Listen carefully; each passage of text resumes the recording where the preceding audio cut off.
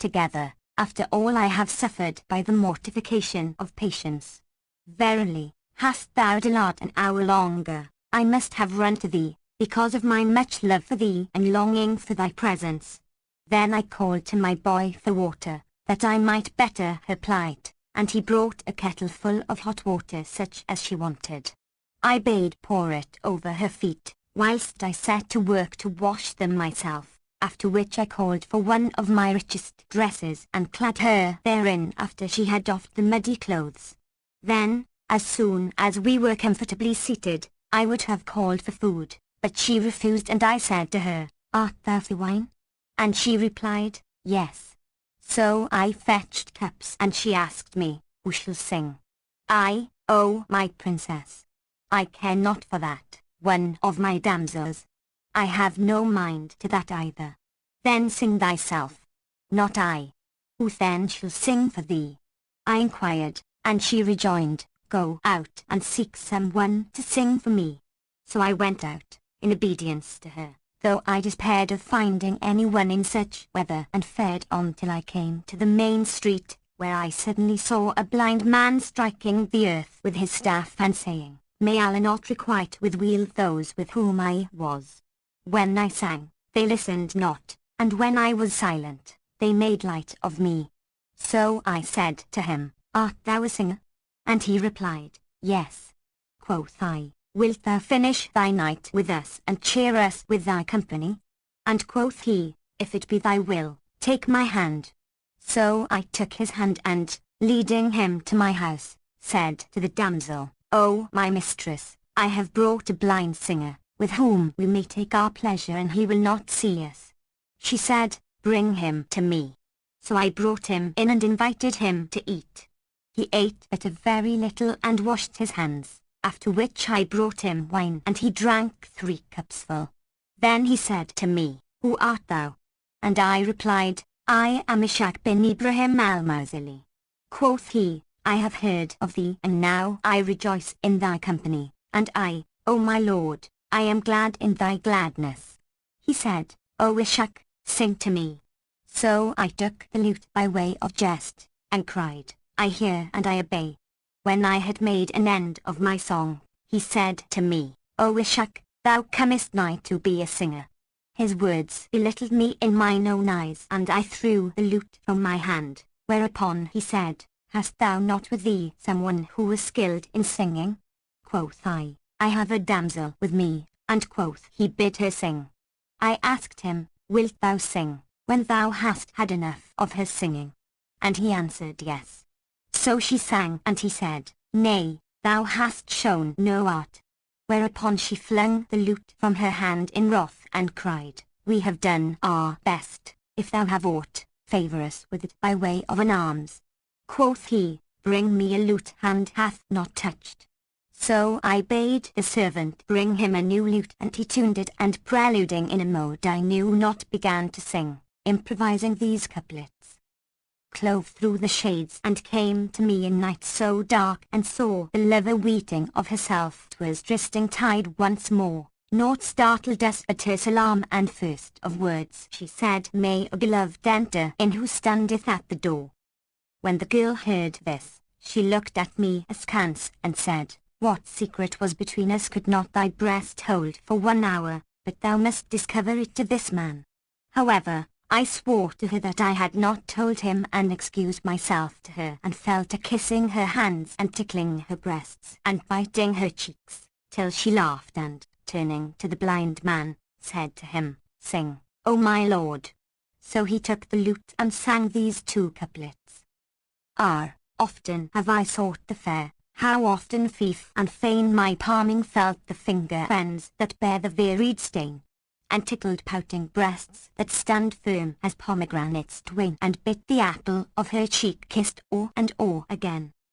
So I said to her, O my princess, who can have told him what we were about? Replied she, True, and we moved away from him. Presently quoth he, I must make water, and quoth I, O boy, take the candle and go before him. Then he went out and tarried a long while. So we went in search of him, but could not find him, and behold, The doors were locked and the keys in the closet, and we knew not whether to heaven he had flown or into earth had sunk. Wherefore I knew that he was a blind, that he had done me pimp's duty, and I returned, recalling to myself the words of Abu Nawas in these couplets. I marvel in a bliss such pride to see beside his low intent and villainy, he sinned to Adam who to bow refused, yet pimps for all of Adam's progeny. And they tell a tale concerning the lovers of Al-Medina. Quoth Ibrahim the father of Ishaq, FN number 172, I was ever a devoted friend to the Barmecide family. And it so happened to me one day, as I sat at home quite alone, a knock was heard at the door, so my servant went out and returned, saying, a comely youth is at the door, asking admission. I bade admit him, and there came into me a young man, on whom were signs of sickness, and he said, I have long wished to meet thee, for I have need of thine aid. What is it thou requirest? Asked I. Whereupon he pulled out 300 dinars and laying them before me, said, I beseech thee to accept these and compose me an air to 2 couplets I have made. Said I, repeat them to me, and Shahrazad perceived the dawn of day and ceased saying her permitted say. When it was the 697th night, she continued, it hath reached me, O auspicious king, that when the youth came into Ibrahim and placed the gold in his hands, saying, prithee accept it and compose me an air to 2 couplets, he replied, recite them to me, whereupon he recited. By Allah, glance of mine, thou hast depressed my heart, so quench the fire that burns my breast. Blames me the world because in him FN number 173, I live yet cannot see him till in shroud I rest. Accordingly, quoth Ibrahim, I set the verses to an air plaintive as a dirge sang it to him, whereupon he swooned away and I thought that he was dead. However, after a while, he came to himself, and said to me, repeat the air. But I conjured him by Allah to excuse me, saying, I fear lest thou die. Would heaven it were so. Replied he and ceased not humbly to importune me, till I had pity on him and repeated it, whereupon he cried out with a grievous cry and fell into a fit worse than before, and I doubted not but that he was dead, but I sprinkled rose water on him till he revived and sat up. I praised Allah for his recovery and laying the ducats before him, said, take thy money and depart from me. Quoth he, I have no need of the money and thou shalt have the like of it, if thou wilt repeat the air. My breast broadened at the mention of the money and I said, I will repeat it, but on 3 conditions. The first, that thou tarry with me and eat of my victual, till thou regain strength. The second, that thou drink wine enough to hearten thy heart. And the third, that thou tell me thy tale. He agreed to this and ate and drank, after which he said, I am of the citizens of Al-Medina and I went forth one day a-pleasuring with my friends, and, following the road to Al-Aqiq, FN number 174, saw a company of girls and amongst them a damsel as she were a branch pearled with dew, with eyes whose sidelong glances were never withdrawn till they had stolen away his soul who looked on them. The maidens rested in the shade till the end of the day, when they went away leaving in my heart wound slow to heal. I returned next morning to send out news of her, but found none who could tell me of her, so I sought her in the streets and markets, but could come on no trace of her, wherefore I fell ill of grief and told my case to one of my kinsmen, who said to me, no harm shall befall thee. The days of spring are not yet past and the skies show sign of rain. FN number 175, whereupon she will go forth, and I will go out with thee, and do thou thy will. His words comforted my heart and I waited till Al-Aqiq ran with water, when I went forth with my friends and kinsmen and sat in the very same place where I first saw her.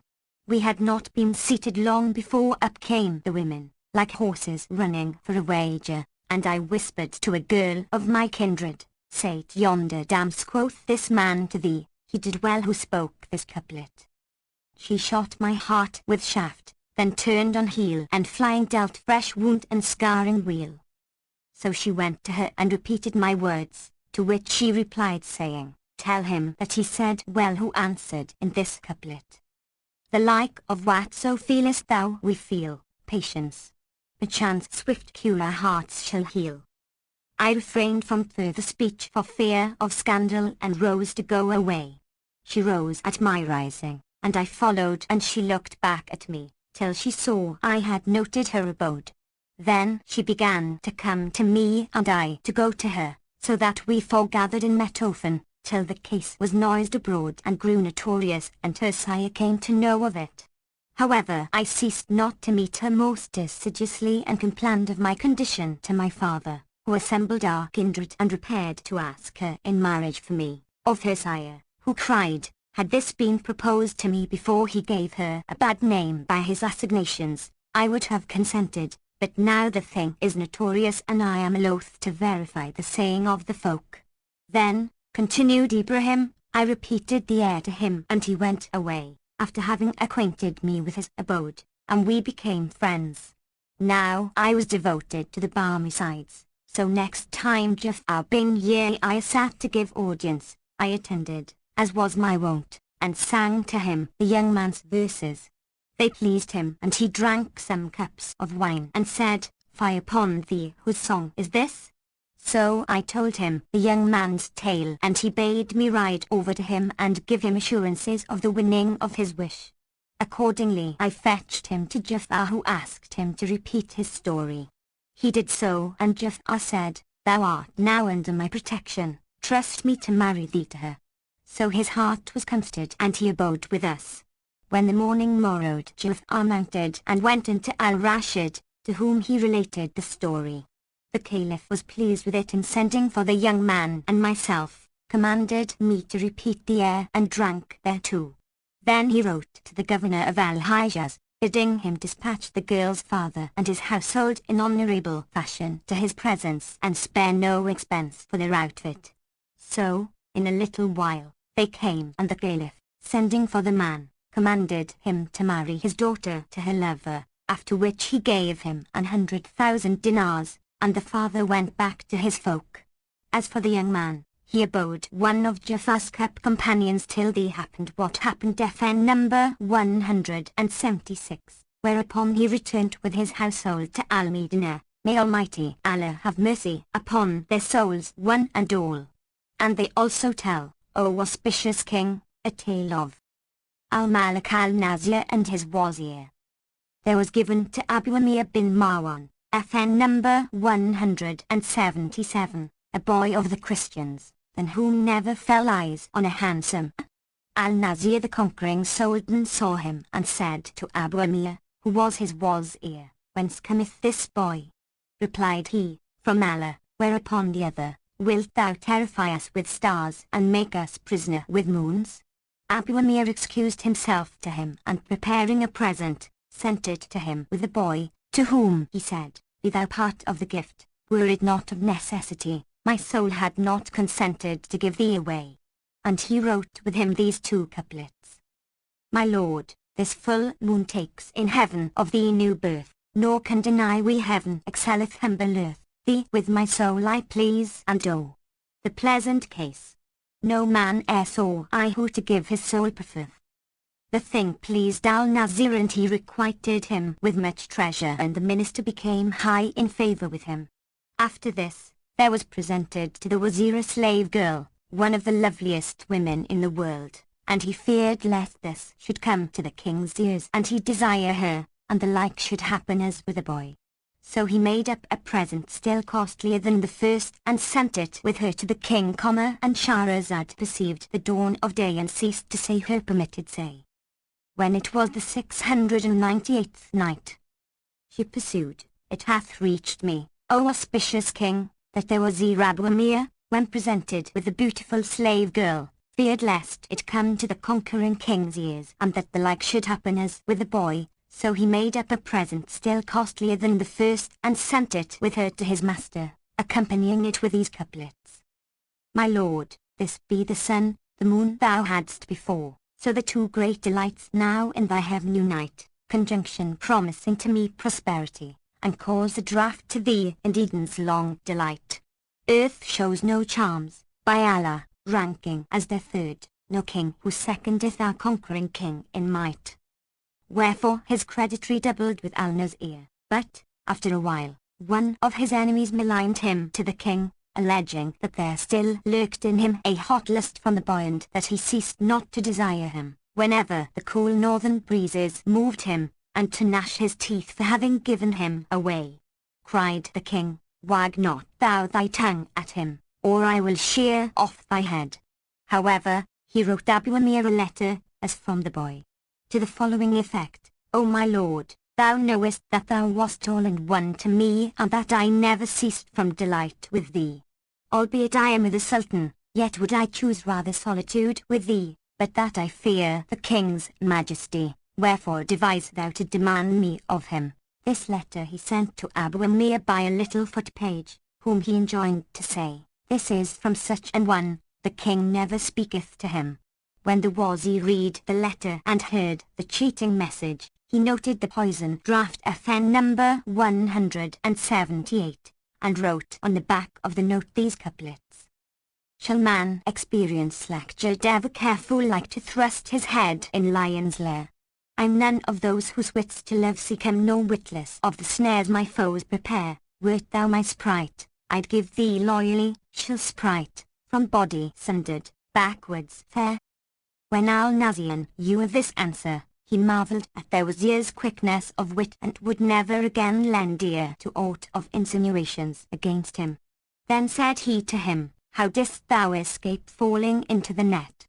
And he replied, Because my reason is unentangled in the toils of passion.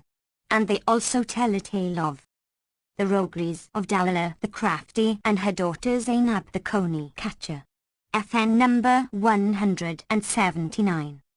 There lived in the time of Harun al-Rashid a man named Ahmad al-Danaf and another Hassan Shuman, FN number 180, height, the twain past masters in fraud and feints, who had done rare things in their day, wherefore the Caliph invested them with kaftans of honor and made them captains of the watch for Baghdad, Ahmad of the right hand and Hassan of the left hand, and appointed to each of them a stipend of 1,000 dinars a month and 40 stalwart men to be at their bidding.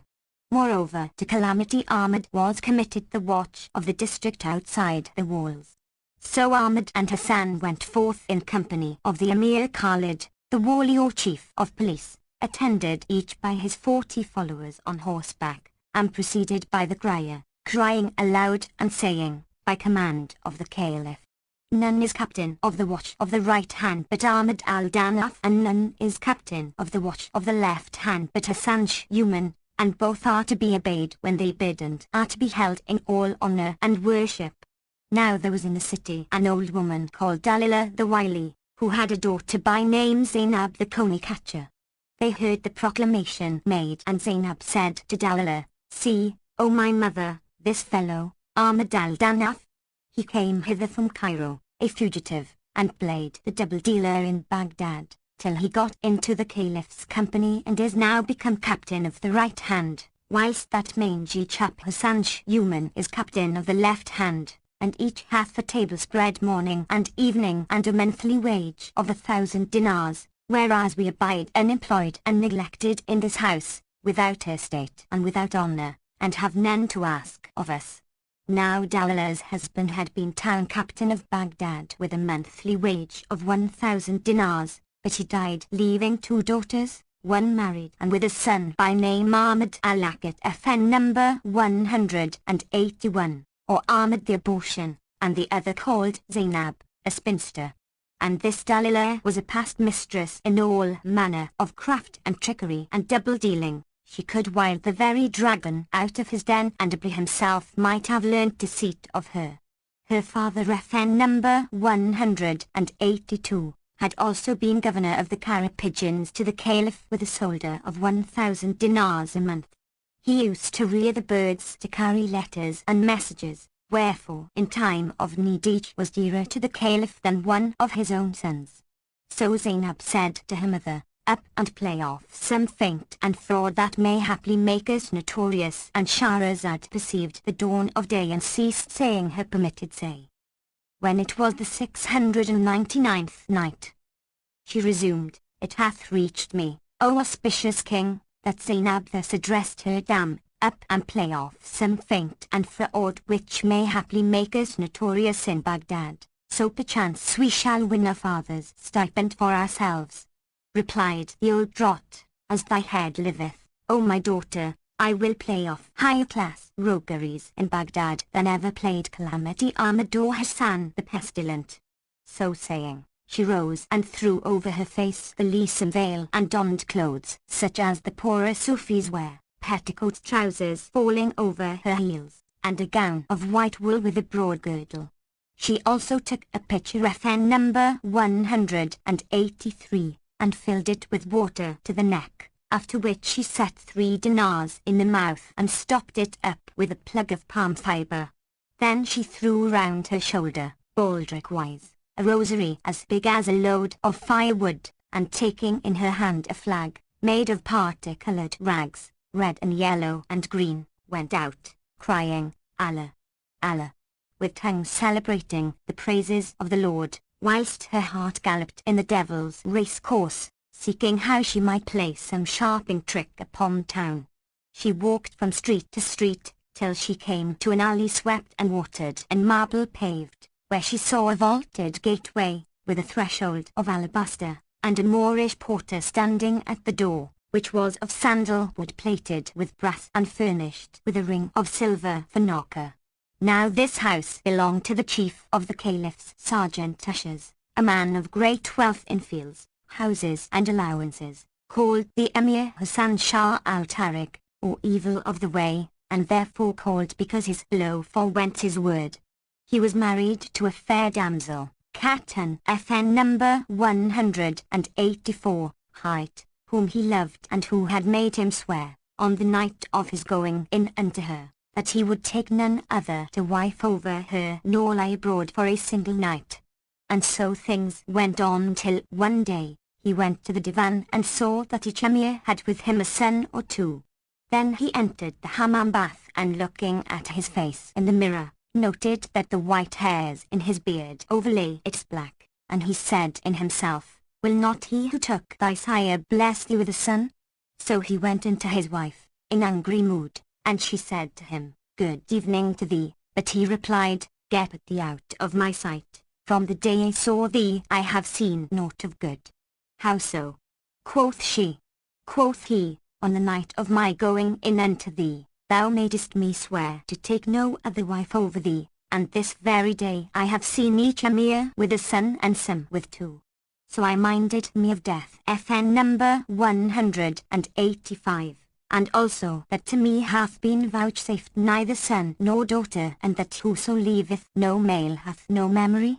This, then, is the reason of my anger, for thou art barren, and knowing thee is like blaming a rock. Cried she, Allah's name upon thee.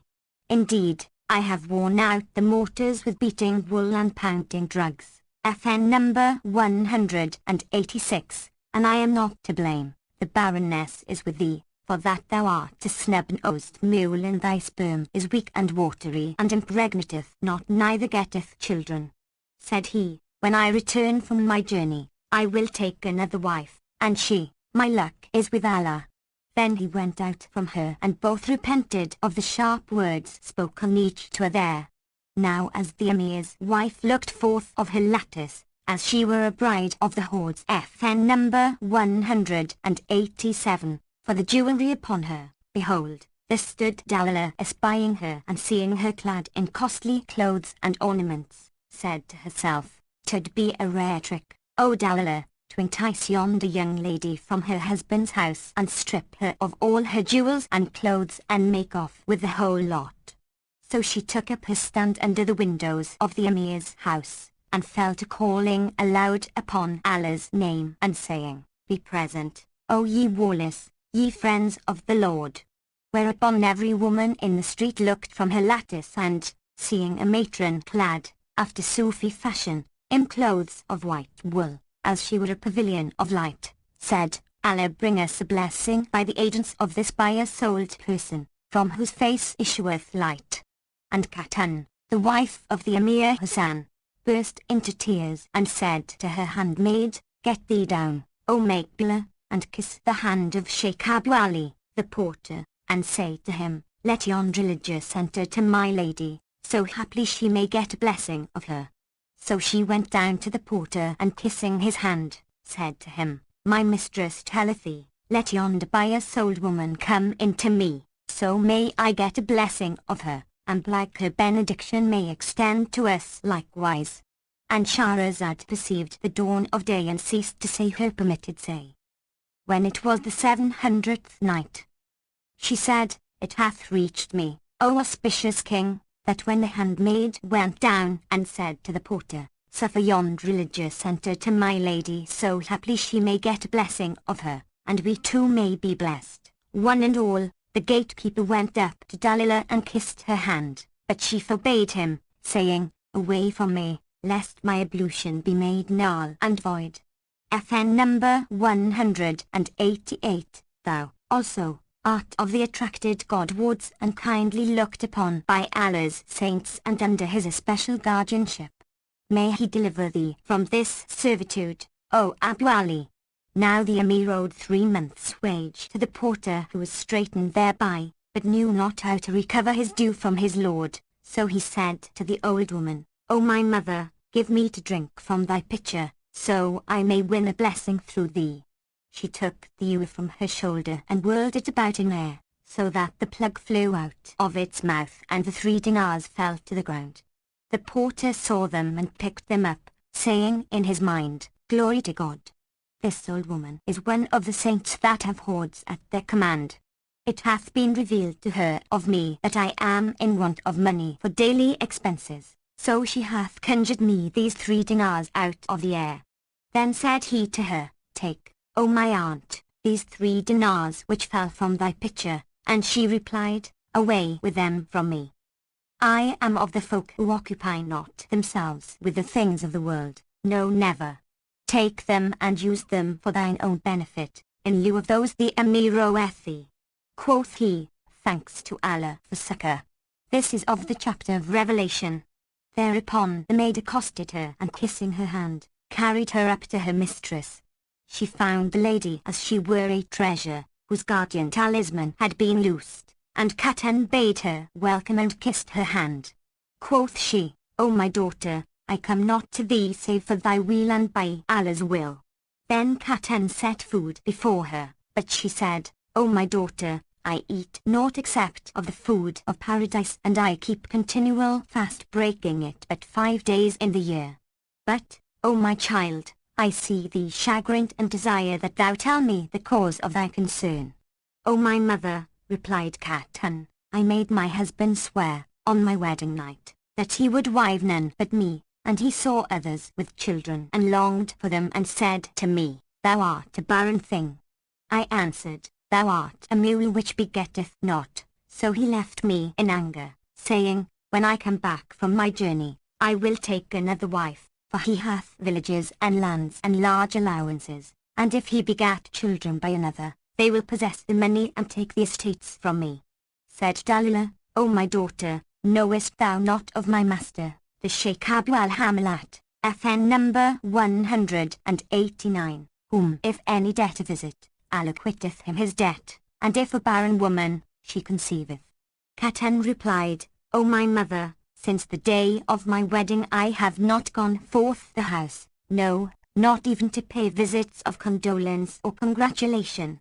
The old woman rejoined, "O my child, I will carry thee to him, and do thou cast thy burden on him and make a vow to him. Haply when thy husband shall return from his journey and lie with thee, thou shalt conceive by him and bear a girl or a boy, but, be it female or male, it shall be a dervish of the Sheikh Abu al-Hamlat."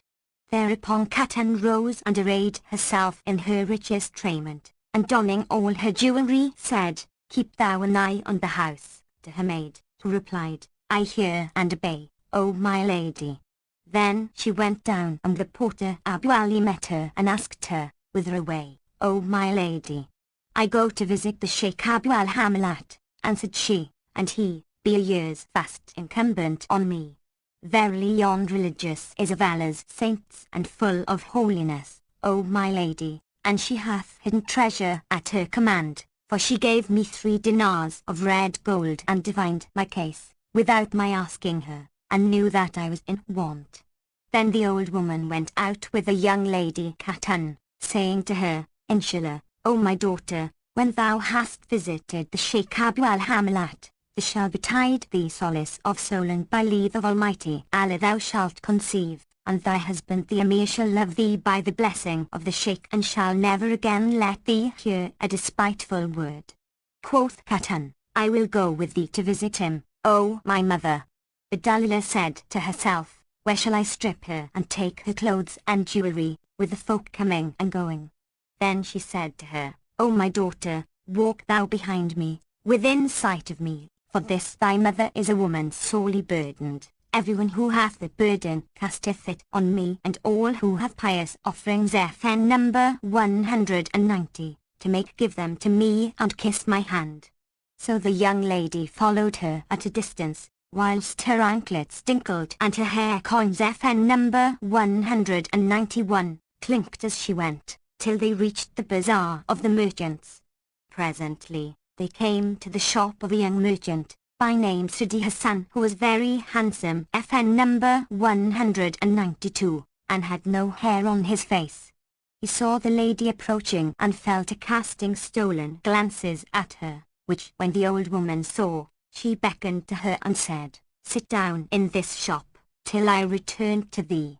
Khatun obeyed her and sat down in the shop front of the young merchant, who cast at her one glance of eyes that cost him 1,000 sighs.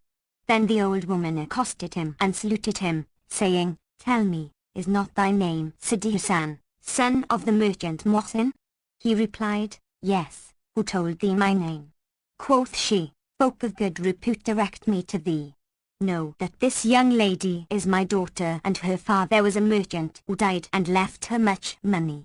She is come of marriageable age, and the wise say, Offer thy daughter in marriage and not thy son, and all her life she hath not come forth the house till this day.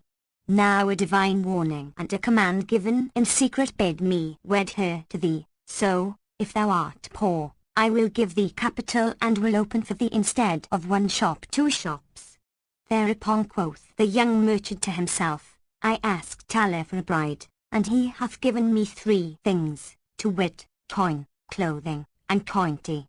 Then he continued to the old draught, O my mother, that whither thou directest me is well, but this long while my mother saith to me, I wish to marry thee, but I object, replying, I will not marry except on the sight of my own eyes. Said Dalila, Rise and follow my steps, and I will show her to thee, naked. FN number 193. So he rose and took 1,000 dinars, saying in himself, Haply we may need to buy somewhat. And Shahrazad perceived the dawn of day and ceased saying her permitted say. When it was the 701st night, she continued, It hath reached me, O auspicious king, that the old woman said to Hassan, son of Mohsin the merchant, Rise up and follow me, and I will show her naked to thee. So he rose and took with him 1,000 dinars, saying in himself, Haply we may need to buy somewhat or pay the fees for drawing up the marriage contract. The old woman bade him walk behind the young lady at a distance but within shot of sight, and said to herself, Where wilt thou carry the young lady and the merchant, that thou mayest strip them both whilst his shop is still shut? Then she walked on, and Khatun after her, followed by the young merchant, till she came to a dairy, kept by a master dyer, by name Hajj Muhammad, a man of ill repute, like the colour Kaiser, FN number 194, sellers knife-cutting male and female, and living to eat both figs and pomegranates. FN number 195, he heard the tinkle of the ankle rings and, raising his head, saw the lady and the young man. Presently the old woman came up to him and, after salaming to him and sitting down opposite him, asked him, Art thou not Hajj Muhammad the dyer? He answered, Yes, I am he. What dost thou want? Quoth she, Verily, folks of fair repute have directed me to thee. Look at yonder handsome girl, my daughter, and that comely beardless youth, my son. I brought them both up and spent much money on both of them. Now, thou must know that I have a big old ruinous house which I have shored up with wood, and the builder saith to me, Go and live in some other place, lest plague fall upon thee, and when this is repaired return hither. So I went forth to seek me a lodging, and people of worth directed me to thee, and I wish to lodge my son and daughter with thee. Quoth the dyer in his mind, Verily, here is fresh butter upon cake come to thee. But he said to the old woman, 'Tis true I have a house and saloon and upper floor, but I cannot spare any part thereof, for I want it all for guests and for the indigo growers my clients. She replied, O my son, 'twill be only for a month or two at the most, till our house be repaired, and we are strange folk. Let the guest chamber be shared between us and thee, and by thy life, O my son, and thou desire that thy guests be ours, we will welcome them and eat with them and sleep with them.' Then he gave her the keys, one big and one small and one crooked, saying to her, The big key is that of the house, the crooked one that of the saloon, and the little one that of the upper floor. So Dalilah took the keys and fared on, followed by the lady who forward the young merchant, till she came to the lane wherein was the house. She opened the door and entered, introducing the damsel, to whom said she, O my daughter, this, pointing to the saloon, is the lodging of the Sheikh Abu al-Hamalat, but go thou into the upper floor and loose thy outer veil and wait till I come to thee. So she went up and sat down. Presently appeared the young merchant, whom Dalilah carried into the saloon, saying, Sit down, whilst I fetch my daughter and show her to thee. So he sat down, and the old draught went up to Katan, who said to her, I wish to visit the sheikh, before the folk come. Replied the beldame, O my daughter, we fear for thee. Asked Katan, Why so? And Dalilah answered, Because here is a son of mine, a natural who knoweth not summer from winter, but goeth ever naked. He is the sheikh's deputy, and, if he saw a girl like thee come to visit his chief, he would snatch her earrings and tear her ears and rend her silken robes. FN number 196. So do thou doff thy jewelry and clothes, and I will keep them for thee, till thou hast made thy pious visitation. Accordingly the damsel did off her outer dress and jewels, and gave them to the old woman, who said, I will lay them for thee on the sheikh's curtain, that a blessing may betide thee. Then she went out, leaving the lady in her shift and petticoat trousers, and hid the clothes and jewels in a place on the staircase, after which she betook herself to the young merchant, whom she found impatiently awaiting the girl, and he cried, Where is thy daughter, that I may see her? But she smote palm on breast, and he said, What aileth thee? Quoth she, Would there were no such thing as the ill neighbour and the envious. They saw thee enter the house with me and asked me of thee, and I said, This is a bridegroom I have found for my daughter. So they envied me on thine account, and said to my girl, Is thy mother tired of keeping thee, that she marrieth thee to a leper? Thereupon I swore to her that she should not see thee save naked. Quoth he, I take refuge with Allah from the envious, and baring his forearm, showed her that it was like silver. Said she, Have no fear, thou shalt see her naked, even as she shall see thee naked. And he said, Let her come and look at me.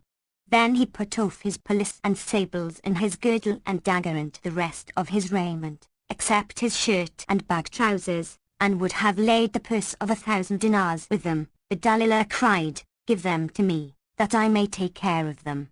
So she took them, and fetching the girl's clothes and jewelry, shouldered the whole, and locking the door upon them went her ways. And Shahrazad perceived the dawn of day and ceased to say her permitted say. When it was the 702nd night, she pursued, It hath reached me, O auspicious king, that when the old woman had taken the property of the young merchant and the damsel and wended her ways, having locked the door upon them, she deposited her spoils with a druggist of her acquaintance and returned to the dyer, whom she found sitting, awaiting her. Quoth he, Inshallah, the house pleaseth thee? And quoth she, there is a blessing in it, and I go now to fetch porters to carry hither our goods and furniture. But my children would have me bring them a panade with meat, so do thou take this dinar and buy the dish and go and eat the morning meal with them. Asked the dyer, who shall guard the dairy meanwhile and the people's goods that be therein? And the old woman answered, thy lad. So be it, rejoined he, and taking a dish and cover, went out to do her bidding. So far concerning the dyer who will again be mentioned in the tale, but as regards the old woman, she fetched the clothes and jewels she had left with a druggist and going back to the dairy, said to the lad, run after thy master, and I will not stir hence till you both return. To hear is to obey, answered he and went away, while she began to collect all the customers' goods. Presently, there came up an ass driver, a scavenger, who had been out of work for a week and who was an hashish eater to boot, and she called him, saying, hither, O donkey boy. So he came to her and she asked, knowest thou my son the dyer? Whereto he answered, yes, I know him. Then she said, the poor fellow is insolvent and loaded with debts, and as often as he is put in prison, I set him free. Now we wish to see him declared bankrupt, and I am going to return the goods to their owners, so do thou lend me thine ass to carry the load and receive this dinar to its hire. When I am gone, take the handsaw and empty out the vats and jars and break them, so that if there come an officer from the Qazi's court, he may find nothing in the dairy. Quoth he, I owe the Hajj your kindness and will do something for Allah's love. So she laid the things on the ass and, the protector protecting her, made for her own house, so that she arrived there in safety and went into her daughter Zainab, who said to her, O my mother, my heart hath been with thee. What hast thou done by way of roguery? Dalilah replied, I have played off 4 tricks on 4 whites, the wife of the sergeant usher, a young merchant, a dyer and an ass driver, and have brought thee all their spoil on the donkey boy's beast. Cried Zainab, O my mother, thou wilt never more be able to go about the town, for fear of the sergeant usher, whose wife's raiment and jewelry thou hast taken, and the merchant whom thou hast stripped naked, and the dyer whose customers' goods thou hast stolen, and the owner of the ass. Rejoined the old woman, Pooh, my girl, I reck not of them, save the donkey boy, who knoweth me. Meanwhile the dyer bought the meat panade and set out for the house, followed by his servant with the food on head. On his way thither, he passed his shop, where he found the donkey boy breaking the vats and jars and saw that there was neither stuff nor liquor left in them and that the dairy was in ruins. So he said to him, Hold thy hand, O ass driver, and the donkey boy desisted and cried, Praise be Allah for thy safety, O master. Verily my heart was with thee. Why so? Thou art become bankrupt, and they have filed a docket of thine insolvency. Who told thee this?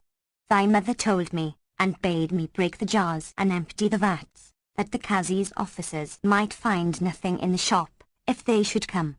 Allah confound the far one. FN number 197, cried the dyer, my mother died long ago. And he beat his breast, exclaiming, Alas, from the loss of my goods and those of the folk. The donkey boy also wept and ejaculated, Alas, for the loss of my ass. And he said to the dyer, Give me back my beast which thy mother stole from me.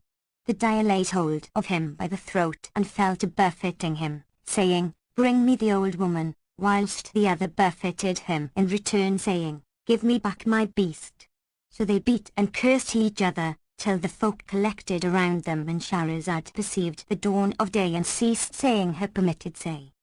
When it was the 703rd night, she resumed, It hath reached me, O auspicious king, that the dyer caught hold of the donkey boy and the donkey boy caught hold of the dyer, and they beat and cursed each other till the folk collected round them, and one of them asked, What is the matter, O Master Muhammad?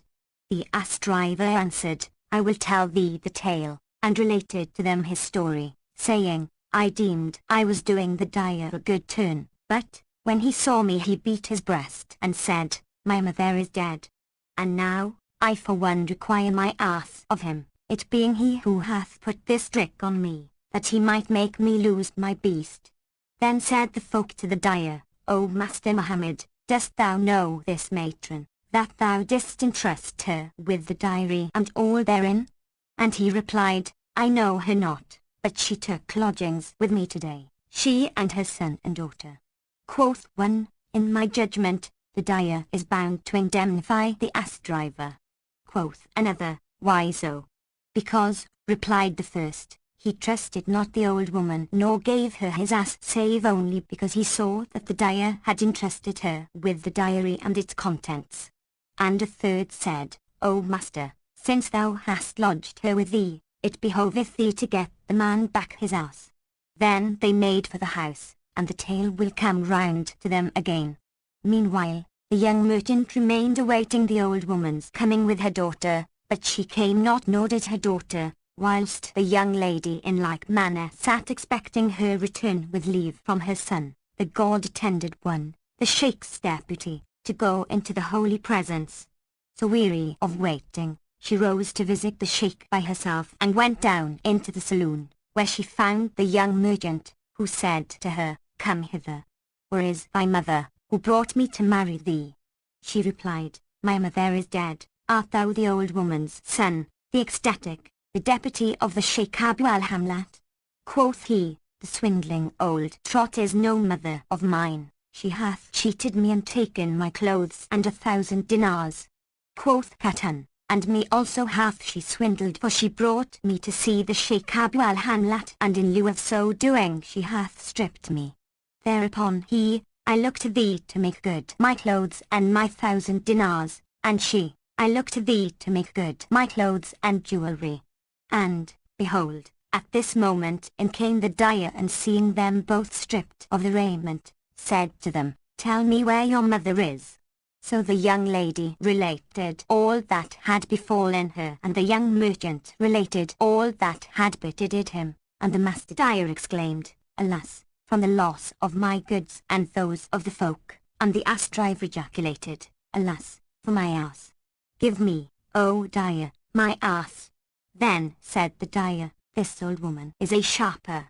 Come forth, that I may lock the door. Quoth the young merchant, 'Twere a disgrace to thee that we should enter thy house dressed and go forth from it undressed. So the dyer clad him and the damsel, and sent her back to her house, where we shall find her after the return of her husband. Then he shut the diary and said to the young merchant, Come, let us go and search for the old woman and hand her over to the wali, FN number 198, the chief of police. So they and the ass man repaired to the house of the master of police and made their complaint to him. Quoth he, O folk, what want ye?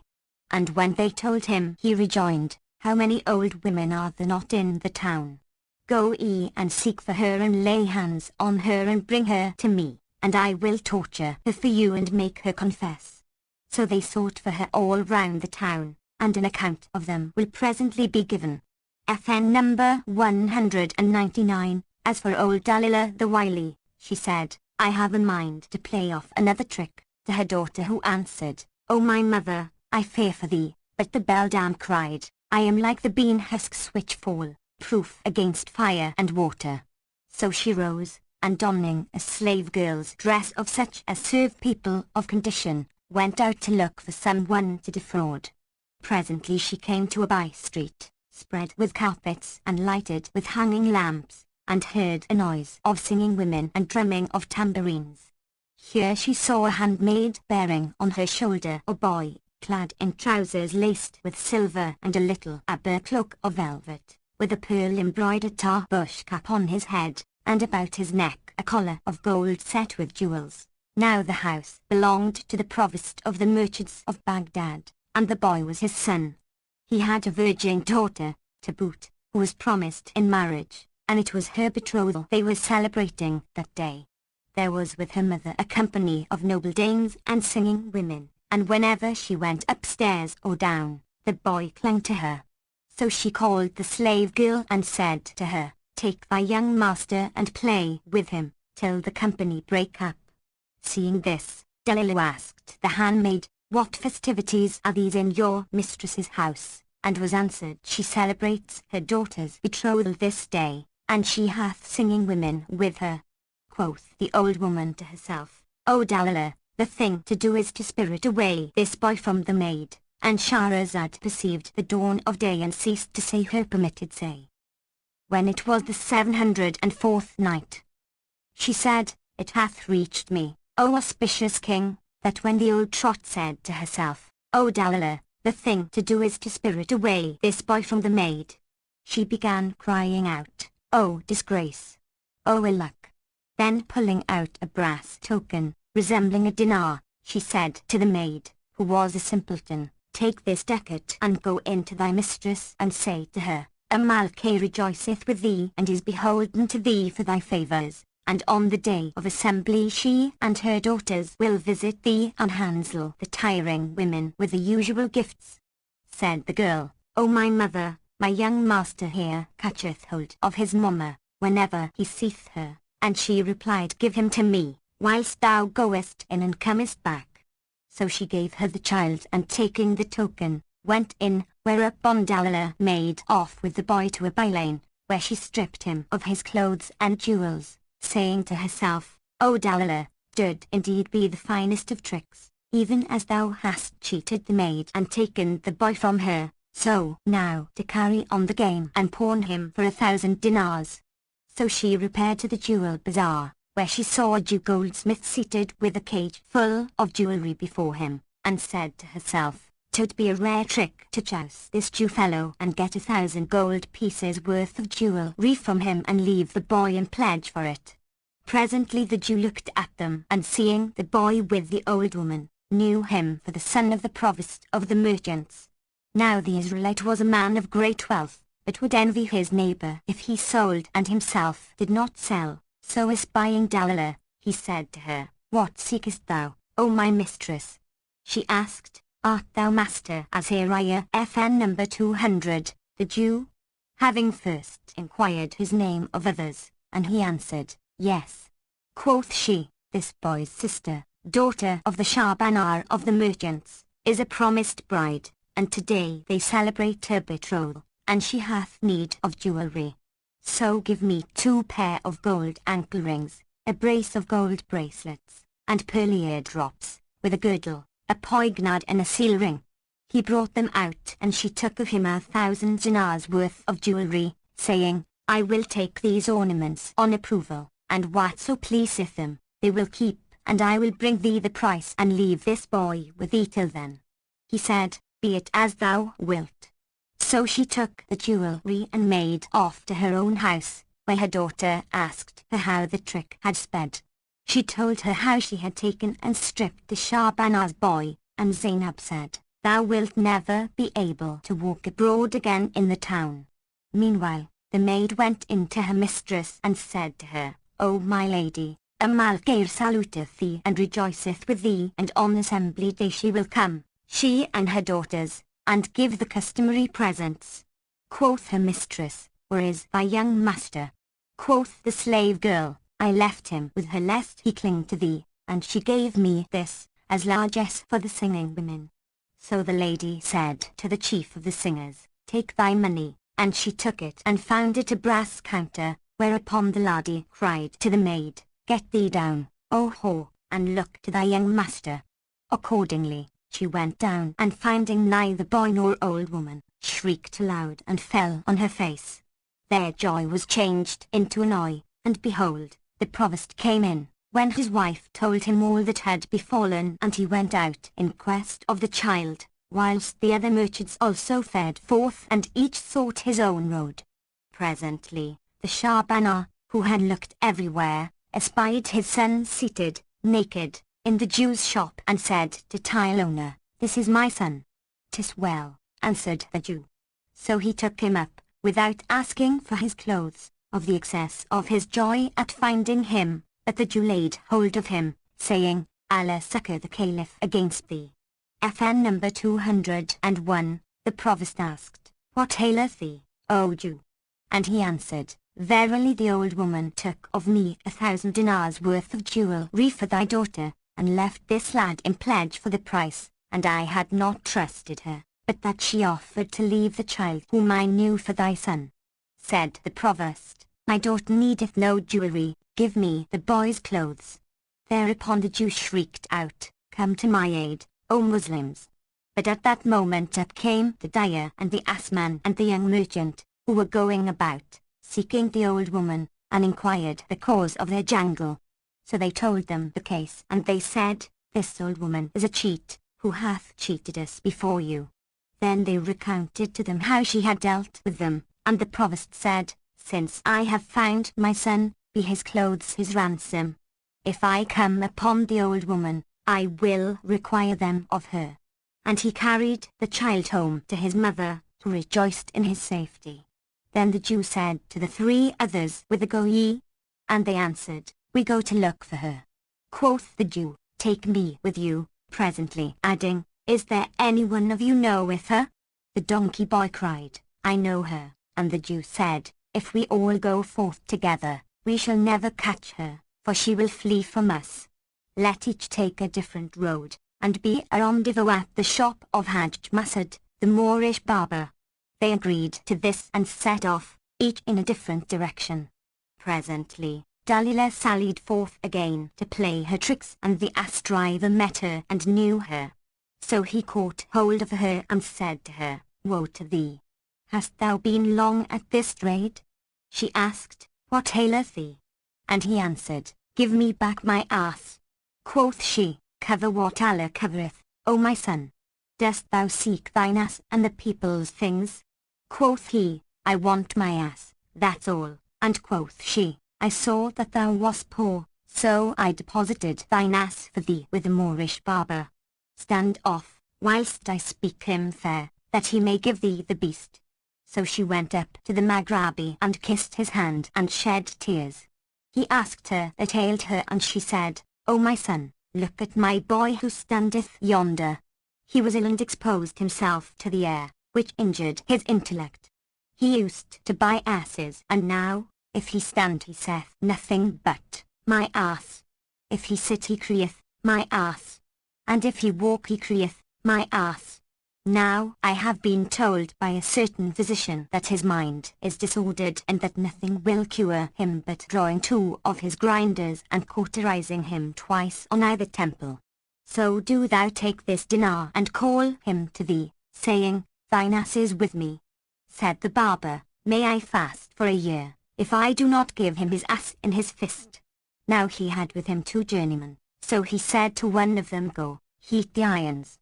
Then the old woman went her way, and the barber called to the donkey boy, FN number 202, saying, Thine ass is with me, good fellow. Come and take him, and as thou livest, I will give him into thy palm. So he came to him, and the barber carried him into a dark room, where he knocked him down, and the journeyman bound him hand and foot. Then the Maghrabi arose and pulled out 2 of his grinders and fired him on either temple, after which he let him go, and he rose and said, O Moor, why hast thou used me with this usage? Quoth the barber, Thy mother told me that thou hadst taken cold while still, and hast lost thy reason, so that, whether sitting or standing or walking, thou wouldst say nothing but my ass. So here is thine ass in thy fist. Said the other, Allah requite thee for pulling out my teeth. Then the barber told him all that the old woman had related, and he exclaimed, Allah torment her, and the twain left the shop and went out, disputing. When the barber returned, he found his booth empty, for, whilst he was absent, the old woman had taken all that was therein and made off with it to her daughter, whom she acquainted with all that had befallen and all she had done. The barber, seeing his place plundered, caught hold of the donkey boy and said to him, Bring me thy mother. But he answered, saying, She is not my mother, she is a sharper who hath cozened much people and stolen my ass. And lo! At this moment up came the dyer and the Jew and the young merchant, and seeing the Moorish barber holding on to the ass driver who was fired on both temples, they said to him, What hath befallen thee, O donkey boy? So he told them all that had betided him, and the barber did the like, and the others in turn related to them all the tricks the old woman had played them. Then he shut up his shop and went with them to the office of the police master, to whom they said, "We look to thee for our case and our coin." FN number 203, quoth the Wali, "And how many old women are there not in Baghdad? Say me, doth any of you know her?" Quoth the assman, "I do, so give me 10 of thine officers." He gave them 60 archers, and they all 5 went out, followed by the sergeants, and patrolled the city, till they met the old woman, when they laid hands on her and carrying her to the house of the chief of police, stood waiting under his office windows till he should come forth. Presently, the warders fell asleep, for excess of watching with their chief, and old Dalila feigned to follow their example, till the assman and his fellows slept likewise, when she stole away from them and, going into the Wali's harem, kissed the hand of the mistress of the house and asked her, "Where is the chief of police?"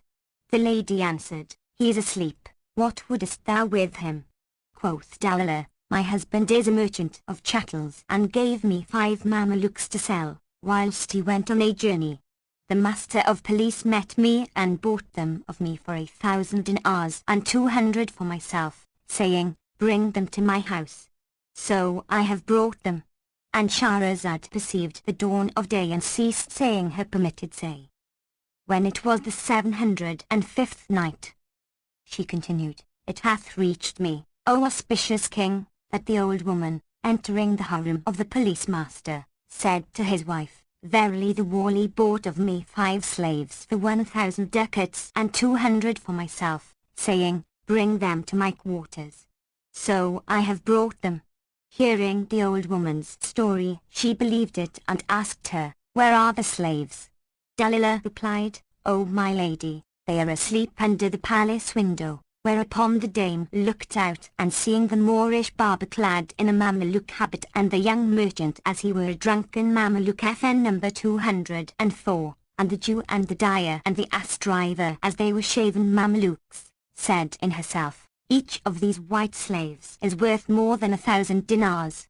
So she opened her chest and gave the old woman the 1,000 ducats, saying, "Fare thee forth now and come back anon. When my husband waketh, I will get thee the other 200 dinars from him." Answered the old woman, "O my lady, 100 of them are thine, under the sherbet guglet whereof thou drinkest, FN number 205, and the other 100 do thou keep for me against I come back presently," adding, "Now let me out by the private door." So she let her out, and the protector protected her, and she made her way home to her daughter, to whom she related how she had gotten 1,000 gold pieces and sold her 5 pursuers into slavery, ending with, "O my daughter, the one who troubleth me most is the ass driver, for he knoweth me." Said Zainab, "O my mother, abide quiet a while and let what thou hast done suffice thee, for the crook shall not always escape the shock." When the chief of police awoke, his wife said to him, "I give thee joy of the 5 slaves thou hast bought of the old woman." Asked he, "What slaves?" And she answered, "Why dost thou deny it to me? Allah willing, they shall become like thee, people of condition." Quoth he, "As my head liveth, I have bought no slaves." "Who saith this?"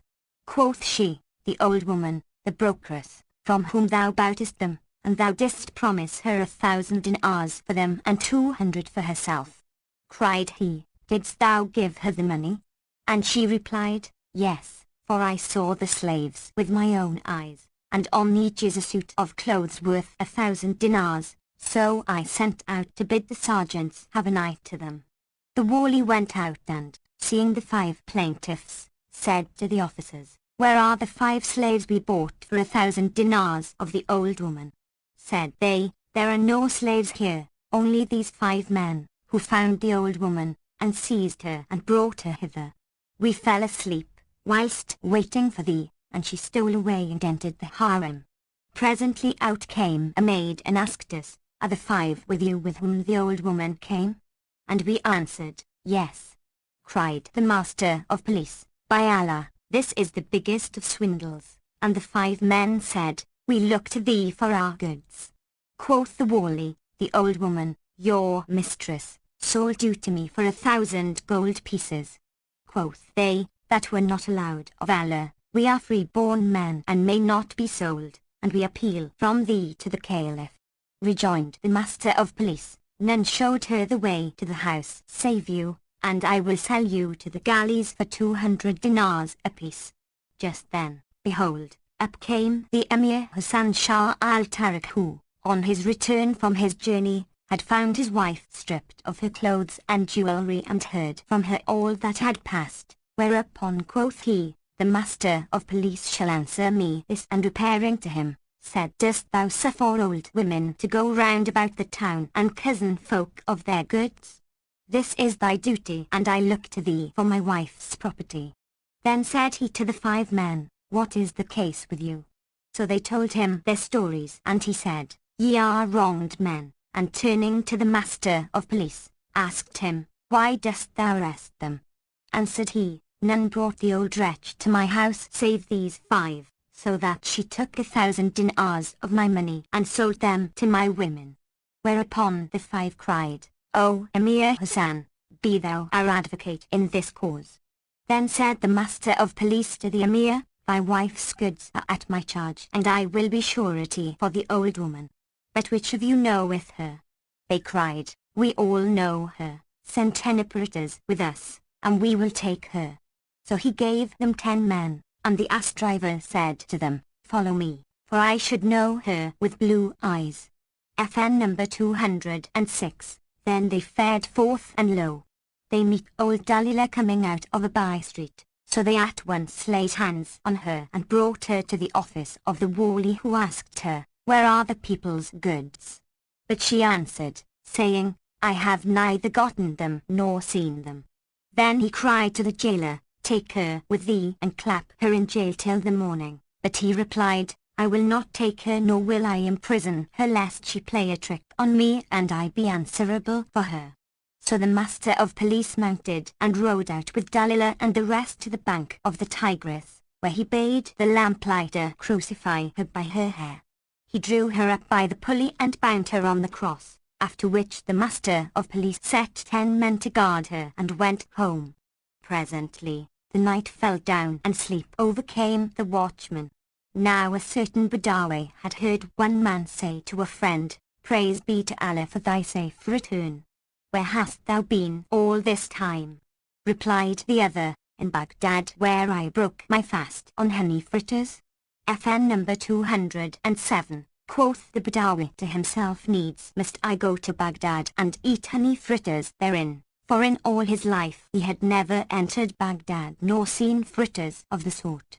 So he mounted his stallion and rode on towards Baghdad, saying in his mind, 'tis a fine thing to eat honey fritters. On the honour of an Arab, I will break my fast with honey fritters and naught else. And Shahrazad perceived the dawn of day and ceased to say her permitted say. When it was the 706th night, she pursued, it hath reached me, O auspicious king, that the wild Arab mounted horse and made for Baghdad, saying in his mind, 'tis a fine thing to eat honey fritters. On the honour of an Arab I will break my fast with honey fritters and naught else. And he rode until he came to the place where Dalila was crucified, and she heard him utter these words. So he went up to her and said to her, what art thou? Quoth she, I throw myself on thy protection, O Sheikh of the Arabs. And quoth Ali, Ali indeed protect thee. But what is the cause of thy crucifixion? Said she, I have an enemy, an oilman, who freeth fritters, and I stopped to buy some of him, when I chanced to spit and my spittle fell on the fritters. So he complained of me to the governor, who commanded to crucify me, saying, I adjudge that ye take 10 pounds of the honey fritters and feed her therewith upon the cross.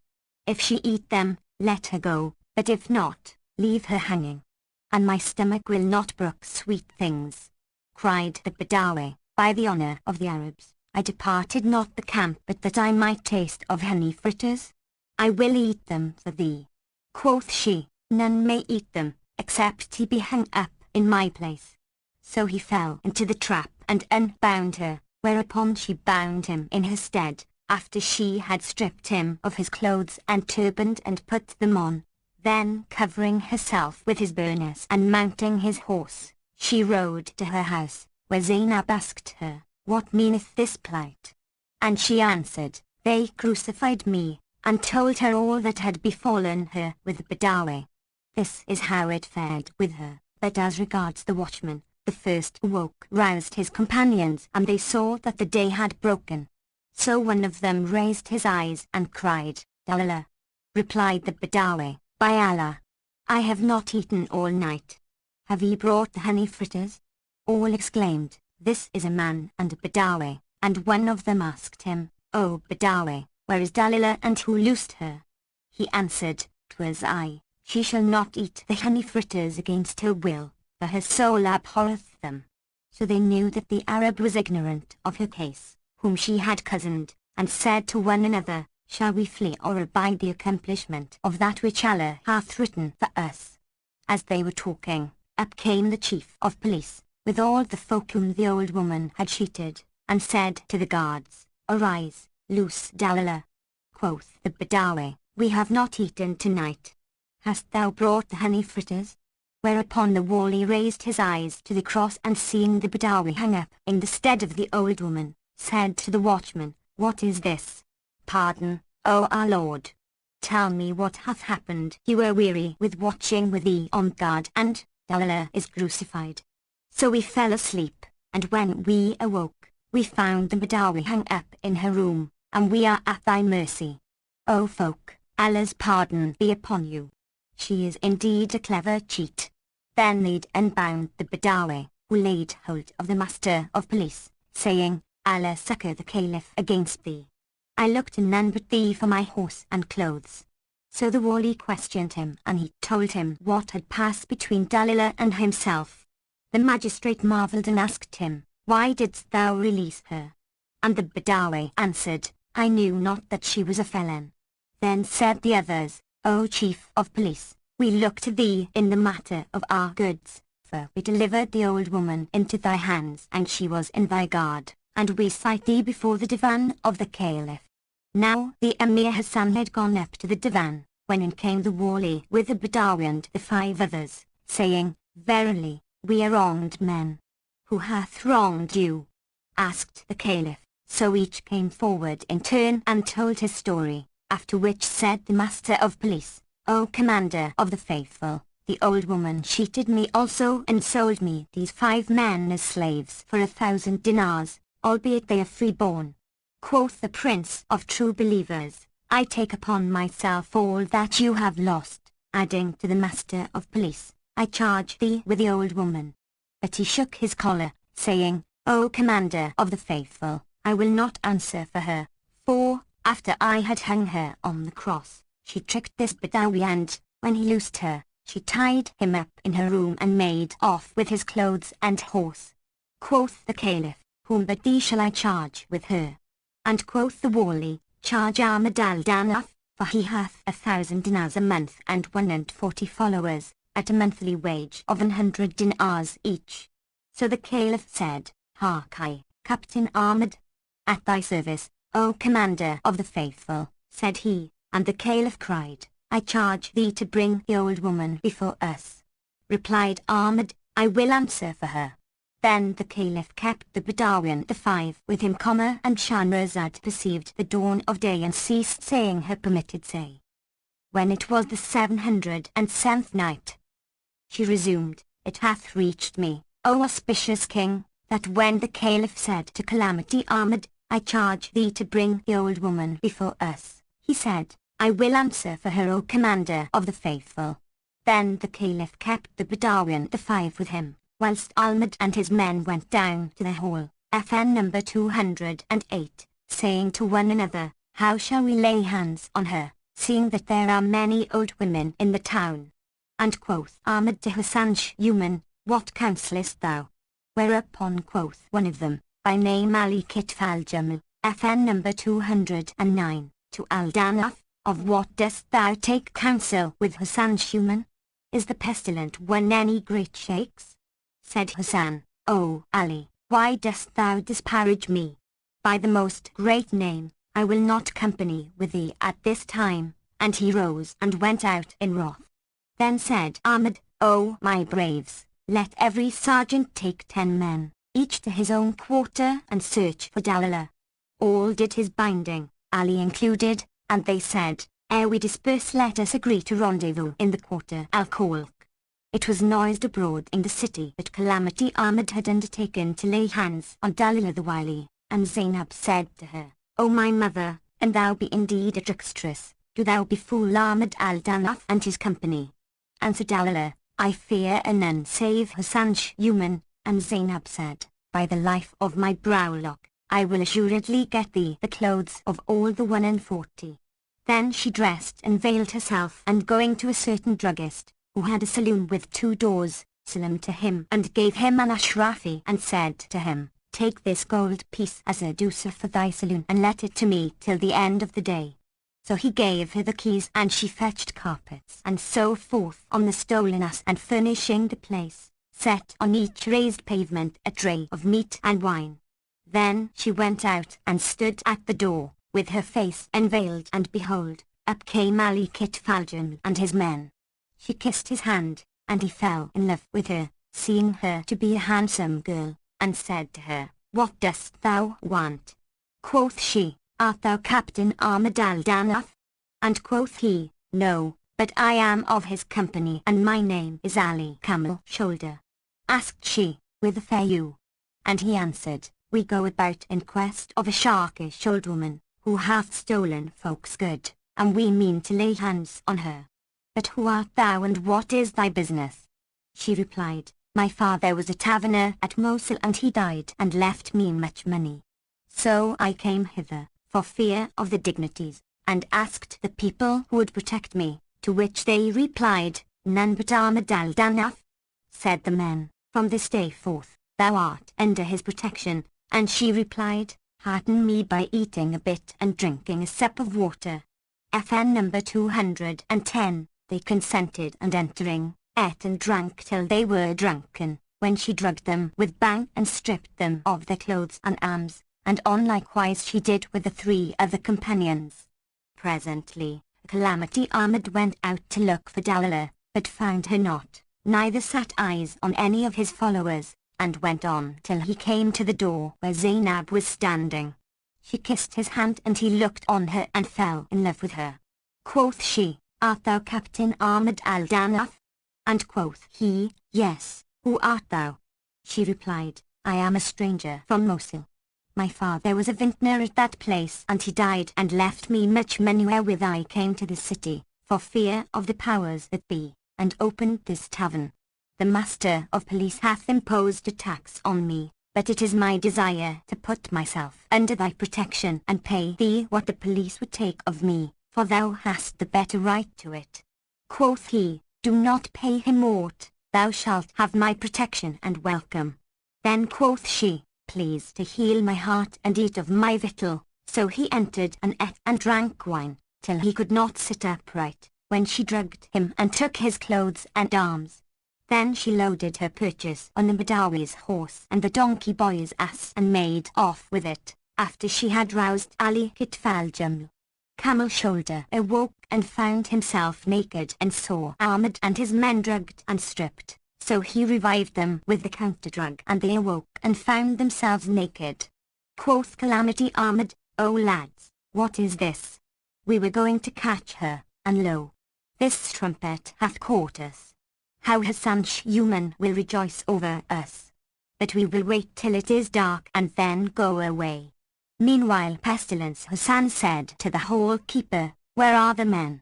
And as he asked, up they came naked. And he recited these 2 couplets, FN number 211. Men in their purposes are much alike, but in their issues difference comes to light. Of men some wise are, others simple souls, as of the stars some dull, some pearly bright. Then he looked at them and asked, Who hath played you this trick and made you naked? And they answered, We went in quest of an old woman, and a pretty girl stripped us. Quoth Hassan, She hath done right well. They asked, Dost thou know her? And he answered, Yes, I know her and the old trot too. Quoth they, What shall we say to the Caliph? And quoth he, O Danaf, Do thou shake thy collar before him, and he will say, Who is answerable for her? And if he ask why thou hast not caught her, say thou, We know her not, but charge Hassan human with her. And if he give her into my charge, I will lay hands on her. So they slept that night, and on the morrow they went up to the Caliph's divan and kissed ground before him. Quoth he, Where is the old woman, O Captain Ahmed? But he shook his collar.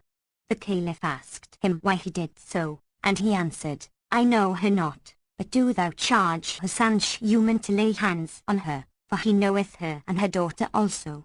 Then Hassan interceded for her with the Caliph, saying, Indeed, she hath not played off these tricks, because she coveted the folk's stuff, but to show her cleverness and that of her daughter, to the intent that thou shouldst continue her husband's stipend to her and that of her father to her daughter.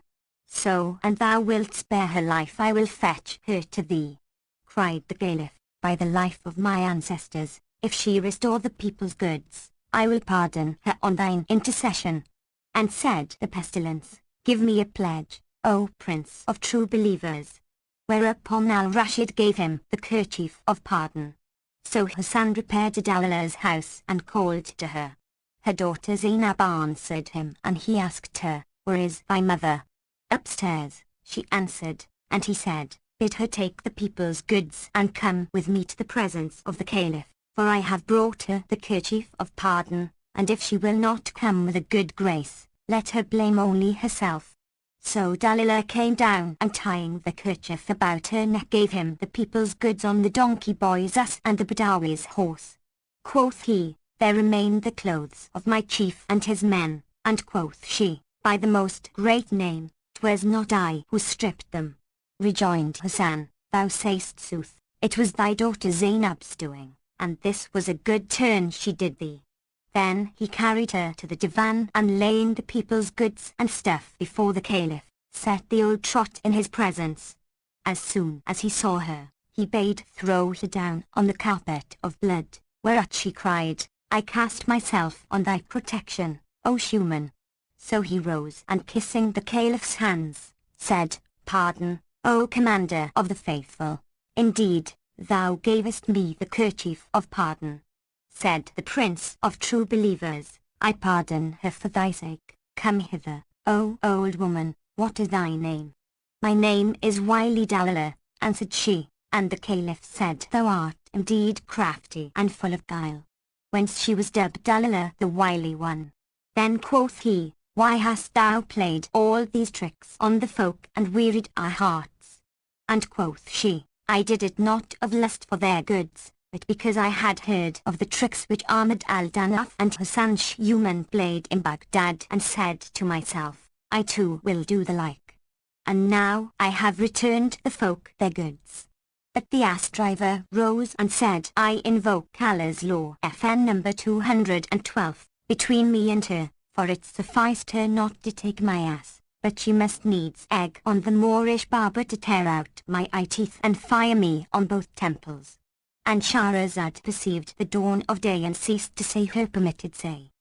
When it was the 708th night, she said, It hath reached me, O auspicious king, that when the donkey boy rose and cried out, I invoke Allah's law between me and her, for it sufficed her not to take my ass, but she must needs egg on the barber to tear out my eye teeth and fire me on both temples. Thereupon the Caliph bade give him 100 dinars and ordered the dyer the like, saying, Go, set up thy diary again. So they called down blessings on his head and went away. The Badawi also took his clothes and horse and departed, saying, 'Tis henceforth unlawful and forbidden me to enter Baghdad and eat honey fritters. And the others took their goods and went away. Then said the Caliph, Ask a boon of me, O Dalilah. And she said, Verily, my father was governor of the carrier pigeons to thee, and I know how to rear the birds, and my husband was town captain of Baghdad. Now I wish to have the reversion of my husband, and my daughter wisheth to have that of her father. The Caliph granted both their requests, and she said, I ask of thee that I may be portress of thy khan. Now he had built a khan of 3 stories, for the merchants to lodge in, and had assigned to its service 40 slaves and also 40 dogs he had brought from the king of the Sulaimania, FN number 213, when he deposed him, and there was in the Khan a cook slave, who cooked for the chattels and fed the hounds for which he let make collars. Said the Caliph, O Dawla, I will write thee a patent of guardianship of the Khan, and if aught be lost therefrom, thou shalt be answerable for it.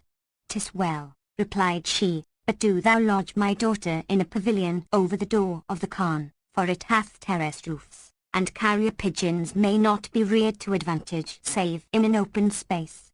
The Caliph granted her this also, and she and her daughter removed to the pavilion in question, where Zainab hung up the 41 dresses of Calamity Ahmad and his company. Moreover, they delivered to Dawla the 40 pigeons which carried the royal messages, and the Caliph appointed the wily one mistress over the 40 slaves and charged them to obey her. She made the place of her sitting behind the door of the Khan, and every day she used to go up to the Caliph's divan, lest he should need to send a message by pigeon post and stay the till even died whilst the 40 slaves stood on guard at the Khan. And when darkness came on they loosed the 40 dogs that they might keep watch over the place by night. Such were the doings of Dawla the wily one in Baghdad, and much like them were the adventures of Mercury Ali of Cairo. FN number 214. Now as regards the works of Mercury Ali, there lived once at Cairo, FN number 215, in the days of Salah the Egyptian, who was chief of the Cairo police and had 40 men under him, a sharper named Ali, for whom the master of police used to set snares and think that he had fallen therein, but, when they sought for him, they found that he had fled like Zabak, or Quicksilver, wherefore they dubbed him Ali Zabak or Mercury Ali of Cairo. Now one day, as he sat with his men in his hall, his heart became heavy within him and his breast was straitened. The hall-keeper saw him sitting with frowning face and said to him, What aileth thee, O my chief? If thy breast be straitened, take a turn in the streets of Cairo, for assuredly walking in her markets will do away with thy irk. So he rose up and went out and threaded the streets a while, but only increased in cark and care. Presently, he came to a wine shop and said to himself, I will go in and drink myself drunken. So he entered, and seeing 7 rows of people in the shop, said, Hark I, taverner, I will not sit except by myself. Accordingly, the vintner placed him in a chamber alone and set strong beer wine before him, whereof he drank till he lost his senses. Then he sallied forth again and walked till he came to the road called Red, whilst the people left the street clear before him, out of fear of him. Presently, he turned and saw a water carrier trudging along, with his skin and gugglet, crying out and saying, O exchange! There is no drink but what raisins make, there is no love delight but what of the lover we take, and none sitteth in the place of honour save the sensible freak. FN number 216. So he said to him, Here, give me to drink. The water carrier looked at him and gave him the gugglet, which he took and gazing into it, shook it up and lastly poured it out on the ground. Asked the water carrier, Why dost thou not drink? And he answered, saying, Give me to drink. So the man filled the cup a second time, and he took it and shook it and emptied it on the ground, and thus he did a third time. Quoth the water carrier, And thou wilt not drink, I will be off. And Ali said, Give me to drink. So he filled the cup a fourth time and gave it to him, and he drank and gave the man a dinar. The water carrier looked at him with disdain and said, belittling him, Good luck to thee. Good luck to thee, my lad. Little folk are one thing and great folk another. And Shahrazad perceived the dawn of day and ceased saying her permitted say. When it was the 709th night, she continued, It hath reached me, O auspicious king, that the water carrier receiving the dinar, looked at the giver with disdain and said, Good luck to thee. Good luck to thee. Little folk are one thing and great folk another. Now when Mercury Ali heard this, he caught hold of the man's gabardine and drawing on him a poignard of price, Such an one is that whereof the poet speaketh in his two couplets. Watered steel blade, the world perfection calls, drunk with the viper poison foes appalls, cuts lively, burns the blood whene'er it falls, and picks up gems from pave of marble halls. FN number 217. Cried to him, O Sheikh, speak reasonably to me. Thy water skin is worth 53 dirhams, and the guglets I emptied on the ground held a pint or so of water. Replied the water carrier, 'tis well, and Ali rejoined, I gave thee a golden ducat, why, then dost thou belittle me? Say me, hast thou ever seen any more valiant than I or more generous than I? Answered the water carrier, I have indeed seen one more valiant than thou and eke more generous than thou, for, never, since women bear children, was there on earth's face a brave man who was not generous. Quoth Ali, and who is he thou deemest braver and more generous than I? Quoth the other, thou must know that I have had a strange adventure. My father was a sheikh of the water carriers who give drink in Cairo, and, when he died, he left me 5 male camels, a he-mule, a shop and a house, but the poor man is never satisfied, or, if he be satisfied he dieth. So I said to myself, I will go up to Al-Hijaz, and, taking a string of camels, bought goods on tick, till I had run in debt for 500 ducats, all of which I lost in the pilgrimage. Then I said in my mind, if I return to Cairo the folk will clap me in jail for their goods. So I fared with the pilgrims' caravan of Damascus to Aleppo, and thence I went on to Baghdad, where I sought out the sheikh of the water carriers of the city, and finding his house I went in and repeated the opening chapter of the Quran to him. He questioned me of my case, and I told him all that had betided me, whereupon he assigned me a shop and gave me a water skin and gear. So I sallied forth a morn, trusting in Allah to provide, and went round about the city. I offered the guglet to one, that he might drink, but he cried, I have eaten naught whereon to drink, for Niggard invited me this day and set 2 guglets before me. So I said to him, O son of the sordid, hast thou given me aught to eat that thou offerest me drink after it? Wherefore went thy ways, O water carrier, till I have eaten somewhat, then come and give me to drink. Thereupon I accosted another, and he said, Allah provide thee. And so I went on till noon, without taking hansel, and I said to myself, would heaven I had never come to Baghdad. Presently, I saw the folk running as fast as they could, so I followed them, and behold, a long file of men riding 2 and 2 and clad in steel, with double neck rings and felt bonnets and burnouses and swords and bucklers. I asked one of the folk whose suite this was, and he answered, that of Captain Ahmad al-Danaf. Quoth I, and what is he? And quoth the other, he is town captain of Baghdad and her divan, and to him is committed the care of the suburbs. He getteth 1,000 dinars a month from the Caliph and Hassan Shuman half the like. Moreover, each of his men draweth 100 dinars a month, and they are now returning to the barrack from the divan. And lo, Calamity Ahmad saw me and cried out, come give me drink. So I filled the cup and gave it him, and he shook it and emptied it out, like unto thee, and thus he did a 2nd time. Then I filled the cup a 3rd time, and he took a draught as thou didst, after which he asked me, O water carrier, whence comest thou? And I answered, from Cairo, and he, Allah keep Cairo and her citizens. What may bring thee thither? So I told him my story and gave him to understand that I was a debtor fleeing from debt and distress. He cried, thou art welcome to Baghdad. Then he gave me 5 dinars and said to his men, for the love of Allah be generous to him. So each of them gave me a dinar, and Ahmad said to me, O Sheikh, what while thou abidest in Baghdad thou shalt have of us the like every time thou givest us to drink. Accordingly, I paid them frequent visits, and good ceased not to come to me from the folk till, one day, reckoning up the profit I had made of them, I found it 2,000 dinars and said to myself, the best thing thou canst do is to return to Egypt. So I went to Ahmad's house and kissed his hand, and he said, what seekest thou? Quoth I, I have a mind to depart, and I repeated these two couplets. Sojourn of stranger, in whatever land, is like castle based upon the wind, the breaths of breezes level all he raised. And so on homeward ways the stranger's mind. I added, the caravan is about to start for Cairo and I wish to return to my people.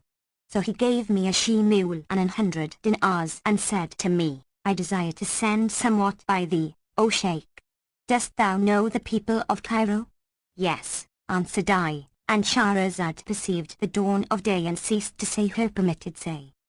When it was the 710th night, she pursued, it bath reached me, O auspicious king, that when Ahmad al-Danaf had given the water carrier a she-mule and 100 dinars and said to him, I desire to send a trust by thee.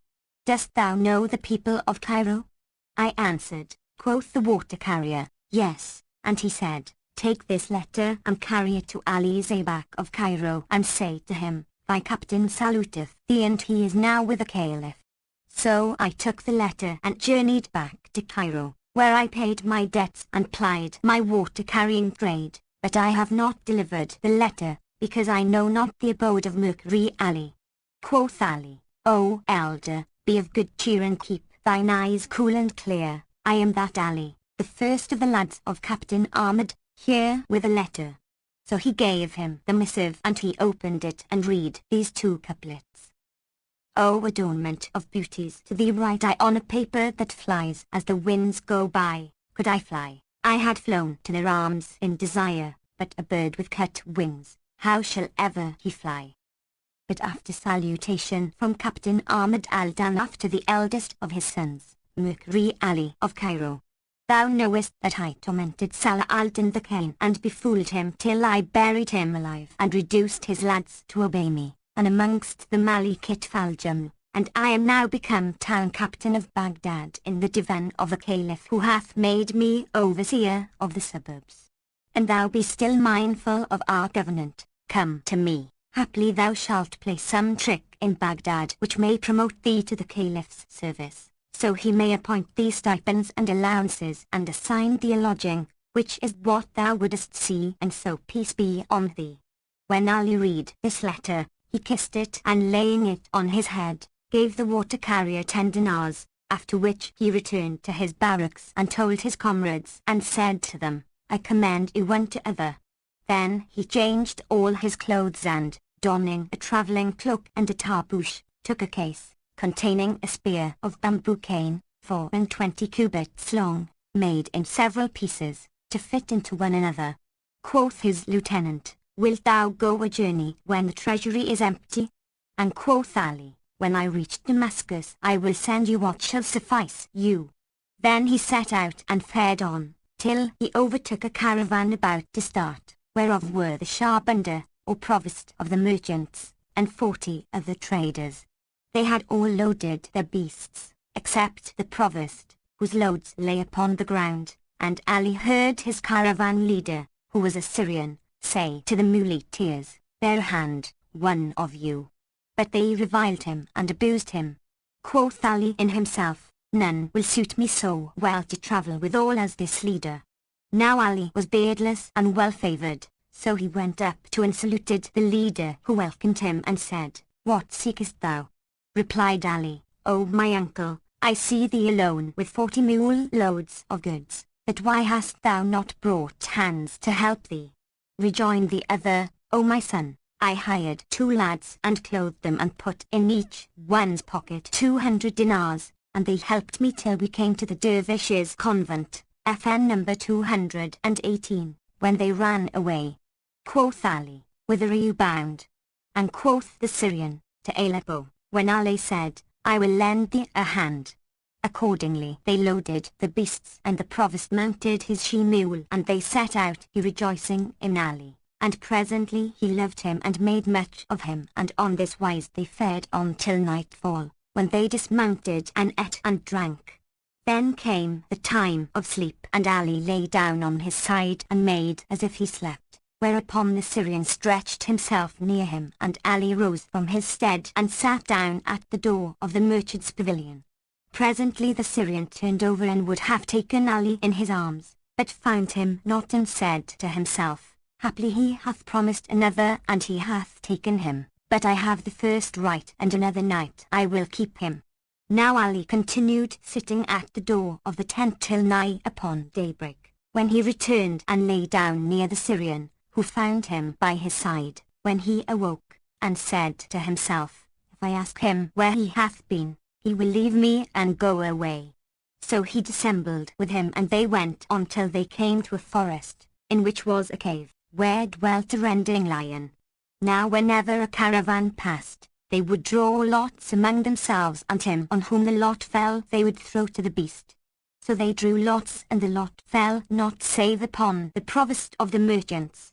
And lo, the lion cut off their way awaiting his prey, wherefore the provost was sore distressed, and said to the leader, Allah disappoint the fortunes FN number 219, of the far one, and bring his journey to naught.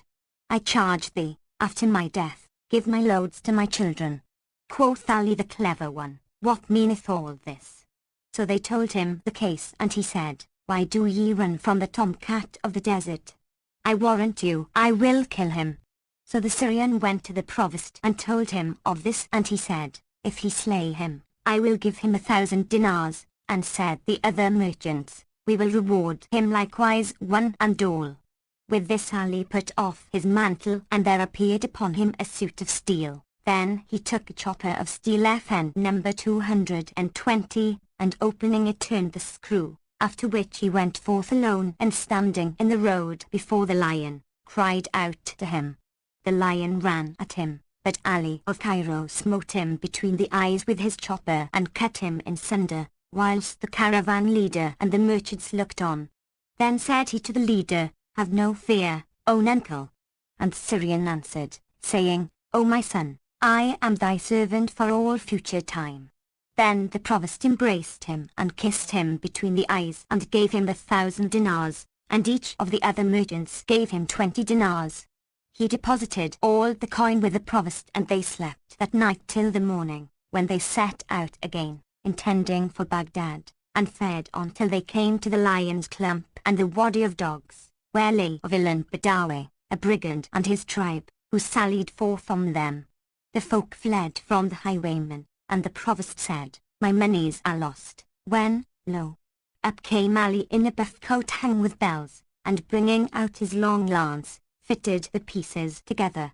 Then he seized one of the Arabs' horses, and mounting it cried out to the Badawi chief, saying, Come out to fight me with spears. Moreover he shook his bells, and Arab's mare took fright at the noise, and Ali struck the chief's spear and broke it. Then he smote him on the neck and cut off his head. FN number 221, when the Bedouins saw their chief fall, they ran at Ali, but he cried out, saying, Allahu Akbar, God is most great. And, falling on them, broke them and put them to flight. Then he raised the chief's head on his spear point and returned to the merchants, who rewarded him liberally and continued their journey, till they reached Baghdad. Thereupon Ali took his money from the provost and committed it to the Syrian caravan leader, saying, When thou returnest to Cairo, ask for my barracks and give these monies to my deputy. Then he slept that night, and on the morrow he entered the city, and threading the streets inquired for Calamity Ahmed's quarters, but none would direct him thereto. FN number 222. So he walked on, till he came to the square Al-Nafs, where he saw children at play, and amongst them a lad called Ahmed Al-Akit, FN number 223, and said to himself, O my Ali, thou shalt not get news of them but from their little ones. Then he turned, and seeing a sweetmeat seller bought halwa of him, and called to the children, but Ahmed Al-Akit drove the rest away, and coming up to him, said, What seekest thou? Quoth Ali, I had a son, and he died, and I saw him in a dream asking for sweetmeats, wherefore I have bought them, and wish to give each child a bit. So saying, he gave Ahmed a slice, and he looked at it, and seeing a dinar sticking to it, said, Begone. I am no Ghatamite, seek another than I. Quoth Ali, O my son, none but a sharp fellow taketh the hire, even as he is a sharp one who giveth it. I have sought all day for Ahmed al-Danaf's barrack, but none would direct me thereto, so this dinar is thine and thou wilt guide me thither. Quoth the lad, I will run before thee and do thou keep up with me, till I come to the place, when I will catch up a pebble with my foot FN number 224, and kick it against the door, and so shalt thou know it. Accordingly he ran on and Ali after him, till they came to the place, when the boy caught up a pebble between his toes and kicked it against the door so as to make the place known. And Shahrazad perceived the dawn of day and ceased saying her permitted say. When it was the 711th night, she resumed, It hath reached me, O auspicious king, that when Ahmed the abortion had made known the place, Ali laid hold of him and would have taken the dinar from him, but could not, so he said to him, Go, thou deservest largesse, for thou art a sharp fellow, whole of wit and stout of heart. Inshallah, if I become a captain to the Caliph, I will make thee one of my lads. Then the boy made off and Ali Zabak went up to the door and knocked, whereupon quoth Ahmed al-Danaf, O doorkeeper, open the door, that is the knock of Quicksilver Ali the Kane. So he opened the door and Ali entered and saluted with the Salam Ahmed, who embraced him, and the 40 greeted him. Then Calamity Ahmed gave him a suit of clothes, saying, When the Caliph made me captain, he clothed my lads, and I kept this suit FN number 225, for thee. Then they seated him in the place of honor, and setting on meat they ate well, and drink they drank hard, and made merry till the morning, when Ahmed said to Ali, Beware thou walk not about the streets of Baghdad, but sit thee still in this barrack. Asked Ali, Why so? Have I come hither to be shut up? No, I came to look about me and divert myself. Replied Ahmed, O my son, think not that Baghdad be like Cairo. Baghdad is the seat of the caliphate, sharpers abound therein and rogueries spring therefrom as words spring out of earth. So Ali abode in the barrack 3 days, when Ahmed said to him, I wish to present thee to the Caliph, that he may assign thee an allowance. But he replied, When the time cometh. So he let him go his own way. One day, as Ali sat in the barrack, his breast became straitened and his soul troubled, and he said in himself, Come, let us sup and thread the ways of Baghdad and broaden my bosom. So he went out and walked from street to street, till he came to the middle bazaar, where he entered a cook shop and dined, FN number 226, after which he went out to wash its hands. Presently he saw 40 slaves, with felt bonnets and steel cutlasses, come walking, 2 by 2, and last of all came Dawla the wily, mounted on a she-mule, with a gilded helmet which bore a ball of polished steel, and clad in a coat of mail, and such like. Now she was returning from the divan to the khan of which she was portress, and when she espied Ali, she looked at him fixedly and saw that he resembled Calamity Ahmed in height and breadth. Moreover, he was clad in a striped tabacloak and a burnous, with a steel cutlass by his side and similar gear, while valor shone from his eyes, testifying in favor of him and not in disfavor of him. So she returned to the khan and going in to her daughter, fetched a table of sand, and struck a geomantic figure, whereby she discovered that the stranger's name was Ali of Cairo, and that his fortune overcame her fortune and that of her daughter. Asked Zainab, O my mother, what hath befallen thee that thou hast recourse to the sand table? Answered Allah, O my daughter, I have seen this day a young man who resembleth Calamity Ahmed, and I fear lest he come to hear how thou didst strip Ahmed and his men and enter the khan and play us a trick, in revenge for what we did with his chief and the 40, for methinks he has taken up his lodging in Al-Danaf's barrack. Zainab rejoined, What is this? Methinks thou hast taken his measure. Then she donned her fine clothes and went out into the streets. When the people saw her, they all made love to her, and she promised and sware and listened and coquetted and passed from market to market, till she saw Ali the Kane coming, when she went up to him and rubbed her shoulder against him. Then she turned and said, Allah give long life to folk of discrimination. Quoth he, how goodly is thy form. To whom dost thou belong? And quoth she, to the gallant FN number 227, like thee. And he said, art thou wife or spinster? Married, said she. Asked Ali, shall it be in my lodging or thine? FN number 228, and she answered, I am a merchant's daughter and a merchant's wife, and in all my life I have never been out of doors till today, and my only reason was that when I made ready food and thought to eat, I had no mind thereto without company. When I saw thee, love of thee entered my heart, so wilt thou deign solace my soul and eat a mouthful with me. Quoth he, whoso is invited, let him accept. Thereupon she went on and he followed her from street to street, but presently he bethought himself and said, what wilt thou do, thou a stranger? Verily 'tis said, whoso doth whoredom in his strangerhood, Allah will send him back disappointed. But I will put her off from thee with fair words. So he said to her, take this dinar and appoint me a day other than this, and she said, by the mighty name, it may not be, but thou shalt go home with me as my guest this very day, and I will take thee to fast friend. So he followed her till she came to a house with a lofty porch and a wooden bolt on the door, and said to him, open this lock. FN number 229, asked he, where is the key? And she answered, 'tis lost. Quoth he, whoso openeth the lock without a key is a knave whom it behoveth ruler to punish, and I know not how to open doors without keys. FN number 230. With this she raised her veil and showed him her face, whereat he took one glance of eyes that cost him 1,000 sighs. Then she let fall her veil on the lock, and repeating over it the names of the mother of Moses, opened it without a key and entered. He followed her and saw swords and steel weapons hanging up, and she put off her veil and sat down with him. Quoth he to himself, accomplish what Halabath decreed to thee, and bent over her, to take a kiss of her cheek, but she caught the kiss upon her palm, saying, this beseemeth not but by night. Then she brought a tray of food and wine, and they ate and drank, after which she rose and drawing water from the well, poured it from the ewer over his hands, whilst he washed them.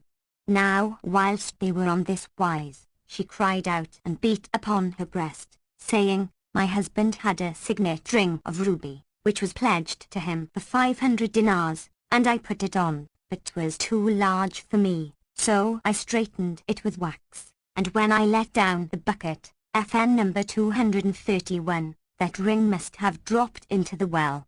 So turn thy face to the door, the while I doff my dress and go down into the well and fetch it. Quoth Ali, 'twere shame on me that thou shouldst go down there, I being present, none shall do it save I. So he put off his clothes and tied the rope about himself, and she let him down into the well.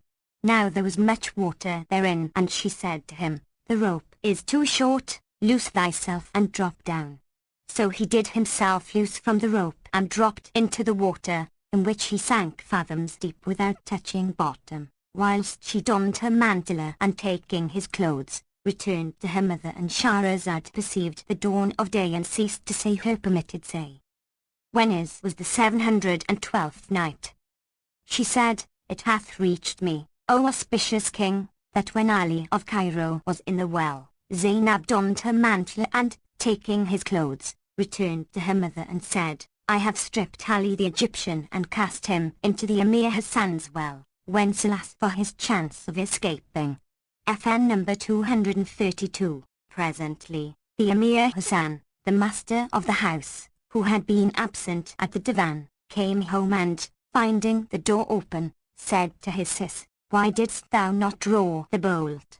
O my lord, replied the groom, indeed I locked it with my own hand. The Emir cried, as my head liveth, some robber hath entered my house. Then he went in and searched, but found none, and said to the groom, fill the ewer, that I may make the use of ablution. So the man lowered the bucket into the well, but, when he drew it up, he found it heavy, and looking down, saw something therein sitting, whereupon he let it fall into the water and cried out, saying, "O my lord, an ifrit came up to me out of the well." Replied the Emir, "Go and fetch 4 doctors of the law, that they may read the Quran over him, till he go away." So he fetched the doctors, and the Emir said to them, "Sit round this well and exorcise me this ifrit." They did as he bade them, after which the groom and another servant lowered the bucket again, and Ali clung to it and hid himself under it patiently till he came near the top, when he sprang out and landed among the doctors, who fell cuffing one another and crying out, "Ifrit! Ifrit!" The Emir looked at Ali, and seeing him a young man, said to him, "Art thou a thief?" "No," replied Ali. "Then what dost thou in the well?" asked the Emir, and Ali answered, "I was asleep and dreamt a wet dream." FN number 233. So I went down to the Tigris to wash myself and dived, whereupon the current carried me under the earth, and I came up in this well. Quoth the other, "Tell the truth." FN number 234. So Ali told him all that had befallen him, and the Emir gave him an old gown and let him go. He returned to Calamity Ahmad's lodging and related to him all that had passed. Quoth Ahmad, "Did I not warn thee that Baghdad is full of women who play tricks upon men?" And quoth Ali Kitf al-Jamal, "I conjure thee by the mighty name, tell me how it is that thou art the chief of the lads of Cairo and yet hast been stripped by a girl?" This was grievous to Ali, and he repented him of not having followed Ahmad's advice. Then the Calamity gave him another suit of clothes, and Hassan Shuman said to him, "Dost thou know the young person?" "No," replied Ali, and Hassan rejoined, "'Twas Zainab, the daughter of Dawla the Wily, the portress of the Caliph's Khan, and hast thou fallen into her toils, O Ali?" Quoth he, "Yes," and quoth Hassan, "O Ali, 'twas she who took thy chief's clothes and those of all his men. This is a disgrace to you all. And what thinkest thou to do?" "I purpose to marry her." "Put away that thought far from thee, and console thy heart of her." "O Hassan, do thou counsel me how I shall do to marry her." "With all my heart, if thou wilt drink from my hand and march under my banner, I will bring thee to thy will of her." "I will well." So Hassan made Ali put off his clothes, and, taking a cauldron, heated therein somewhat as it were pitch, wherewith he anointed him, and he became like unto a blackamoor slave. Moreover, he smeared his lips and cheeks and penciled his eyes with red coal. FN number 235. Then he clad him in a slave's habit, and giving him a tray of kebabs and wine, said to him, "There is a black cook in the Khan who requires from the bazaar only meat, and thou art now become his like. So go thou to him civilly and accost him in friendly fashion, and speak to him in the black lingo, and salute him, saying, 'Tis long since we met in the Beacon.' He will answer thee, 'I have been too busy, on my hands be 40 slaves, for whom I cook dinner and supper, besides making ready a tray for Dalila and the like for her daughter Zainab and the dog's food.' And do thou say to him, 'Come, let us eat kebabs and lush swipes.' FN number 236. Then go with him into the saloon and make him drunken, and question him of his service, how many dishes and what dishes he hath to cook, and ask him of the dog's food and the keys of the kitchen and the larder, and he will tell thee, for a man, when he is drunken, telleth all he would conceal were he sober. When thou hast done this, drug him and don his clothes, and sticking the 2 knives in thy girdle, take the vegetable basket and go to the market and buy meat and greens, with which do thou return to the Khan and enter the kitchen and the larder and cook the food. Dish it up and put bang in it, so as to drug the dogs and the slaves and Dalila and Zainab, and lastly serve up. When all are asleep, hie thee to the upper chamber and bring away every suit of clothes thou wilt find hanging there. And if thou have a mind to marry Zainab, bring with thee also the 40 carrier pigeons."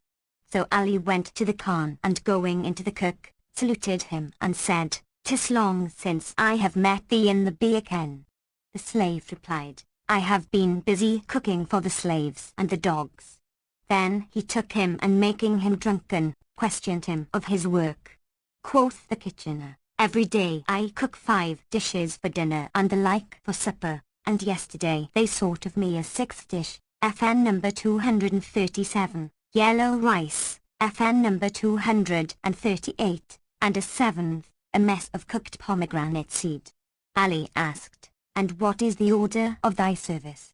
And the slave answered, "First I serve up Zainab's tray, next Dalilah's, then I feed the slaves and give the dogs their sufficiency of meat, and the least that satisfies them is a pound each." But, as fate would have it, he forgot to ask him of the keys. Then he drugged him and donned his clothes, after which he took the basket and went to the market. There he bought meat and greens. And Shahrazad perceived the dawn of day and ceased saying her permitted say. When it was the 713th night, she continued, "It hath reached me, O auspicious king, that Ali of Cairo, after drugging the cook-slave with bhang, took the 2 knives which he stuck in his belt and, carrying the vegetable basket, went to the market where he bought meat and greens, and, presently returning to the khan, he saw Dalilah seated at the gate, watching those who went in and came out, and the 40 slaves with her, armed. So he heartened his heart and entered, but Dalilah knew him and said to him, 'Back, O captain of thieves! Wilt thou play a trick on me in the khan?' Thereupon he, dressed as a slave, turned and said to her, 'What sayest thou, O portress?' She asked, 'What hast thou done with the slave, our cook? Say me if thou hast killed or drugged him?' He answered, 'What cook? Is there here another slave cook than I?' She rejoined, 'Thou list, thou art Mukri Ali the Ken.' And he said to her, in slave's patois, 'O portress, are the Kens black or white? I will slave for you no longer.' Then said the slaves to him, 'What is the matter with thee, O our cousin?' Cried Dalilah, 'This is none of your uncle's children, but Ali Zabak the Egyptian, and meseems he hath either drugged your cousin or killed him.' But they said, 'Indeed this is our cousin Sayyidullah the cook,' and she, 'Not so, 'tis Mukri Ali, and he hath dyed his skin.' Quoth the sharper, 'And who is Ali?' 'I am Sayyidullah.' Then she fetched unguent of proof, with which she anointed Ali's forearm and rubbed it, but the black did not come off, whereupon quoth the slaves, 'Let him go and dress aside dinner.'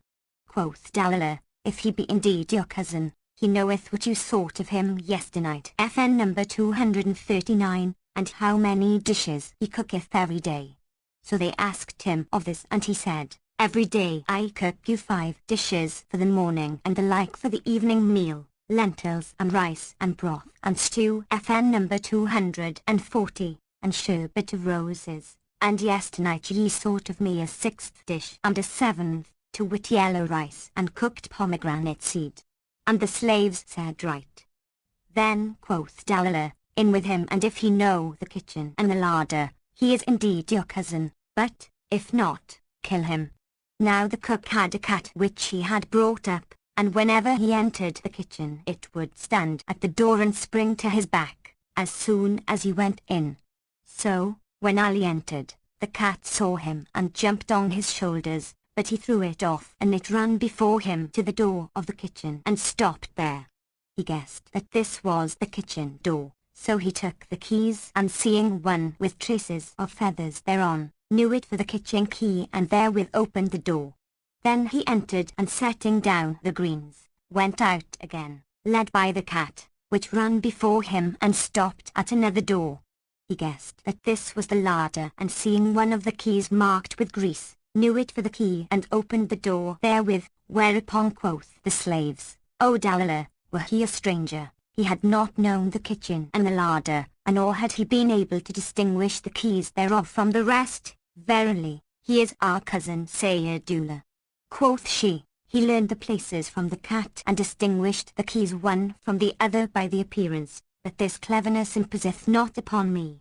Then he returned to the kitchen where he cooked the dinner and, carrying Zainab's tray up to her room, saw all the stolen clothes hanging up, after which he went down and took Dalilah her tray and gave the slaves and the dogs their rations. the like he did at sundown, and drugged Dalilah's food and that of Zainab and the slaves. Now the doors of the Khan were opened and shut with the sun. So Ali went forth and cried out, saying, O dwellers in the Khan, the watch is set, and we have loosed the dogs. Whoso stirreth out after this can blame none save himself. But he had delayed the dogs' supper and put poison therein. Consequently when he set it before them, they ate of it and died, while the slaves and Dalilah and Zainab still slept under Bang.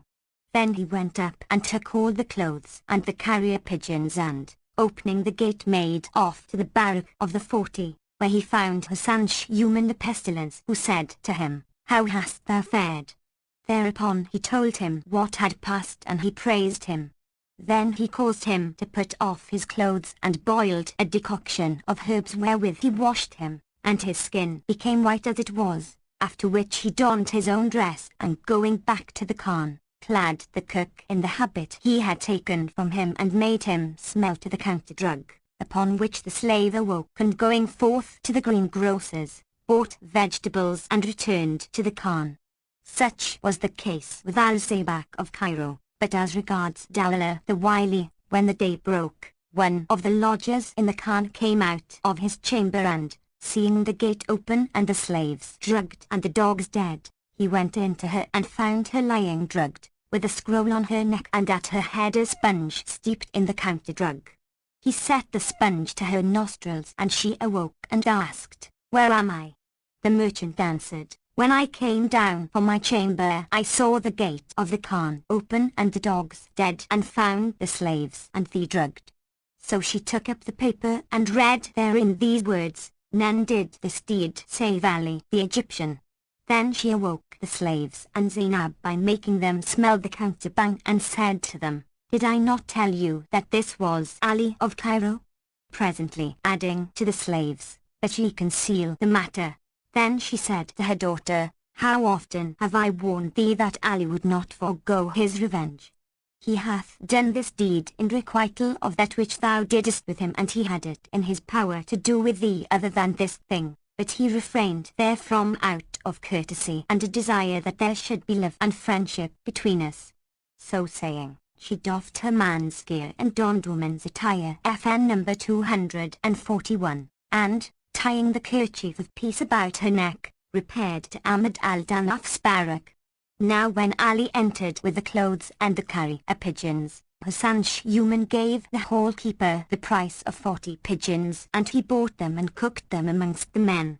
Presently there came a knock at the door, and Ahmad said, That is Dalilah's knock, rise and open to her, O hall-keeper. So he admitted her, and Shahrazad perceived the dawn of day and ceased to say her permitted say.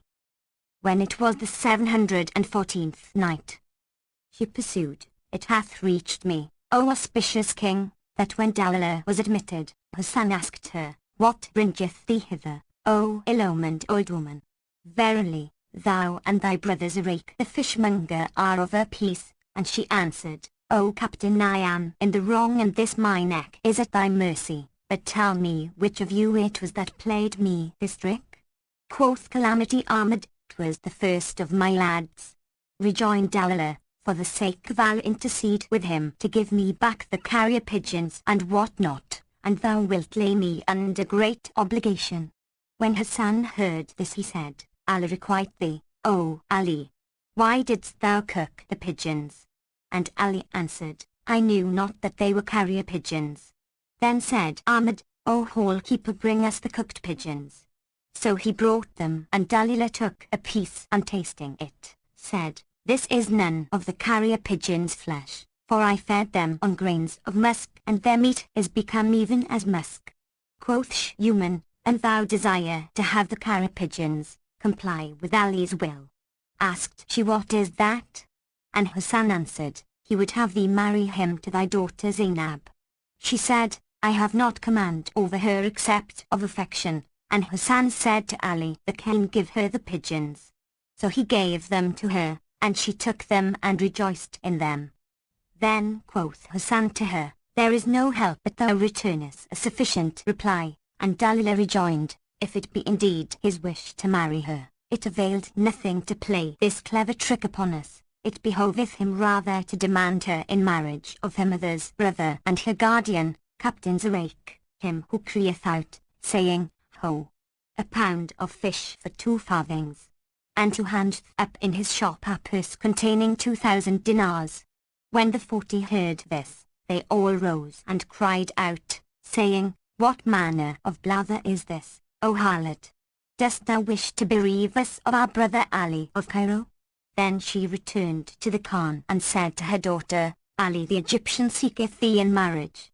Whereat Zainab rejoiced, for she loved him because of his chaste forbearance towards her, FN number 242, and asked her mother what had passed. So she told her, adding, I made it a condition that he should demand thy hand of thine uncle, so I might make him fall into destruction. Meanwhile Ali turned to his fellows and asked them, What manner of man is this Zurake? And they answered, He was chief of the sharpers of Al-Iraq land and could all but pierce mountains and lay hold upon the stars. He would steal the coal from the eye and, in brief, he had not his match for roguery, but he hath repented his sins and forsworn his old way of life and opened him a fishmonger's shop. And now he hath amassed 2,000 dinars by the sale of fish and laid them in a purse with strings of silk, to which he hath tied bells and rings and rattles of brass, hung on a peg within the doorway. Every time he openeth his shop he suspendeth the said purse and crieth out, saying, Where are ye, O sharpers of Egypt, O prigs of Al-Iraq, O tricksters of Ajamaland? Behold, Zurake the fishmonger hath hung up a purse in front of his shop, and whoso pretendeth to craft and cunning, and can take it by sleight, it is his. So the long-fingered and greedy-minded come and try to take the purse, but cannot, for, whilst he freeth his fish and tendeth the fire, he layeth at his feet gone like circles of lead, and whenever a thief thinketh to take him unawares and maketh a snatch at the purse he casteth at him a load of lead and slayeth him or doeth him a damage. So O Ali, wert thou to tackle him, thou wouldst be as one who jostleth a funeral cortege, and knowing who is dead, FN number 243, for thou art no match for him, and we fear his mischief for thee. Indeed, thou hast no call to marry Zainab, and he who leaveth a thing alone liveth without it. Cried Ali, This was shame, O comrades, needs must I take the purse, but bring me a young lady's habit.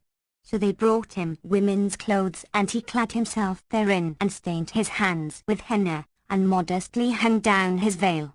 Then he took a lamb and killing it, cut out the long intestine FN number 244, which he cleaned and tied up below. Moreover he filled it with the blood and bound it between his thighs, after which he donned petticoat trousers and walking boots. He also made himself a pair of false breasts with birds' crops and filled them with thickened milk and tied round his hips and over his belly a piece of linen, which he stuffed with cotton, girding himself over all with a kerchief of silk well starched. Then he went out, whilst all who saw him exclaimed, What a fine pair of hind cheeks! Presently he saw an ass-driver coming, so he gave him a dinar and mounting, rode till he came to Zurake's shop, where he saw the purse hung up and the gold glittering through it. Now Zurake was frying fish, and Ali said, "O ass-man, what is that smell?" Replied he, "It's the smell of Zurake's fish." Quoth Ali, "I am a woman with child and the smell harmeth me, go, fetch me a slice of the fish." So the donkey boy said to Zurake, "What aileth thee to fry fish so early and annoy pregnant women with the smell? I have here the wife of the Emir Hassan Shah al-Tariq, and she is with child, so give her a bit of fish, for the babe stirreth in her womb. O Protector, O my God, avert from us the mischief of this day." Thereupon Zurake took a piece of fish and would have fried it, but the fire had gone out and he went in to rekindle it. Meanwhile Ali dismounted and sitting down, pressed upon the lamb's intestine till it burst and the blood ran out from between his legs. Then he cried aloud, saying, "O my back! O my side!" Whereupon the driver turned and seeing the blood running, said, "What aileth thee, O my lady?" Replied Ali, I have miscarried. Whereupon Zurayk looked out and seeing the blood fled affrighted into the inner shop. Quoth the donkey driver, I'll torment thee, O Zurayk. The lady hath miscarried and thou art no match for her husband. Why must thou make a stench so early in the morning? I said to thee, bring her a slice, but thou wouldst not. Thereupon, he took his ass and went his way, and, as Zurayk still did not appear, Ali put out his hand to the purse. But no sooner had he touched it than the bells and rattles and rings began to jingle and the gold to chink. Quoth Zurayk, who returned at the sound, thy perfidy hath come to light, O gallows bird. Wilt thou put a cheat on me and thou in a woman's habit? Now take what cometh to thee. And he threw a cake of lead at him, but it went ugly and lighted on another, whereupon the people rose against Zurayk and said to him, Art thou a tradesman or a swashbuckler? And thou be a tradesman, take down thy purse and spare the folk thy mischief. He replied, Bismillah, in the name of Allah. On my head be it. As for Ali, he made off to the barrack and told Hassan Shuman what had happened, after which he put off his woman's gear and donning a groom's habit which was brought to him by his chief took a dish and 5 dirhams. Then he returned to Zurayk's shop and the fishmonger said to him, What dost thou want, O my master? FN number 245. He showed him the dirhams and Zurayk would have given him of the fish in the tray, but he said, I will have none save hot fish. So he set fish in the earthen pan and finding the fire dead, went in to relight it, whereupon Ali put out his hand to the purse and caught hold of the end of it. The rattles and rings and bells jingled and Zurayk said, Thy trick hath not deceived me. I knew thee for all thou art disguised as a groom by the grip of thy hand on the dish and the dirhams. And Shahrazad perceived the dawn of day and ceased saying her permitted say. When it was the 715th night, she resumed, It hath reached me, O auspicious king, that when Ali of Egypt put out his hand to the purse, the bells and rings jingled and Zurayk said, Thy trick hath not deceived me for all thou comest disguised as a groom I knew thee by the grip of thy hand on the dish and the dirhams. So saying, he threw the lead at him, but he avoided it and it fell into the pan full of hot fish and broke it and overturned it, fat and all, upon the breast and shoulders of the Qazi, who was passing. The oil ran down inside his clothes to his privy parts and he cried out, O my privities! What a sad pickle you are in! Alas, unhappy I! Who hath played me this trick? Answered the people, O our Lord, it was some small boy that threw a stone into the pan, but for Allah's word, it had been worse. Then they turned and seeing the loaf of lead and that it was Zurayk who had thrown it, rose against him and said to him, O Zurayk, this is not allowed of Allah. Take down the purse or it shall go ill for thee. Answered he, I will take it down, inshallah. Meanwhile Ali returned to the barrack and told his comrades who cried, Where is the purse? All that had passed and they said, Thou hast exhausted 2/3 of his cunning. Then he changed his groom's dress for the garb of a merchant and going out, met a snake charmer, with a bag of serpents and a wallet containing his kit to whom said he, O charmer, come and amuse my lads, and thou shalt have largesse. So he accompanied him to the barrack, where he fed him and drugging him with bang, doffed his clothes and put them on. Then he took the bags and repairing to Zurayk's shop began to play the reed pipe. Quoth Zurayk, Allah provide thee. But Ali pulled out the serpents and cast them down before him, whereat the fish seller, who was afraid of snakes, fled from them into the inner shop. Thereupon Ali picked up the reptiles and, thrusting them back into the bag, stretched out his hand and caught hold of the end of the purse. The rings again rang and the bells and rattles jangled, and Zurayk cried, Wilt thou never cease to play me tricks? Now thou feignest thyself a serpent charmer. So saying, he took up a piece of lead, and hurled it at Ali, but it missed him and fell on the head of a groom, who was passing by, following his master, a trooper, and knocked him down. Quoth the soldier, who felled him? And the folk said, 'Twas a stone fell from the roof. So the soldier passed on, and the people, seeing the piece of lead, went up to Zuraik and cried to him, "Take down the purse," and he said, "Inshallah, I will take it down this very night." Ali ceased not to practice upon Zuraik till he had made 7 different attempts but without taking the purse. Then he returned the snake charmer his clothes and kit and gave him due benevolence, after which he went back to Zuraik's shop and heard him say, "If I leave the purse here tonight, he will dig through the shop wall and take it. I will carry it home with me." So he arose and shut the shop. Then he took down the purse and putting it in his bosom set out home, till he came near his house, when he saw a wedding in a neighbor's lodging and said to himself, "I will hie me home and give my wife the purse and don my fine clothes and return to the marriage." And Ali followed him. Now Zuraik had married a black girl, one of the freed women of the Wazir Jafar, and she had borne him a son, whom he named Abdullah, and he had promised her to spend the money in the purse on the occasion of the boy's circumcision and of his marriage procession. So he went into his house, and, as he entered, his wife saw that his face was overcast and asked him, "What hath caused thy sadness?" Quoth he, "Allah hath afflicted me this day with a rascal who made 7 attempts to get the purse, but without avail." And quoth she, "Give it to me, that I may lay it up against the boy's festival day."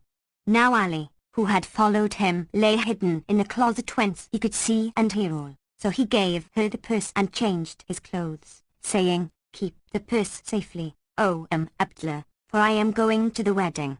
But she said, "Take thy sleep a while."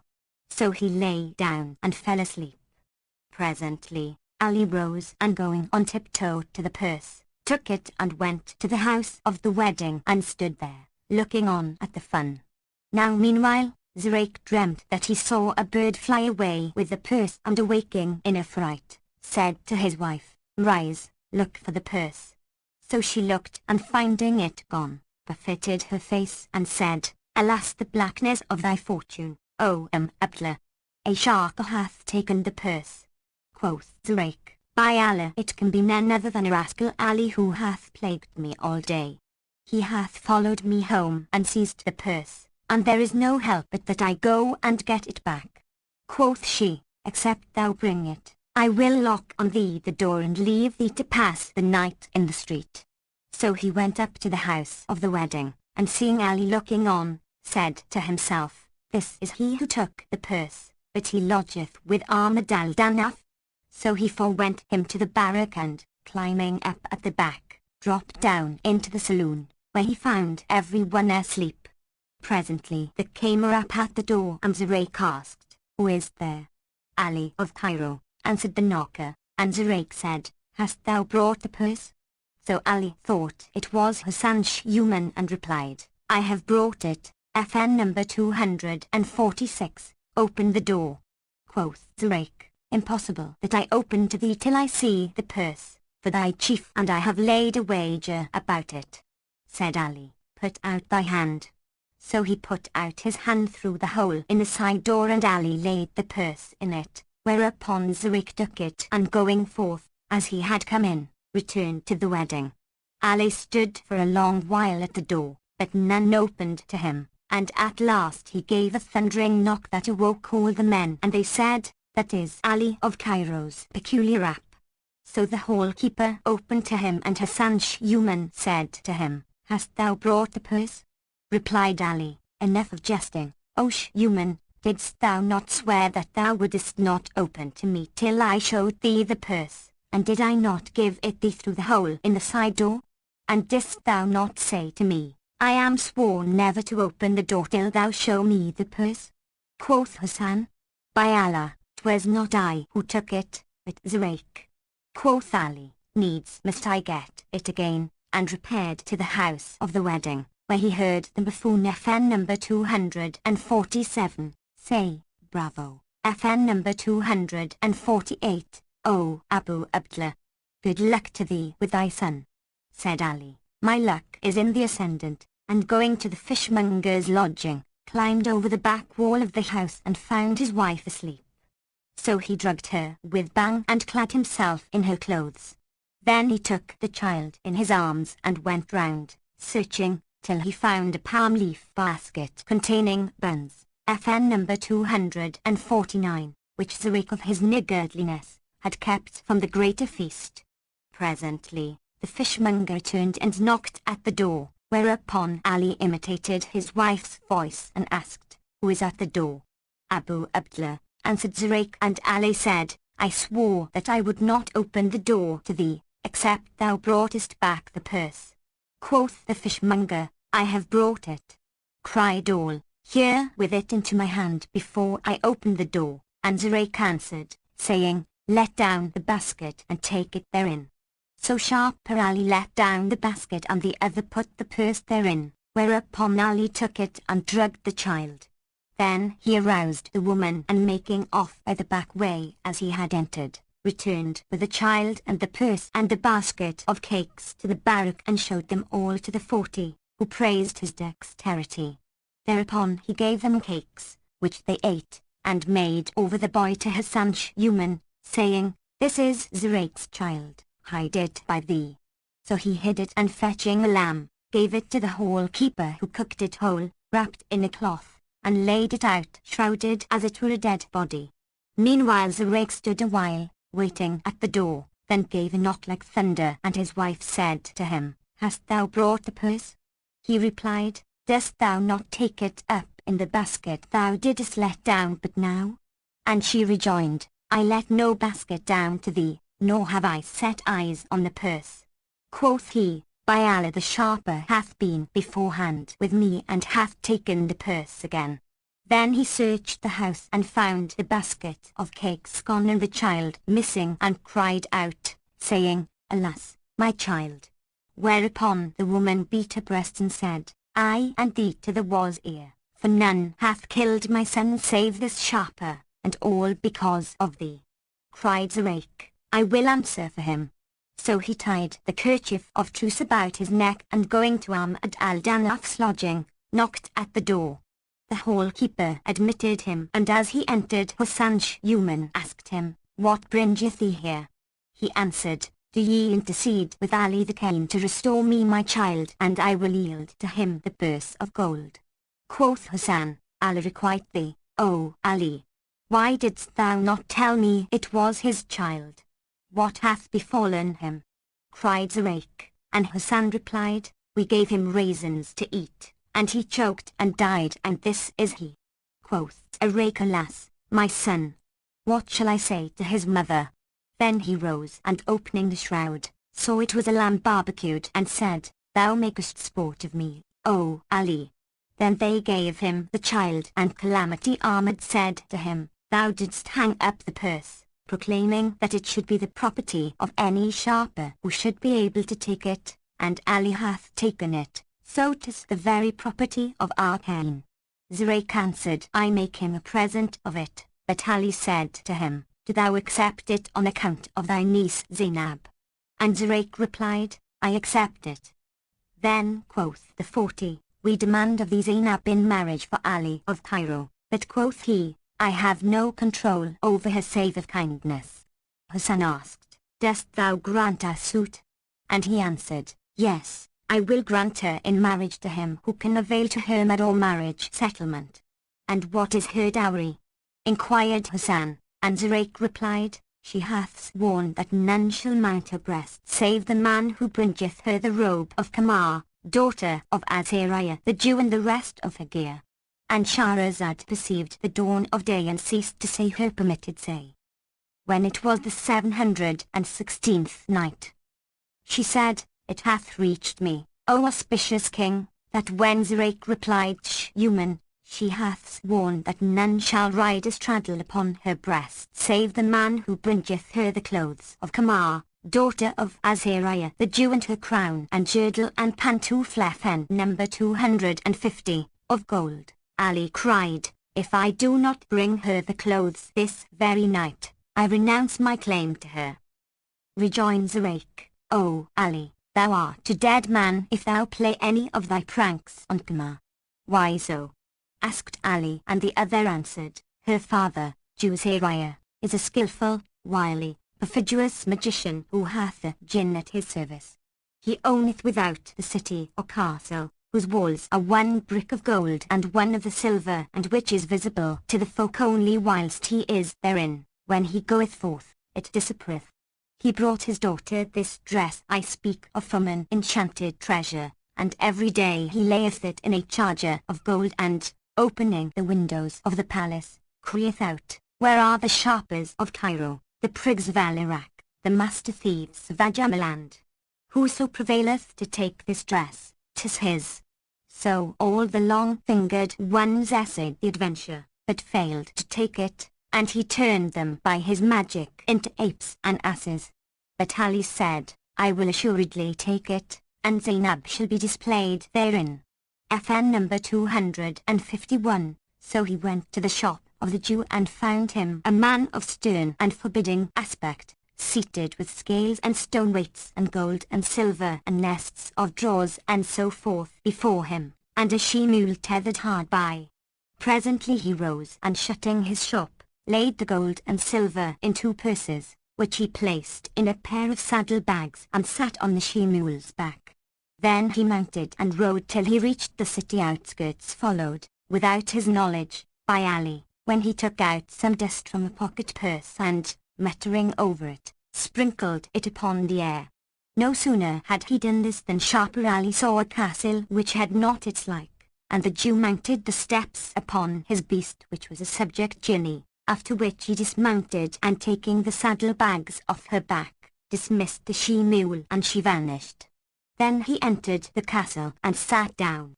Presently, he arose and opening the lattices, took a wand of gold, which he sat up in the open window and, hanging thereto a golden charger by chains of the same metal, laid in it the dress, whilst Ali watched him from behind the door, and presently he cried out, saying, Where are the sharpers of Cairo? Where are the prigs of Al-Iraq, the master thieves of the Ajamaland? Whoso can take this dress by his sleight, 'tis his. Then he pronounced certain magical words and a tray of food spread itself before him. He ate and conjured a second time, whereupon the tray disappeared, and yet a third time, when a table of wine was placed between his hands and he drank. Quoth Ali, I know not how I am to take the dress except if he be drunken. Then he stole up behind the Jewinja in grip, but the other turned and conjured, saying to his hand, Hold with a sword, whereupon Ali's right arm was held and abode halfway in the air hending the hanger. He put out his left hand to the weapon, but it also stood fixed in the air, and so with his right foot, leaving him standing on 1 foot. Then the Jew dispelled the charm from him and Ali became as before. Presently Asariah struck a table of sand and found that the thief's name was Mercury Ali of Cairo, so he turned to him and said, Come nearer. Who art thou and what dost thou here? He replied, I am Ali of Cairo, of the band of Al-Madal-Danaf. I sought the hand of Zainab, daughter of Dawla the Wily, and she demanded thy daughter's dress to her dowry, so do thou give it to me and become a Muslim, and thou wouldest save thy life. Rejoined the Jew, after thy death. Many have gone about to steal the dress, but failed to take it from me, wherefore and thou deign be advised, thou wilt be gone and save thyself, for they only seek the dress of thee, that thou mayst fall into destruction, and indeed, had I not seen by geomancy that thy fortune overrideth my fortunes, I had smitten thy neck.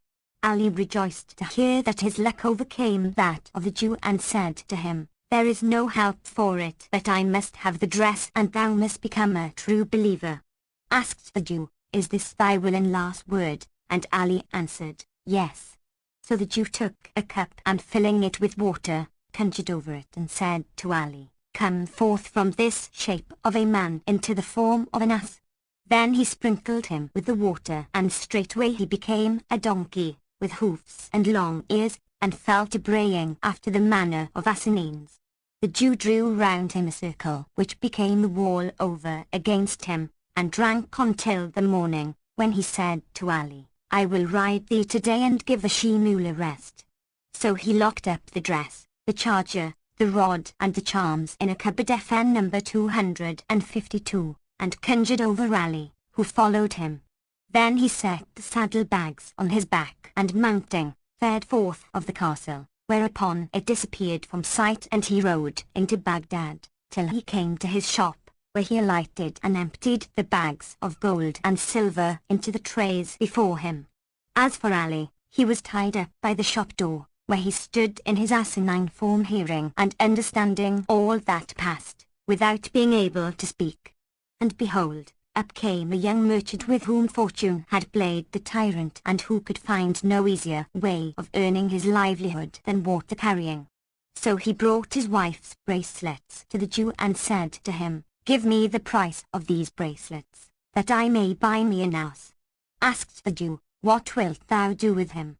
And the other answered, "O master, I mean to fetch water from the river on his back, and earn my living thereby." Quoth the Jew, "Take this ass of mine." So he sold him the bracelets and received the ass-shaped Ali of Cairo in part payment and carried him home. Quoth Ali to himself, "If the ass-man clap the panel on thee and load thee with water skins and go with thee 60 journeys a day, he will ruin thy health and thou wilt die." So, when the water-carrier's wife came to bring him his fodder, he butted her with his head and she fell on her back.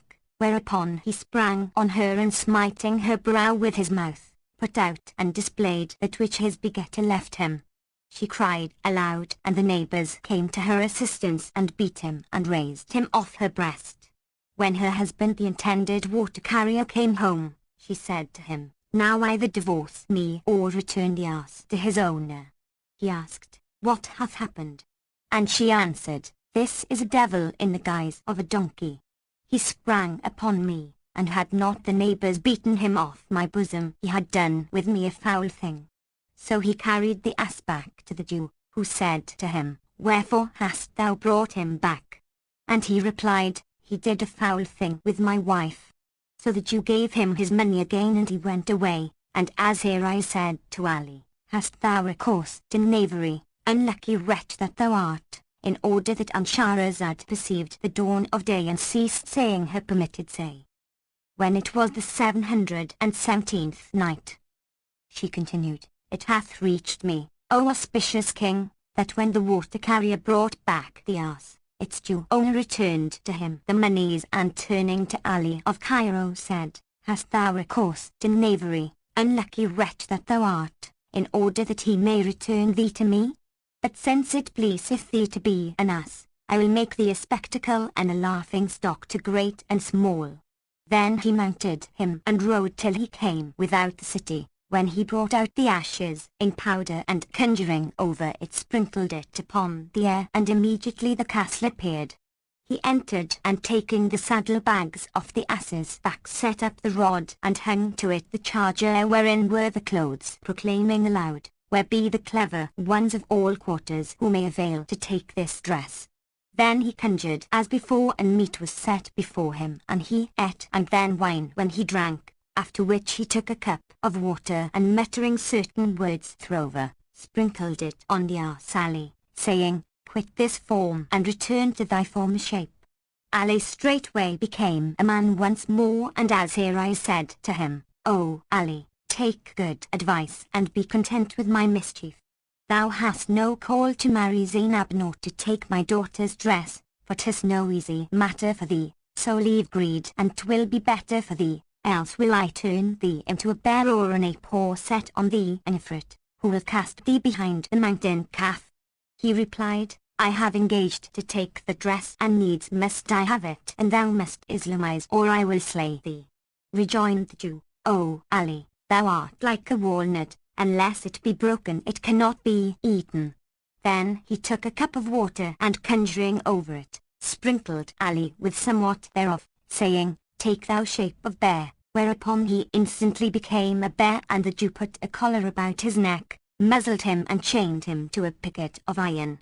Then he sat down and ate and drank, now and then throwing him a morsel of his odds and emptying the dregs of the cup over him, till the morning, when he rose and laid by the tray and the dress and conjured over the bear, which followed him to the shop. There the Jew sat down and emptied the gold and silver into the trays before Ali, After binding him by the chain, and the bearer abode seeing and comprehending but not able to speak.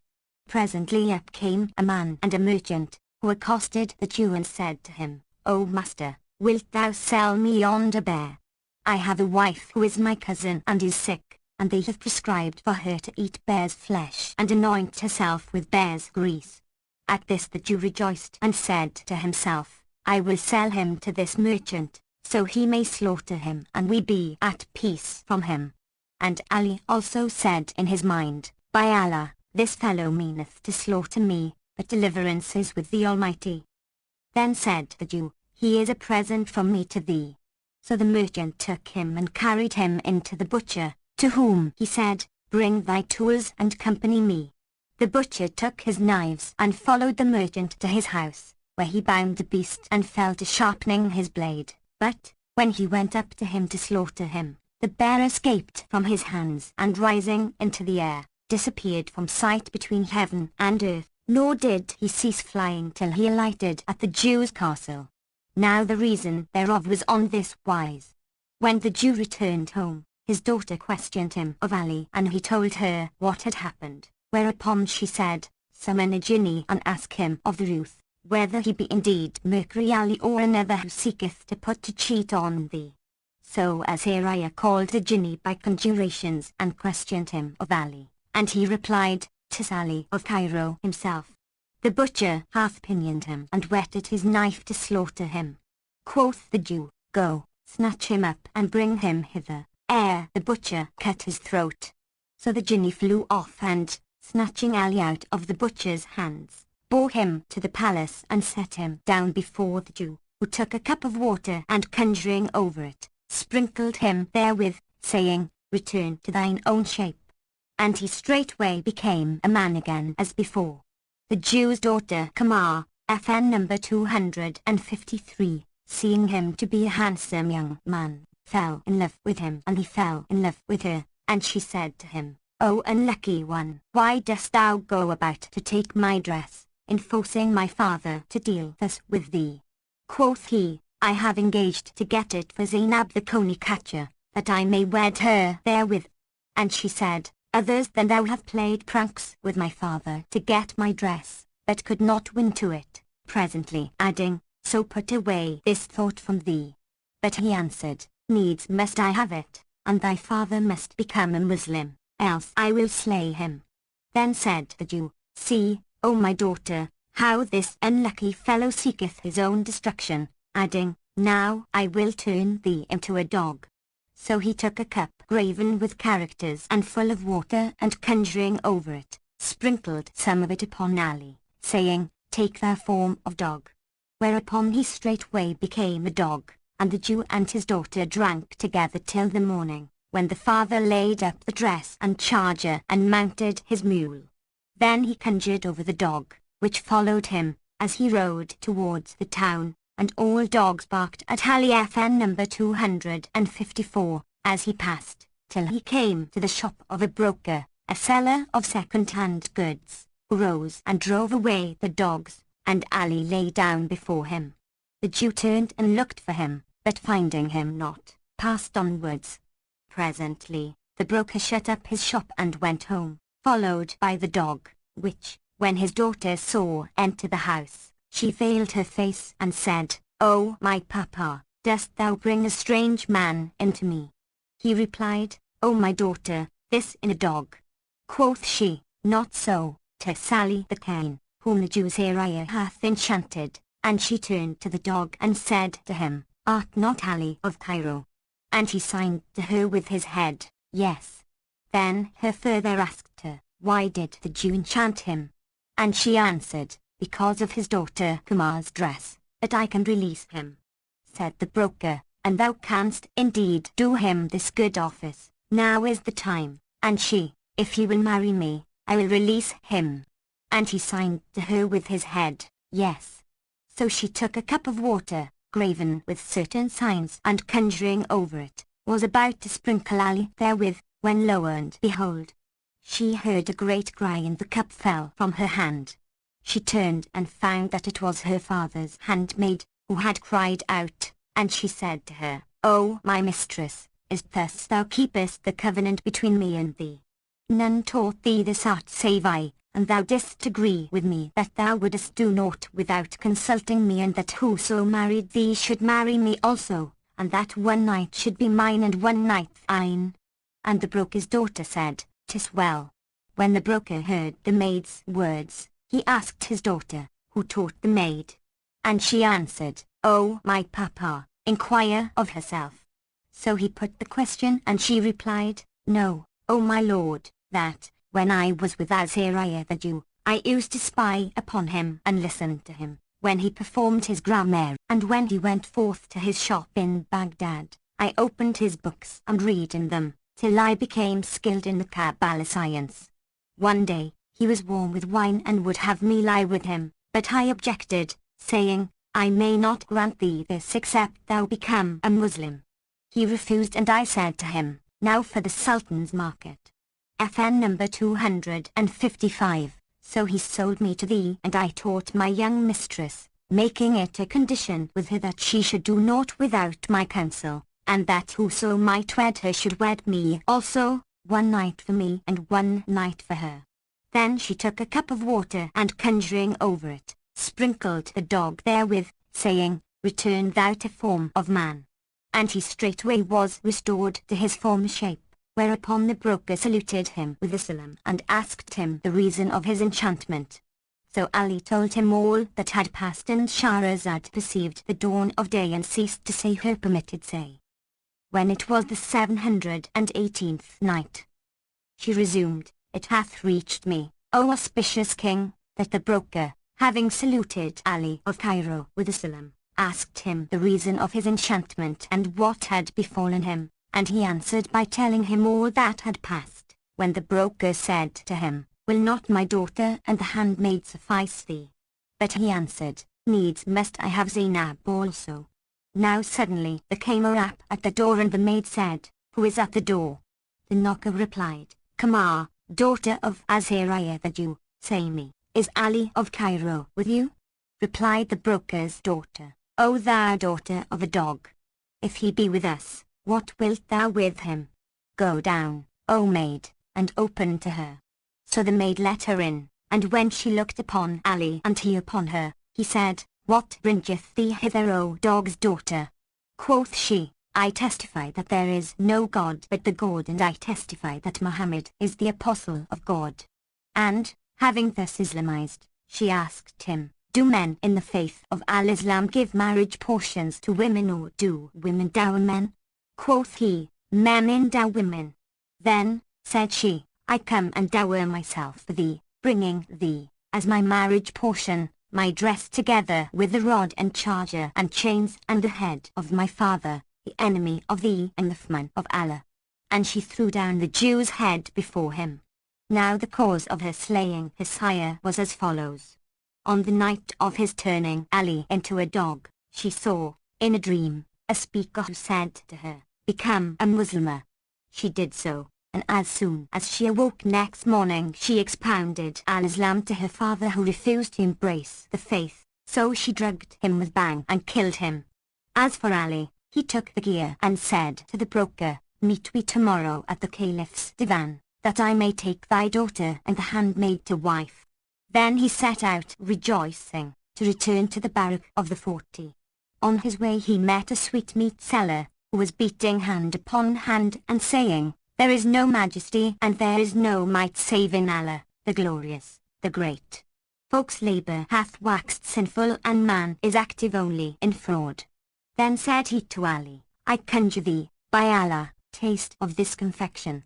So Ali took a piece and ate it, and fell down senseless, for there was bhang therein. Whereupon the sweetmeat seller seized the dress and the charger and the rest of the gear, and thrusting them into the box where he kept his sweetmeats, hoisted it up and made off.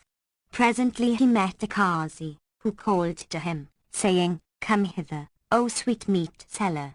So he went up to him, and setting down his sack laid the tray of sweetmeats upon it, and asked, What dost thou want? Halwa and Dragees. FN number 256, answered the Qazi, and, taking some in his hand, said, Both of these are adulterated. Then he brought out sweetmeats from his breast pocket FN number 257, and gave them to the sweetmeat seller, saying, "Look at this fashion, how excellent it is. Eat of it and make the like of it." So he ate and fell down senseless, for the sweetmeats were drugged with bang, whereupon the Qazi bundled him into the sack and made off with him, charger and chest and all, to the barrack of the 40. Now the judge in question was Hassan Shuman, and the reason of this was as follows. When Ali had been gone some days in quest of the dress and they heard no news of him, Calamity Ahmad said to his men, "O lads, go and seek for your brother Ali of Cairo." So they sallied forth in quest of him, and among the rest Hassan Shuman the pestilence, disguised in a Qazi's gear. He came upon the sweetmeat seller and, knowing him for Ahmad al-Laqat FN number 258, suspected him of having played some trick upon Ali, so he drugged him and did as we have seen. Meanwhile, the other 40 fared about the streets and highways making search in different directions, and amongst the Malikit Faljamal, who espying a crowd, made towards the people and found the Cain Ali lying drugged and senseless in their midst. So he revived him, and he came to himself, and seeing the folk flocking around him asked, "Where am I?" Answered Ali Camel Shoulder and his comrades, "We found thee lying here drugged, but know not who drugged thee." Quoth Ali, "'Twas a certain sweetmeat seller who drugged me and took the gear from me, but where is he gone?" Quoth his comrades, "We have seen nothing of him, but come, rise and go home with us." So they returned to the barrack, where they found Ahmad al-Danaf, who greeted Ali and inquired if he had brought the dress.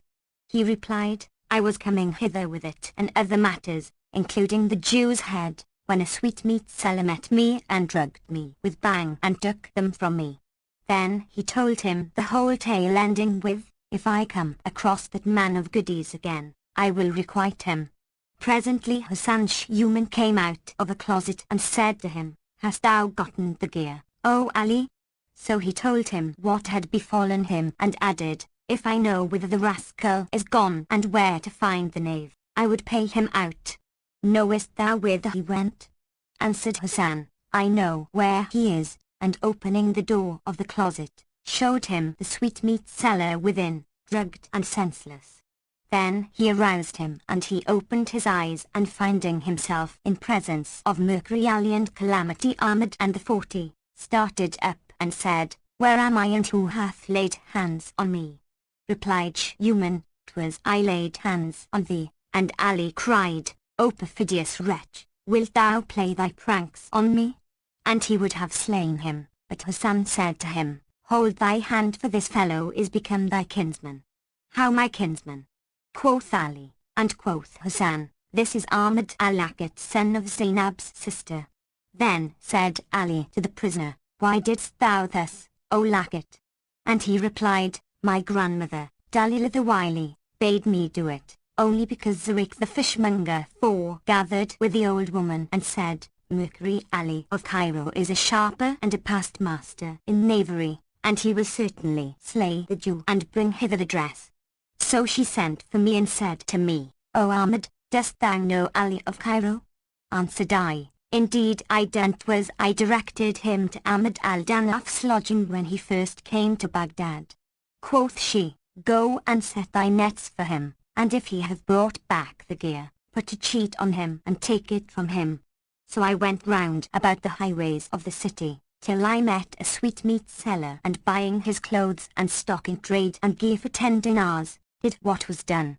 Thereupon quoth Ali, 'Go back to thy grandmother and Zuraik, and tell them that I have brought the gear and the Jew's head, and tell them to meet me tomorrow at the Caliph's divan, there to receive Zainab's dowry.'" And Calamity Ahmad rejoiced in this and said, "We have not wasted our pains in rearing thee, O Ali." Next morning Ali took the dress, the charger, the rod and the chains of gold, together with the head of Al-Sarai the Jew mounted on the pike, and went up, accompanied by Ahmad al-Danaf and the 40, to the divan, where they kissed ground before the Caliph, and Shahrazad perceived the dawn of day and ceased saying her permitted say. when it was the 719th night.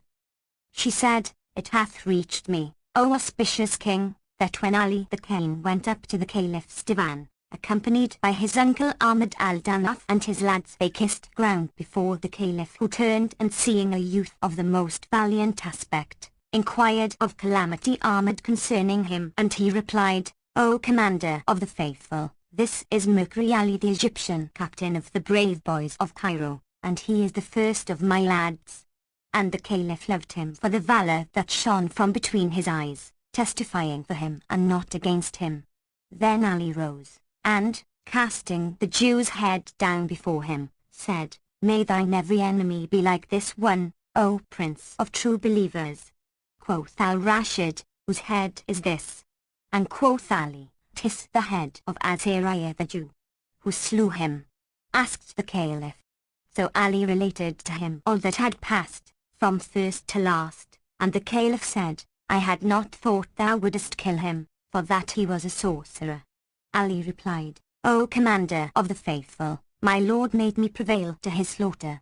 Then the caliph sent the chief of police to the Jew's palace, where he found him lying headless, so he laid the body on the bier, FN number 259, and carried it to al-Rashid, who commanded to burn it. Whereat, behold, up came Kamar, and kissing the ground before the caliph, informed him that she was the daughter of Azariah and that she had become a Muslimah.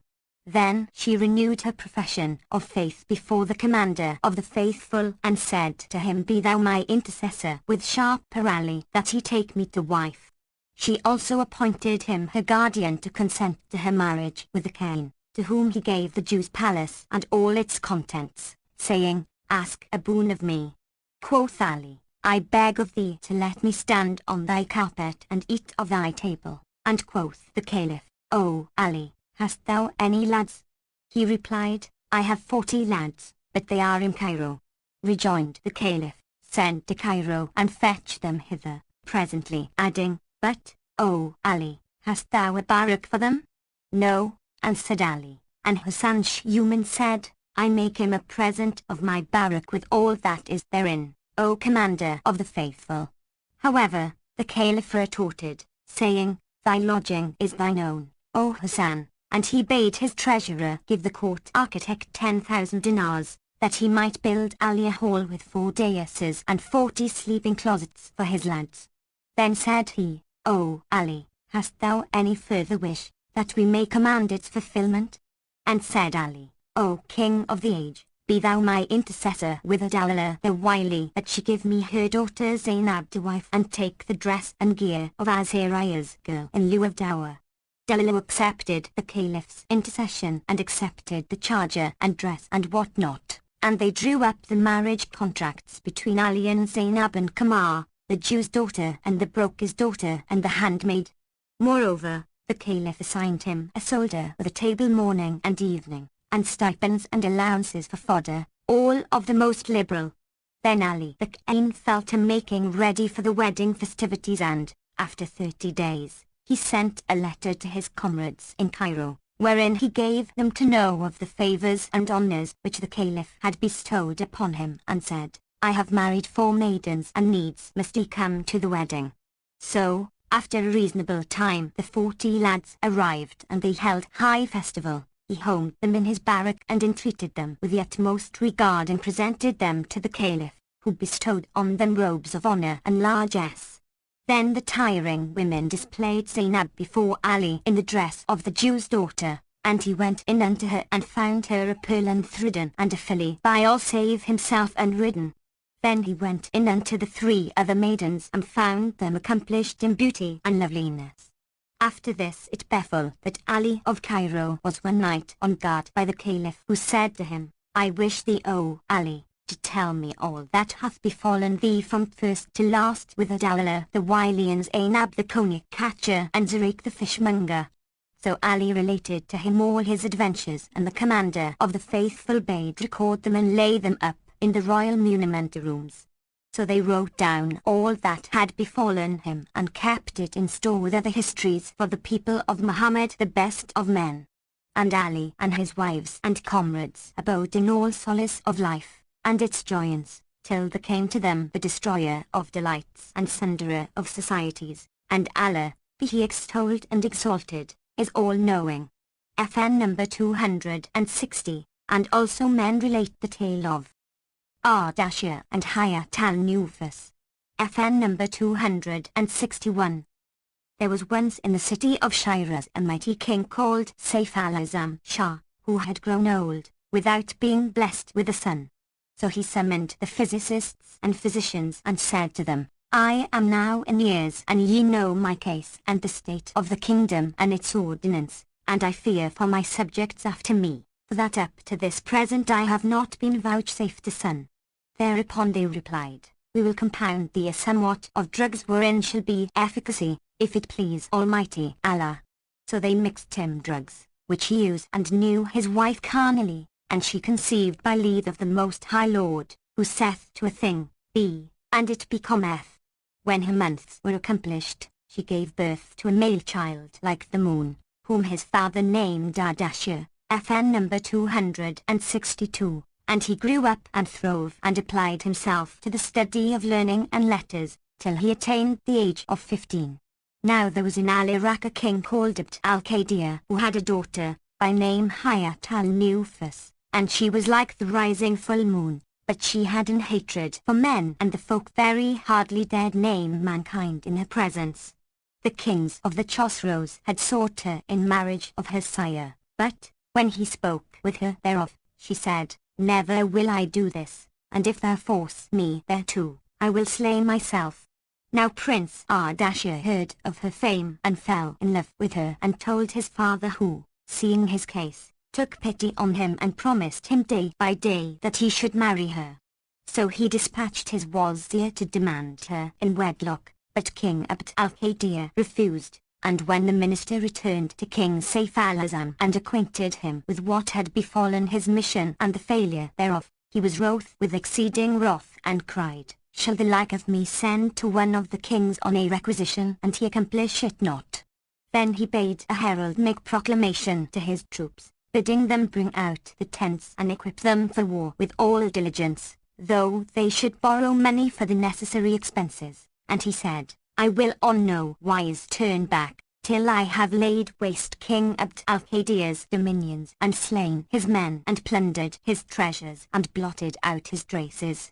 When the report of this reached Ardashir, he rose from his carpet bed, and going into his father, kissed ground FN number 263, between his hands and said, O mighty king, trouble not thyself with aught of this thing. And Shahrazad perceived the dawn of day and ceased to say her permitted say.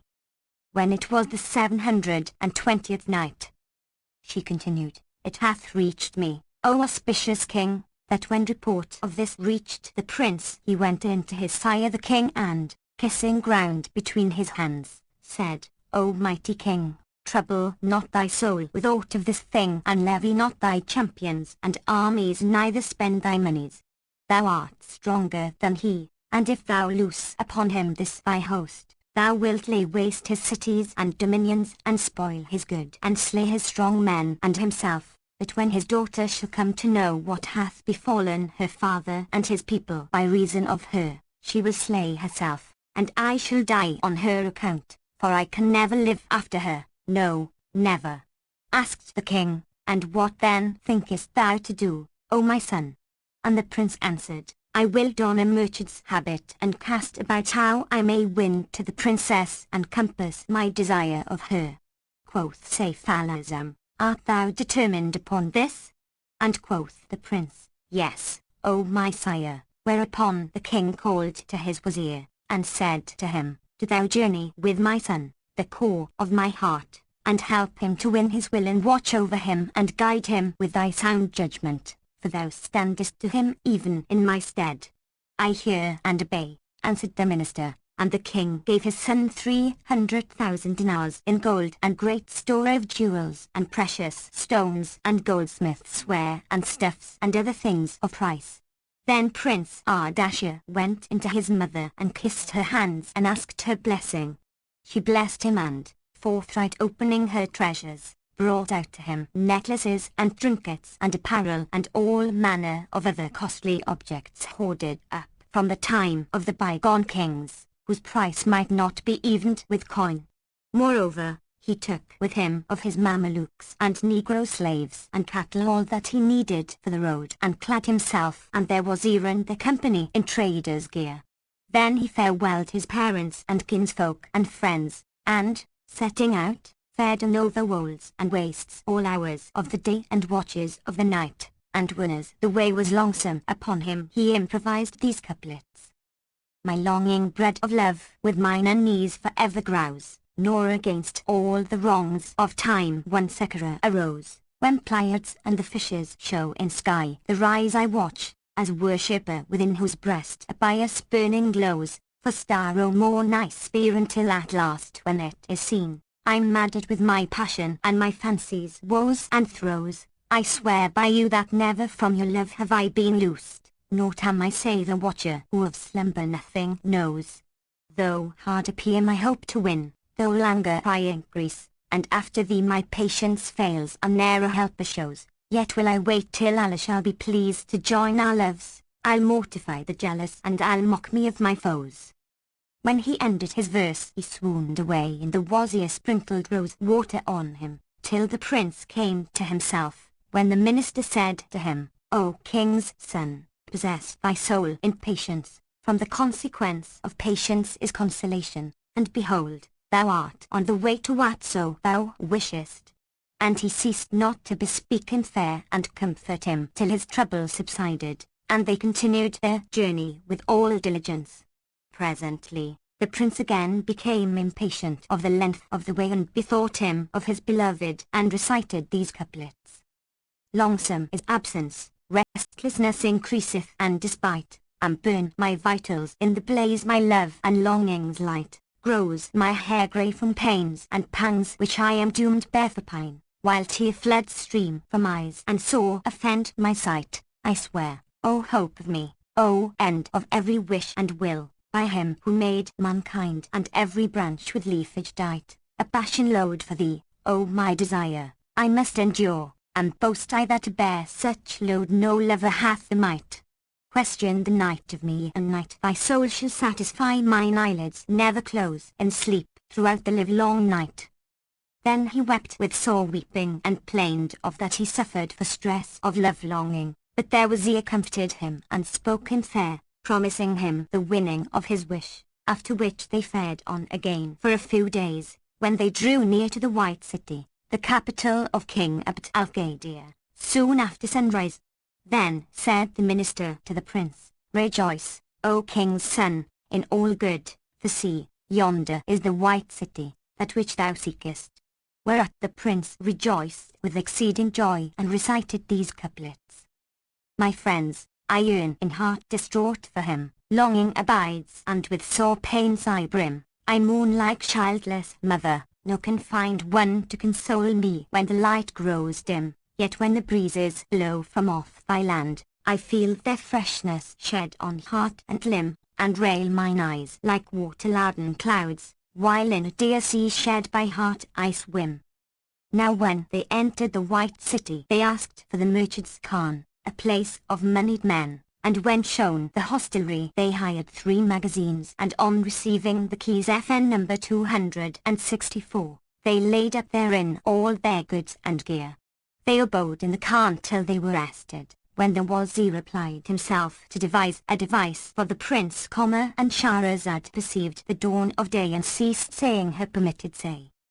When it was the 721st night, she pursued, It hath reached me, O auspicious king, that the prince and the minister alighted at the khan and lodged their goods in the ground floor magazines, and there settled their servants.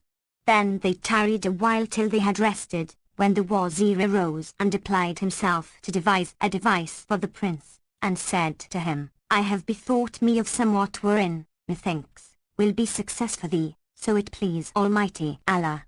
Quoth Ardashir, O thou wazir of good counsel, do what cometh to thy mind, and may the Lord direct thy reader right.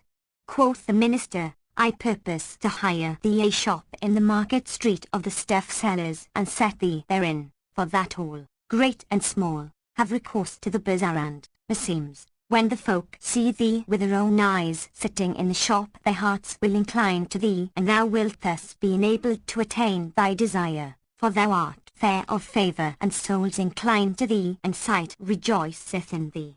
The other replied, Do what seemeth good to thee. So the Wazir forthright began to robe the prince and himself in the richest raiment, and, putting a purse of 1,000 dinars in his breast pocket, went forth and walked about the city, whilst all who looked upon them marvelled at the beauty of the king's son, saying, Glory be to him who created this youth of vile water. FN number 265. Blessed be Allah, excellentest of creators.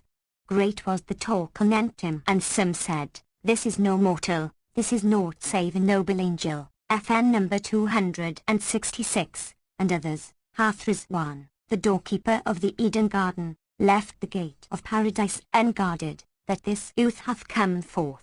The people followed them to the stuff market, where they entered and stood, till there came up to them an old man of dignified presence and venerable appearance, who saluted them, and they returned his salam. Then the sheikh said to them, O my lords, have ye any need, that we may have the honour of accomplishing? And their wazir asked him, Who art thou, O elder? He answered, I am the overseer of the market. Quoth the wazir, Know then, O sheikh, that this youth is my son, and I wish to hire him a shop in the bazaar, that he may sit therein and learn to sell and buy and take and give, and come to ken merchants' ways and habits. I hear and I obey, replied the overseer, and brought them without stay or delay the key of a shop, which he caused the brokers sweep and clean. And they did his bidding. Then the wazir sent for a high mattress, stuffed with ostrich down, and set it up in the shop, spreading upon it a small prayer carpet, and a cushion fringed with broidery of red gold. Moreover, he brought pillows, and transported thither so much of the goods and stuffs that he had brought with him has filled the shop. Next morning the young prince came, and opening the shop, seated himself on the divan, and stationed 2 Mamelukes, clad in the richest of raiment, before him, and 2 black slaves of the goodliest of the Abyssinians in the lower part of the shop. Their wazir enjoined him to keep his secret from the folk, so thereby he might find aid in the winning of his wishes. Then he left him, and charging him to acquaint him with what befell him in the shop, day by day returned to the Khan. The prince sat in the shop till night, as he were the moon at its fullest, whilst the folk, hearing tell of his comeliness, flocked to the place, without errand, to gaze on his beauty and loveliness and symmetry and perfect grace, and glorify the Almighty who created and shaped him, till none could pass through the bazaar for the excessive crowding of the folk about him. The king's son turned right and left, abashed at the throng of people that stared at him, hoping to make acquaintance with someone about the court, of whom he might get news of the princess, but he found no way to this, wherefore his breast was straitened. Meanwhile, the wazir daily promised him the attainment of his desire, and the case so continued for a time till, one morning, as the youth sat in the shop, there came up an old woman of respectable semblance and dignified presence, clad in raiment of devotees. FN number 267, and followed by 2 slave girls like moons. She stopped before the shop, and, having considered the prince a while, cried, Glory be to God who fashioned that face and perfected that figure. Then she saluted him, and he returned her salam and seated her by his side. Quoth she, Whence cometh thou, O fair of favour? And quoth he, From the parts of Hind, O my mother, and I have come to this city to see the world and look about me. Honour to thee for a visitor. What goods and stuffs hast thou? Show me something handsome, fit for kings. If thou wish for handsome stuffs, I will show them to thee, for I have wares that beseem persons of every condition. O my son, I want somewhat costly of price and seemly to sight, brief, the best thou hast. Thou must needs tell me for whom thou seekest it, that I may show thee goods according to the rank of the rector. Thou speakest sooth, O my son, said she. I want somewhat for my mistress, Hayat al-Nufus, daughter of Abd al-Qadir, lord of this land and king of this country. Now when Ardashir heard his mistress's name, his reason flew for joy and his heart fluttered, and he gave no order to slave or servant, but, putting his hand behind him, pulled out a purse of 100 dinars and offered it to the old woman, saying, "This is for the washing of thy clothes." Then he again put forth his hand and brought out of a wrapper a dress worth 10,000 dinars or more, and said to her, "This is of that which I have brought to your country." When the old woman saw it, it pleased her, and she asked, "What is the price of this dress, O perfect in qualities?" Answered he, "I will take no price for it."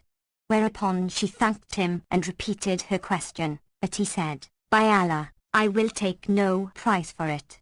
I make thee a present of it, and the princess will not accept it until 'tis a guest gift from me to thee. Alhamdulillah, glory be to God who hath brought us together, so that, if one day I have a want, I shall find in thee a helper to me in winning it." She marveled at the goodliness of his speech and the excess of his generosity and the perfection of his courtesy, and said to him, "What is thy name, O my lord?" He replied, "My name is Ardashir," and she cried, "By Allah, this is a rare name. Therewith are kings' sons named, and thou art in a guise of the sons of the merchants." Quoth he, "Of the love my father bore me, he gave me this name, but a name signifieth naught." And quoth she in wonder, "O my son, take the price of thy goods." But he swore that he would not take aught. Then the old lady said to him, "O my dear one, truth, I would have thee know, is the greatest of all things, and thou hadst not dealt thus generously by me but for a special reason, so tell me thy case and thy secret thought, belike thou hast some wish to whose winning I may help thee." Thereupon he laid his hand in hers and, after exacting an oath of secrecy, told her the whole story of his passion for the princess and his condition by reason thereof. The old woman shook her head and said, "True, but O my son, the wise say, in the current adage, and thou wouldest be obeyed, abstain from ordering what may not be made, and thou, my son, thy name is merchant, and though thou hadst the keys of the hidden hoards, yet wouldst thou be called naught but merchant.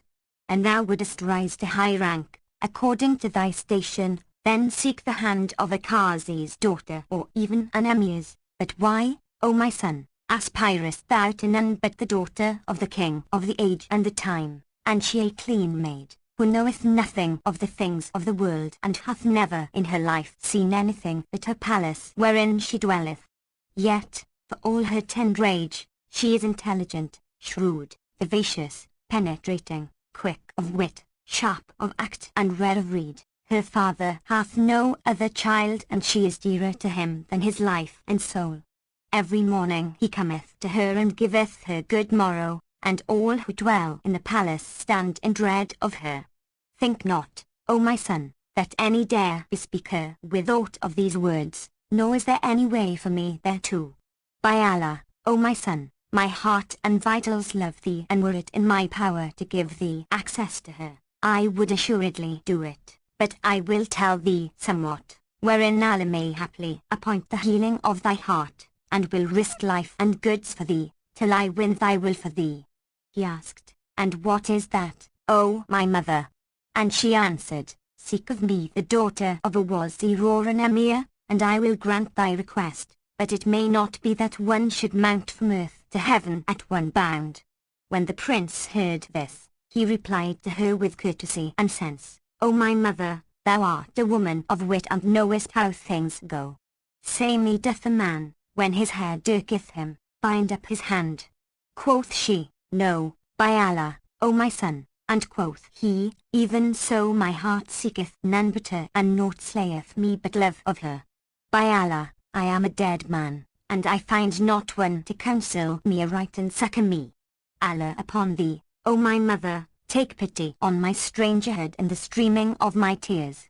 And Shahrazad perceived the dawn of day and ceased to say her permitted say. When it was the 722nd night, she resumed, "It hath reached me, O auspicious king, that Ardashir, the king's son, said to the old woman, Allah upon thee, O my mother, take pity on my strangerhood and the streaming of my tears. Replied she, By Allah, O my son, thy words rend my heart, but my hand hath no cunning wherewith to help thee. Quoth he, I beseech thee of thy favour, carry her a letter and kiss her hands for me. So she had compassion on him and said, Write what thou wilt and I will bear it to her. When he heard this, he was ready to fly for joy, and calling for ink case and paper, wrote these couplets. O Hayat al-Nufus, be generous, and incline to one who loving thee for partings doomed to pine. I was in all delight, in gladsomest of life, but now I am distraught with sufferings condign. To wakefulness I cling through longsomeness of night, and with me sorrow chats FN number 268, through each sad eye of mine. Pity a lover sad, a sore afflicted wretch, whose eyelids ever ulcered are with tearful brine, and when the morning comes at last, the real morn, he finds him drunken and distraught with passion's wine. Then he folded the scroll and kissing it, gave it to the old woman, after which he put his hand to a chest and took out a second purse containing 100 dinars, which he presented to her, saying, Divide this among the slave girls. She refused it and cried, By Allah, O my son, I am not with thee for aught of this. However, he thanked her and answered, There is no help but that thou accept of it. So she took it and kissing his hands, returned home, and going into the princess, cried, O my lady, I have brought thee somewhat the like whereof is not with the people of our city, and it cometh from a handsome young man, than whom there is not a goodlier on earth's face. She asked, O my nurse, and whence cometh the youth?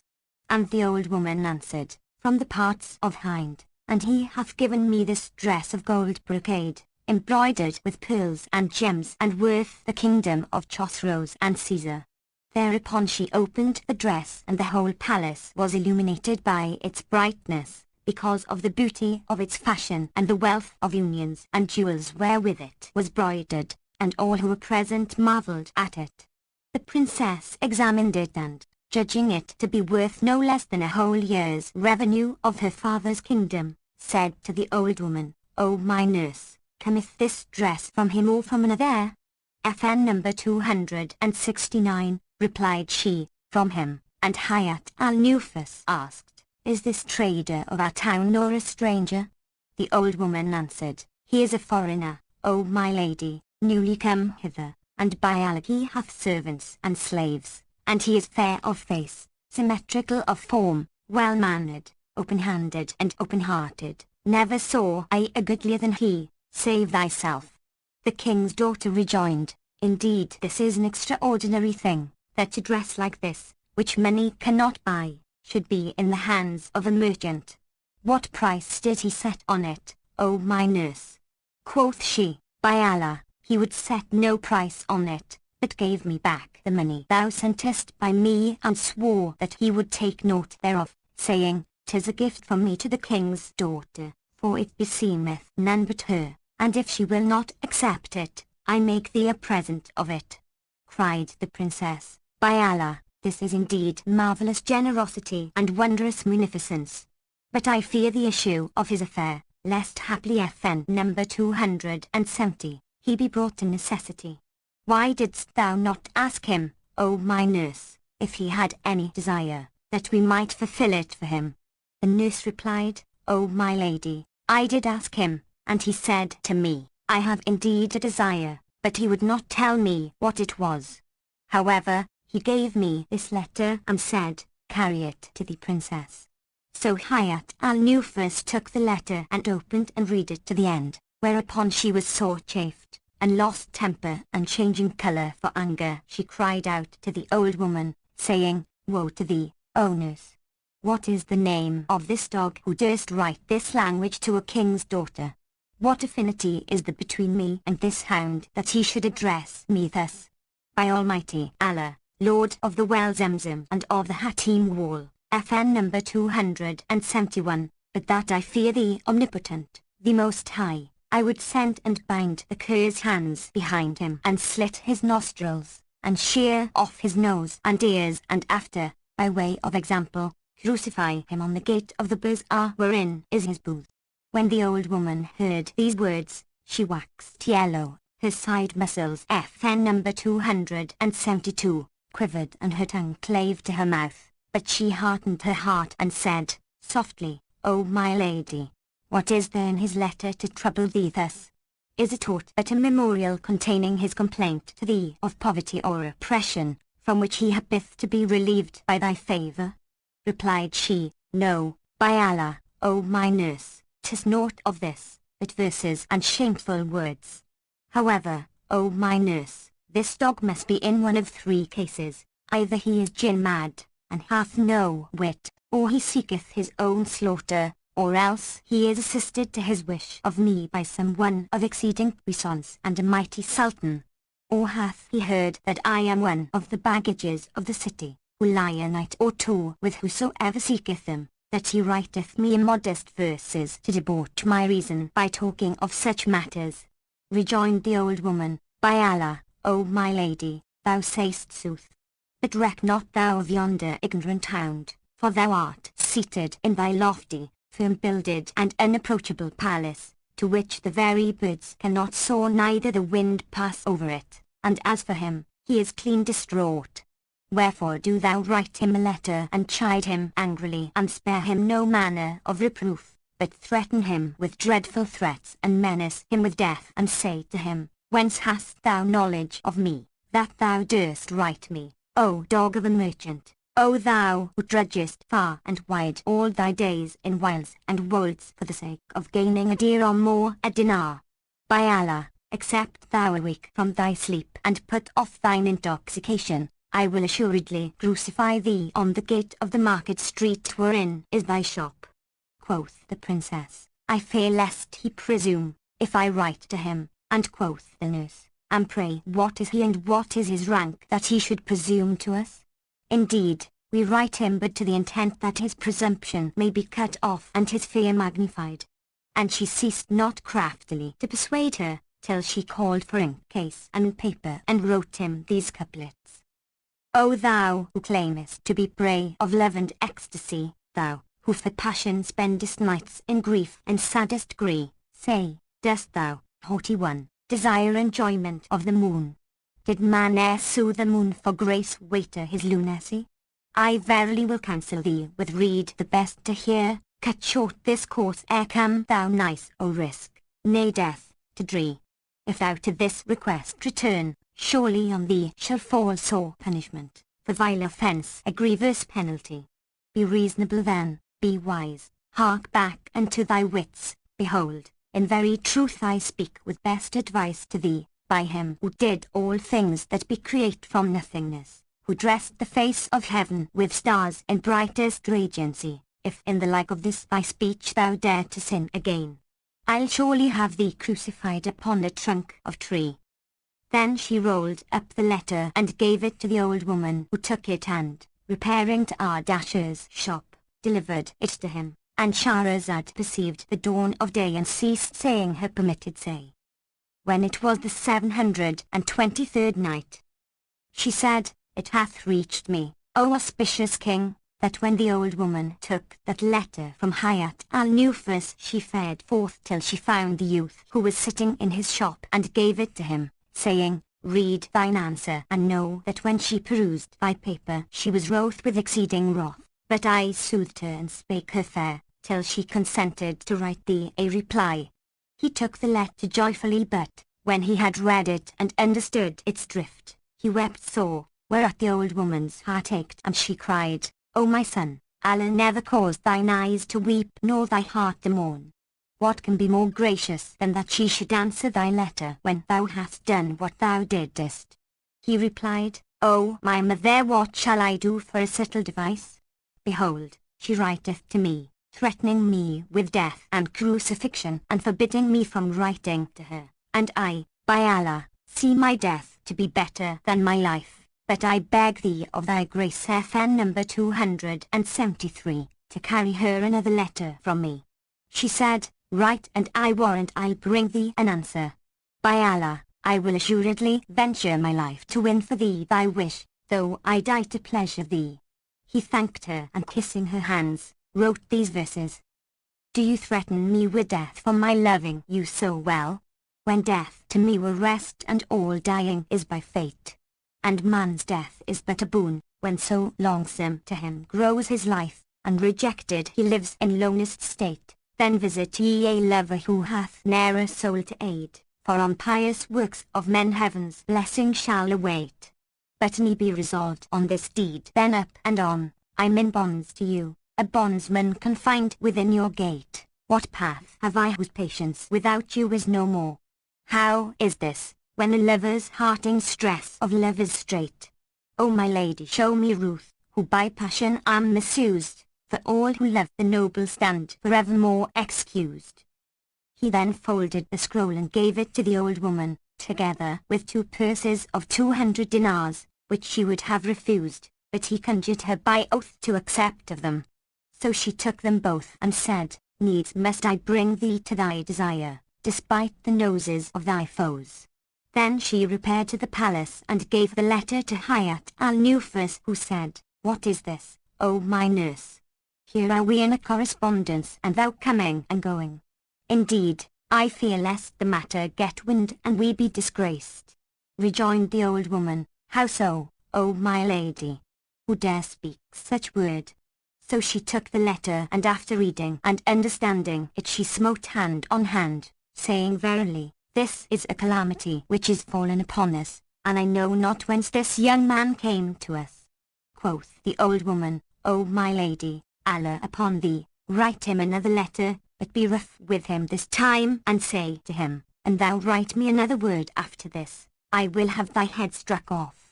Quoth the princess, O my nurse, I am assured that the matter will not end on such wise. 'Twere better to break off this exchange of letters, and, except the puppy take warning by my previous threats, I will strike off his head. The old woman said, Then write him a letter and give him to know this condition. So Hayat al-Nufus called for pen case and paper and wrote these couplets. Ho, thou heedless of time and his sore despite. Ho, thou heart whom hopes of my favours excite. Think, O prideful, wouldest twin for thyself the skies? Wouldest attain to the moon shining clear and bright? I will burn thee with fire that shall ne'er be quenched, or will slay thee with cimeter's sharpest bite. Leave it, friend, and scape the tormenting pains, such as turn hair partings. FN number 274, from black to white. Take my warning and fly from the road of love, draw thee back from a course nor seemly nor right. Then she folded the scroll and gave it to the old woman, who was puzzled and perplexed by the matter. She carried it to Ardashir, and the prince read the letter and bowed his head to the earth, making as if he wrote with his finger and speaking not a word. Quoth the old woman, How is it I see thee silent stay and not say thy say? And quoth he, O my mother, what shall I say, seeing that she doth threaten me and redoubleth in hard-heartedness and aversion? Rejoined the nurse, Write her a letter of what thou wilt, I will protect thee, nor let thy heart be cast down, for needs must I bring you twain together. He thanked her for her kindness and kissing her hand, wrote these couplets.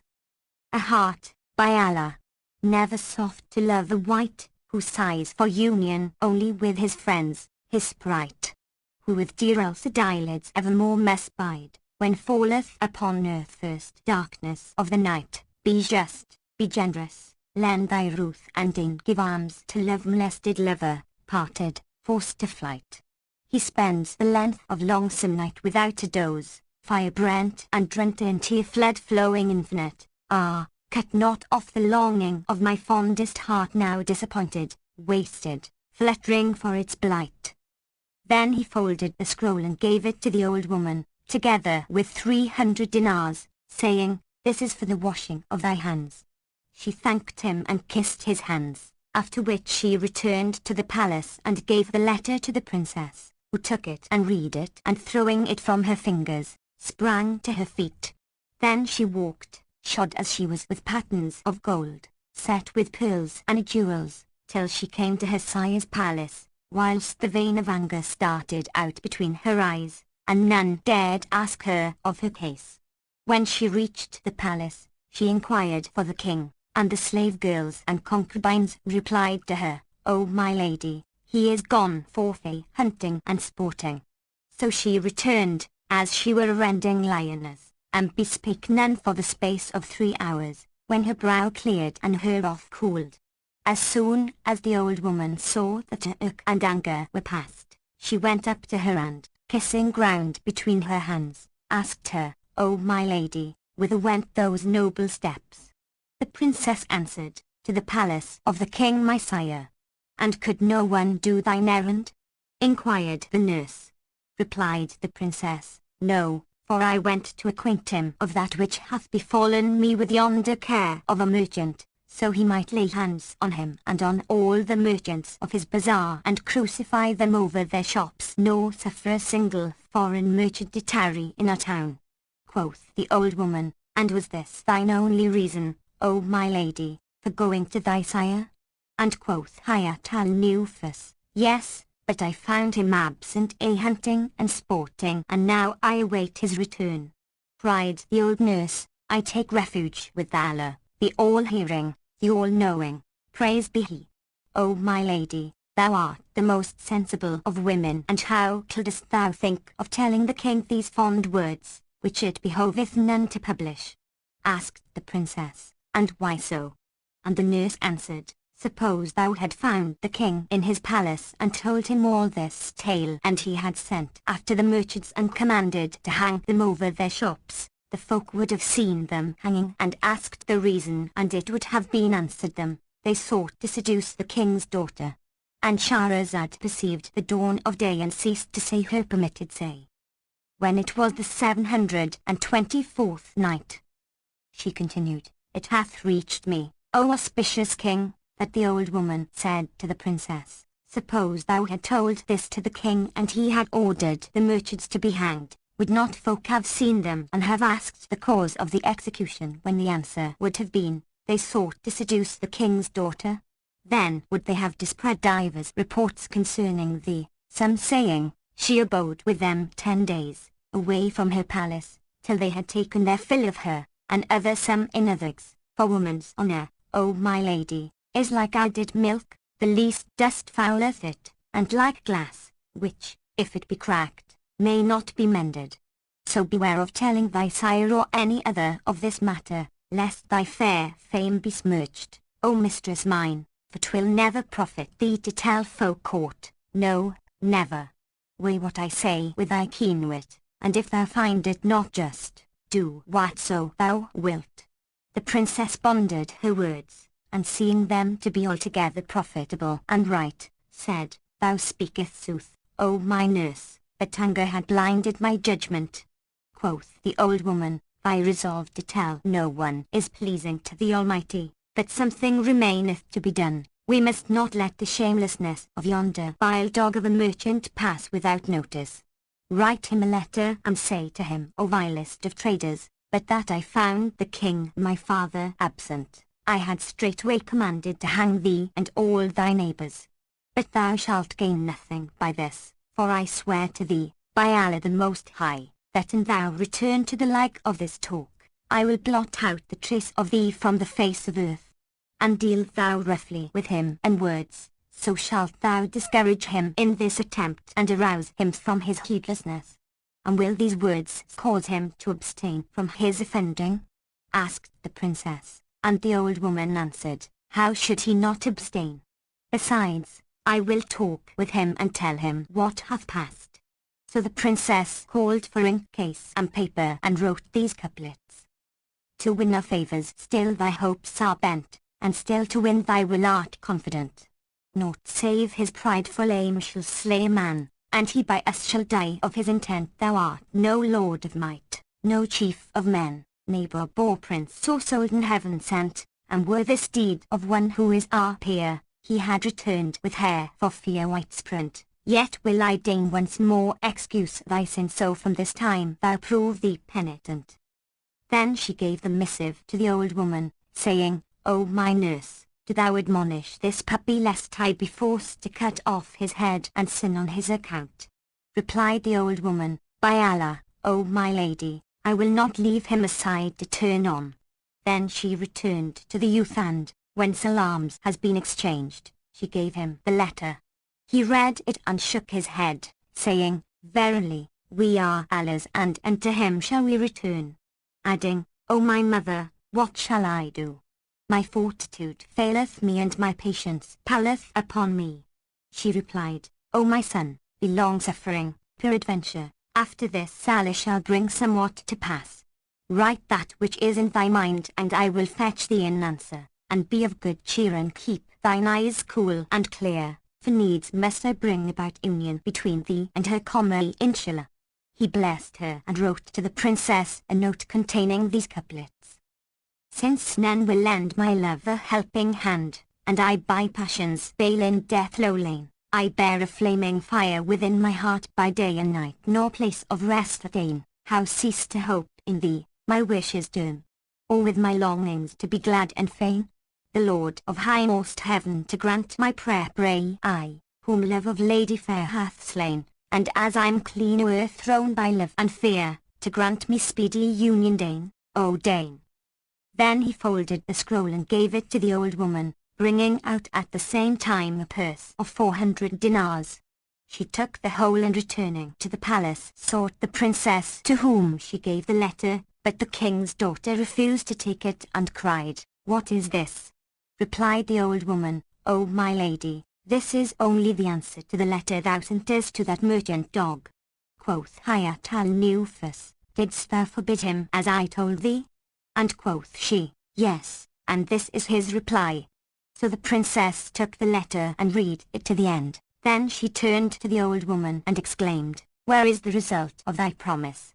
O my lady, saith he not in his letter that he repenteth and will not again offend, excusing himself for the past? Not so, by Allah, on the contrary, he increaseth. O my lady, write him a letter and thou shalt presently see what I will do with him. There needeth nor letter nor answer. I must have a letter that I may rebuke him roughly and cut off his hopes. Thou canst do that without a letter. I cannot do it without the letter. So Hayat al-Nufus called for pen case and paper and wrote these verses. Long have I chid thee but my chiding hindereth thee not, how often would my verse with writ o hand ensnare thee, ah! Then keep thy passion hidden deep and ever unrevealed, and if thou dare gainsay me earth shall no more bear thee, ah! And if, despite my warning, thou dost to such words return, death's messenger FN number 275, shall go his rounds and dead declare thee, ah! Soon shall the world's fierce chilling blast o'erflow that course o' thine, and birds o' the wild with ravening bills and beaks shall tear thee, ah! Return to righteous course, perchance that same will profit thee, if bent on wilful aims and lewd I fain forswear thee, ah! When she had made an end of her writing this, she cast the writ from her hand in wrath, and the old woman picked it up and went with it to Ardashir. When he read it to the last he knew that she had not softened to him, but only redoubled in rage against him and that he would never win to meet her, so he bethought himself to write her an answer invoking Allah's help against her. Thereupon he indited these couplets. O Lord, by the 5 sheikhs, I pray deliver me from love, which gars me bear such grief and misery. Thou knowest what I bear for passion's fiery flame, what stress of sickness for that merciless maid I dree. She hath no pity on the pangs to me decreed, how long on so weakly white shall last her tyranny? I am distraught for her with passing agonies and find no friend, O folk, to hear my plaint and plea. How long, when night hath drooped her pinions o'er the world, shall I lament in public as in privacy? For love of you I cannot find forgetfulness, and how forget when patience taketh wings to flee? O thou wild parting bird FN number 276, say is she safe and sure from shift and change of time and the world's cruelty? Then he folded the scroll and gave it to the old woman, adding a purse of 500 dinars, and she took it and carried it to the princess, who read it to the end and learned its purport. Then, casting it from her hand, she cried, Tell me, O wicked old woman, the cause of all that hath befallen me from thee and from thy cunning and thine advocacy of him, so that thou hast made me write letter after letter, and thou ceasest not to carry messages, going and coming between us twain, till thou hast brought about a correspondence and a connection. Thou leavest not to say, I will ensure thee against his mischief and cut off from thee his speech, but thou speakest not thus, save only to the intent that I may continue to write thee letters, and thou to fetch and carry between us, evening and morning, till thou ruin my repute. Woe to thee! Ho, eunuchs, seize her. Then Hayat al-Nufus commanded them to beat her, and they lashed her till her whole body flowed with blood and she fainted away, whereupon the king's daughter caused her slave women to drag her forth by the feet and cast her without the palace, and bade one of them stand by her head till she recovered, and say to her, The princess hath sworn an oath that thou shalt never return to and re-enter this palace, and she hath commanded to slay thee without mercy, and thou dare return hither. So, when she came to herself, the damsel told her what the king's daughter said, and she answered, Hearkening and obedience. Presently the slave girls fetched a basket and a porter whom they caused carry her to her own house, and they sent after her a physician, bidding him tend her assiduously till she recovered. He did what he was told to do, and as soon as she was whole she mounted and rode to the shop of Ardashir, who was concerned with sore concern for her absence and was longing for news of her. As soon as he saw her, he sprang up and coming to meet her, saluted her. Then he noticed that she was weak and ailing, so he questioned her of her case, and she told him all that had befallen her from her nursling. When he heard this, he found it grievous and smote hand upon hand, saying, By Allah, O my mother, this that hath betided thee straiteneth my heart. But, what, O my mother, is the reason of the princess's hatred to men? Replied the old woman, Thou must know, O my son, that she hath a beautiful garden, than which there is naught goodlier on earth's face, and it chanced that she lay there one night.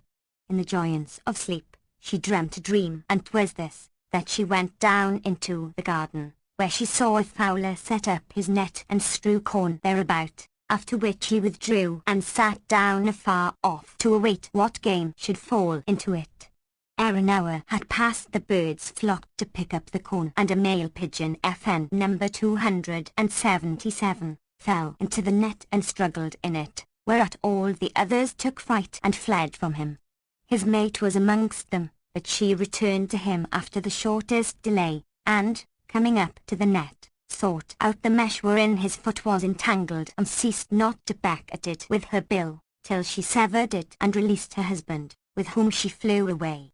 All this while, the fowler sat dozing, and when he awoke, he looked at the net and found it spoiled.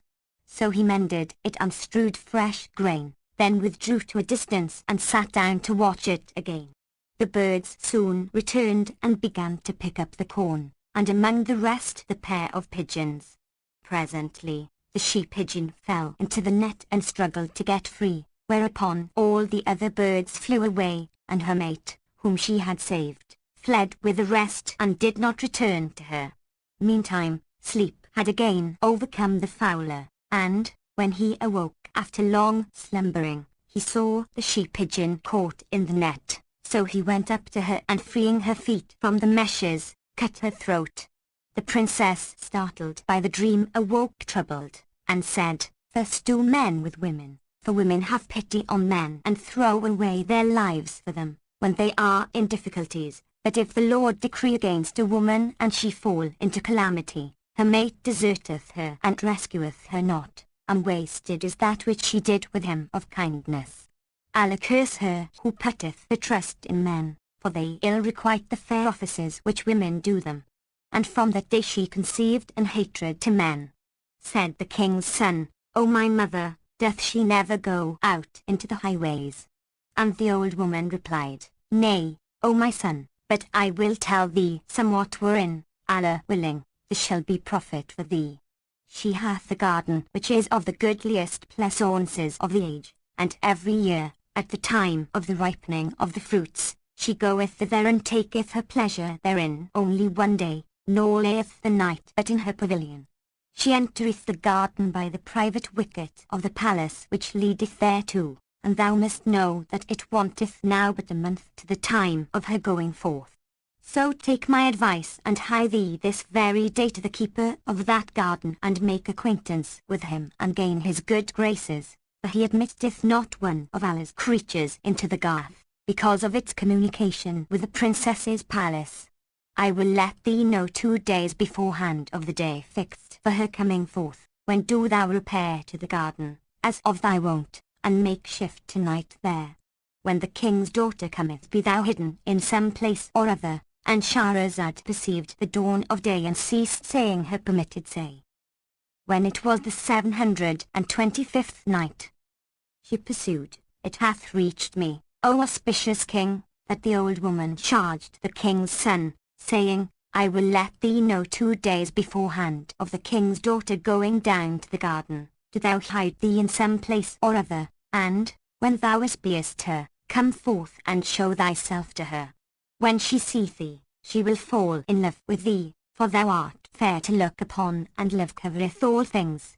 So keep thine eyes cool and clear. FN number 278, and be of good cheer, O my son, for needs must I bring about union between thee and her.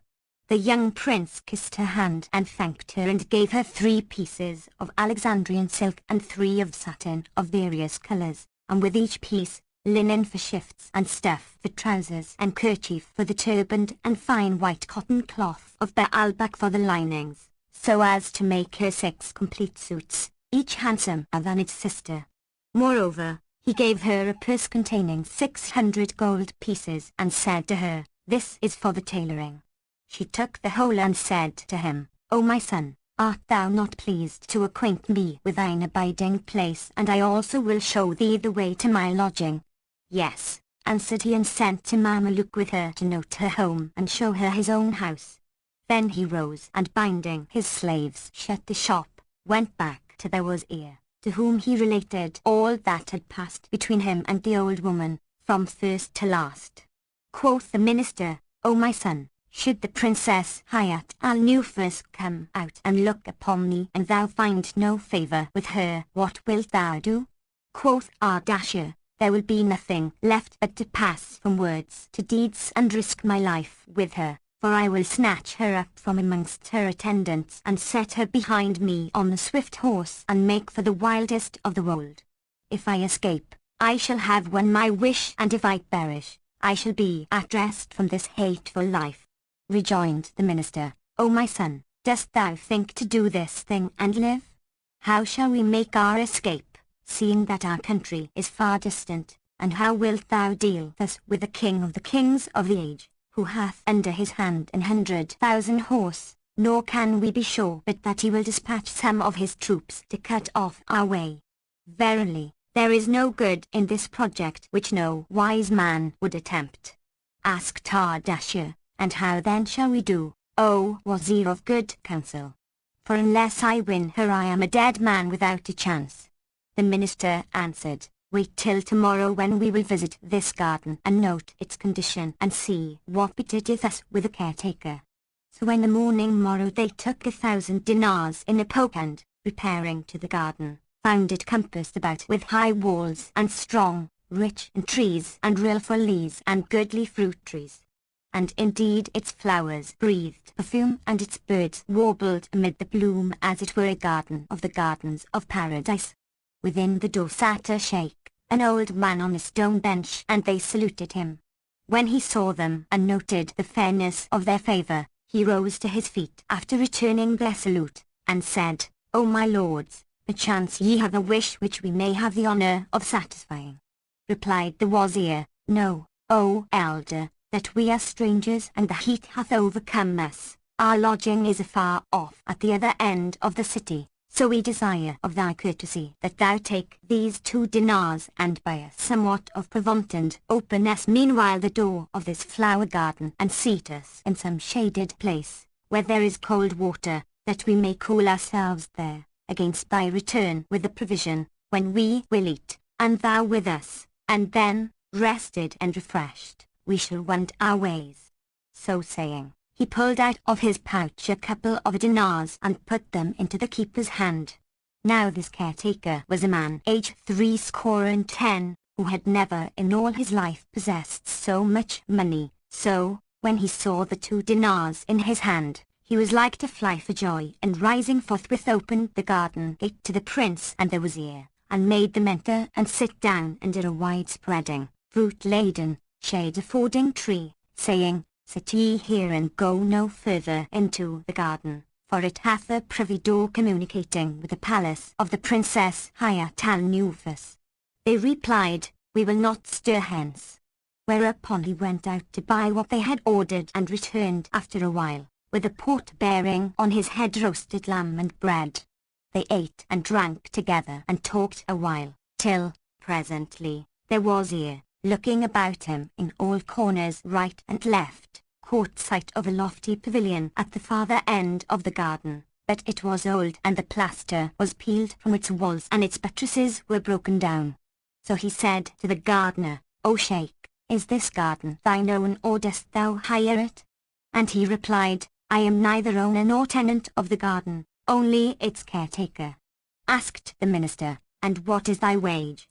Whereto the old man answered, "A dinar a month." And quoth the wazir, "Verily they wrong thee, especially an thou have a family." Quoth the elder, "By Allah, O my lord, I have 8 children and I." The wazir broke in, "There is no majesty and there is no might save in Allah, the glorious, the great. Thou makest me bear thy grief, my poor fellow. What wouldst thou say of him who should do thee a good turn, on account of this family of thine?" Replied the old man, "O my lord, whatsoever good thou dost shall be garnered up for thee with God the Most High." Thereupon said the wazir, "O Sheikh, thou knowest this garden of thine to be a goodly place, but the pavilion yonder is old and ruinous. Now I mean to repair it and stucco it anew and paint it handsomely, so that it will be the finest thing in the garth, and when the owner comes and finds the pavilion restored and beautified, he will not fail to question thee concerning it. Then do thou say, O my lord, at great expense I set it in repair, for that I saw it in ruins and none could make use of it nor could anyone sit therein." If he says, "Whence hast thou the money for this?" reply, "I spent of my own money upon the stucco, thereby thinking to whiten my face with thee and hoping for thy bounties. And needs must he recompense thee fairly over the extent of thine expenses. Tomorrow I will bring builders and plasterers and painters to repair this pavilion and will give thee what I promised thee." Then he pulled out of his book a purse of 500 dinars and gave it to the gardener, saying, "Take these gold pieces and expend them upon thy family and let them pray for me and for this my son." Thereupon the prince asked the wazir, "What is the meaning of all this?" And he answered, "Thou shalt presently see the issue thereof." And Shahrazad perceived the dawn of day and ceased to say her permitted say. When it was the 726th night, she resumed, "It hath reached me, O auspicious king, that when the wazir gave 500 ducats to the old gardener, saying, 'Take these gold pieces and expend them upon thy family and let them pray for this my son,' the old man looked at the gold and his wits fled, so he fell down at the wazir's feet, kissing them and invoking blessings on him and his son, and when they went away, he said to them, 'I shall expect you tomorrow, for by Allah Almighty, there must be no parting between us, night or day.'" Next morning the wazir went to the prince's shop and sent for the syndic of the builders. Then he carried him and his men to the garth, where the garden rejoiced in their sight. He gave them the price of rations FN number 279, and what was needful to the workmen for the restoration of the pavilion, and they repaired it and stuccoed it and decorated it. Then said the minister to the painters, "Harkye, my masters, listen to my words and apprehend my wish and my aim. Know that I have a garden like this, where I was sleeping one night among the nights and saw in a dream fowlers set up nets and sprinkle corn thereabout. The birds flocked to pick up the grain, and a cock-bird fell into the net, whereupon the others took fright and flew away, and amongst the rest his mate. But, after a while, she returned alone and picked at the mesh that held his feet, till she set him free and they flew away together. Now the fowler had fallen asleep and, when he awoke, he found the net empty, so he mended it and strewing fresh grain sat down afar off, waiting for game to fall into that snare. Presently the birds assembled again to pick up the grains, and amongst the rest the 2 pigeons. By and by, the hen bird fell into the net, when all the other birds took fright at her and flew away, and her husband flew with them and did not return, whereupon the fowler came up and taking the quarry, cut her throat. Now, when her mate flew away with the others, a bird of raven seized him and slew him and ate his flesh and drank his blood. And I would have you portray me the presentment of this my dream, even as I have related it to you, in the liveliest colours, laying the fair scene in this rare garden, with its walls and trees and rills, and dwell especially on the fowler and the falcon. If ye do this I have set forth to you, and the work please me, I will give you what shall gladden your hearts, over and above your wage. The painters, hearing these words, applied themselves with all diligence to do what he required of them and wrought it out in masterly style, and when they had made an end of the work, they showed it to the wazir who, seeing his so-called dream set forth as it was FN number 280, was pleased and thanked them and rewarded them munificently. Presently, the prince came in, according to his custom, and entered the pavilion, unwitting what their wazir had done. So when he saw the portraiture of the fowler and the birds and the net and beheld the male pigeon in the clutches of the hawk, which had slain him and was drinking his blood and eating his flesh, his understanding was confounded and he returned to the minister and said, O Wazir of good counsel, I have seen this day a marvel which, were it graven with needle gravers on the eye corners, would be a warner to whoso will be warned. Asked the minister, and what is that, O my lord? And the prince answered, Did I not tell thee of the dream the princess had and how it was the cause of her hatred for men? Yes, replied the wazir, and Adash-ur rejoined, By Allah, O minister, I have seen the whole dream portrayed in painting, as I had eyed it with mine own eyes, but I found therein a circumstance which was hidden from the princess, so that she saw it not, and 'tis upon this that I rely for the winning of my wish. Quoth the wazir, And what is that, O my son? And quoth the prince, I saw that, when the male bird flew away, and, leaving his mate entangled in the net, failed to return and save her, a falcon pounced on him and slaying him, ate his flesh and drank his blood. Would to heaven the princess had seen the whole of the dream and had beheld the cause of his failure to return and rescue her. Replied the wazir, By Allah, O auspicious king, this is indeed a rare thing and a wonderful. And the king's son ceased not to marvel at the picture and lament that the king's daughter had not beheld the dream to its end, saying in himself, would she had seen it to the last or might see the whole over again, though but in the imbroglio of sleep. Then quoth the wazir to him, Thou saidst to me, Why wilt thou repair the pavilion? And I replied, Thou shalt presently see the issue thereof.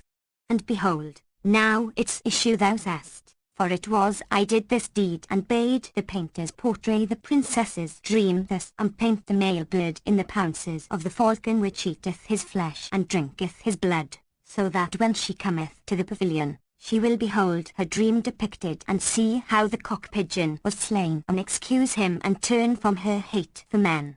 When the prince heard their wazir's words, he kissed his hands and thanked him, saying, Verily, the like of thee is fit to be minister to the most mighty king, and, by Allah, an I win my wish and return to my sire, rejoicing, I will assuredly acquaint him with this, that he may redouble in honouring thee and advance thee in dignity and hearken to thine every word.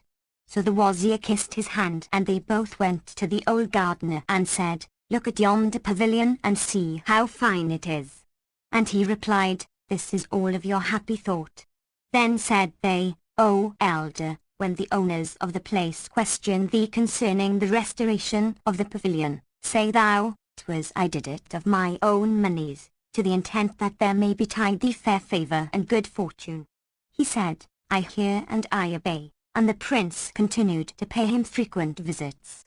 Such was the case with the prince and the wazir, but as regard Hayat al-Nufus, when she ceased to receive the prince's letters and messages, and when the old woman was absent from her, she rejoiced with joy exceeding and concluded that the young man had returned to his own country.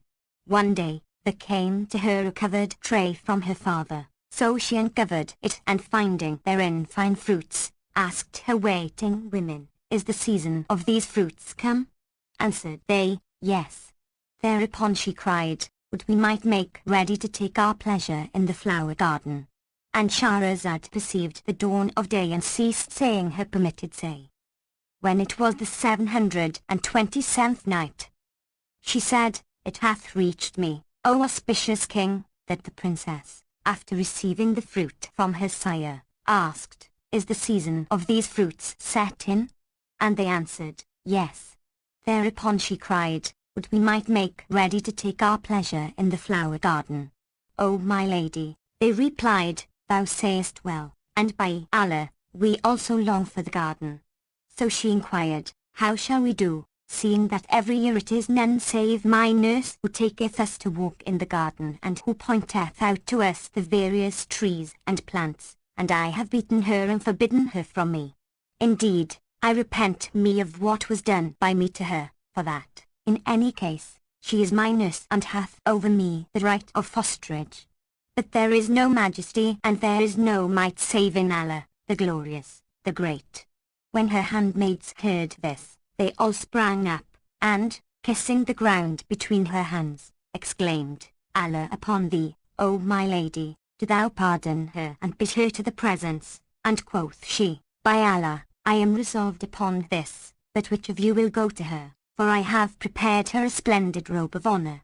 Hereupon two damsels came forward, by name Bulbul and Siwad al-Ain, who were comely and graceful and the principals among the princess's women, and her favourites. And they said, We will go to her, O king's daughter. And she said, Do what seemeth good to you. So they went to the house of the nurse and knocked at the door and entered, and she, recognizing the twain, received them with open arms and welcomed them. When they had sat a while with her, they said to her, O nurse, the princess pardoneth thee and desireth to take thee back into favour. She replied, This may never be, though I drink the cup of ruin. Hast thou forgotten how she put me to shame before those who love me and those who hate me, when my clothes were dyed with my blood and I well nigh died for stress of beating, and after this they dragged me forth by the feet, like a dead dog, and cast me without the door. So by Allah, I will never return to her nor fill my eyes with her sight. Quoth the two girls, Disappoint not our pains in coming to thee nor send us away unsuccessful. Or is thy courtesy usurds? Think but who it is that cometh in to visit thee. Canst thou wish for any higher of standing than we with a king's daughter?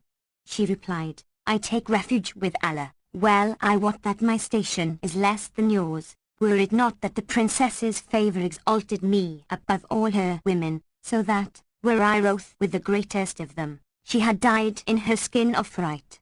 They rejoined, All is as it was and naught is in anywise changed. Indeed, 'tis better than before, for the princess humbleth herself to thee and seeketh a reconciliation without intermediary. Said the old woman, By Allah, were it not for your presence and intercession with me, I had never returned to her, no, not though she had commanded to slay me. They thanked her for this, and she rose and dressing herself accompanied them to the palace. Now when the king's daughter saw her, she sprang to her feet in honour, and the old woman said, Allah, Allah, O king's daughter, say me, whose was the fault, mine or thine? Hayat al-Nufus replied, The fault was mine, and 'tis thine to pardon and forgive.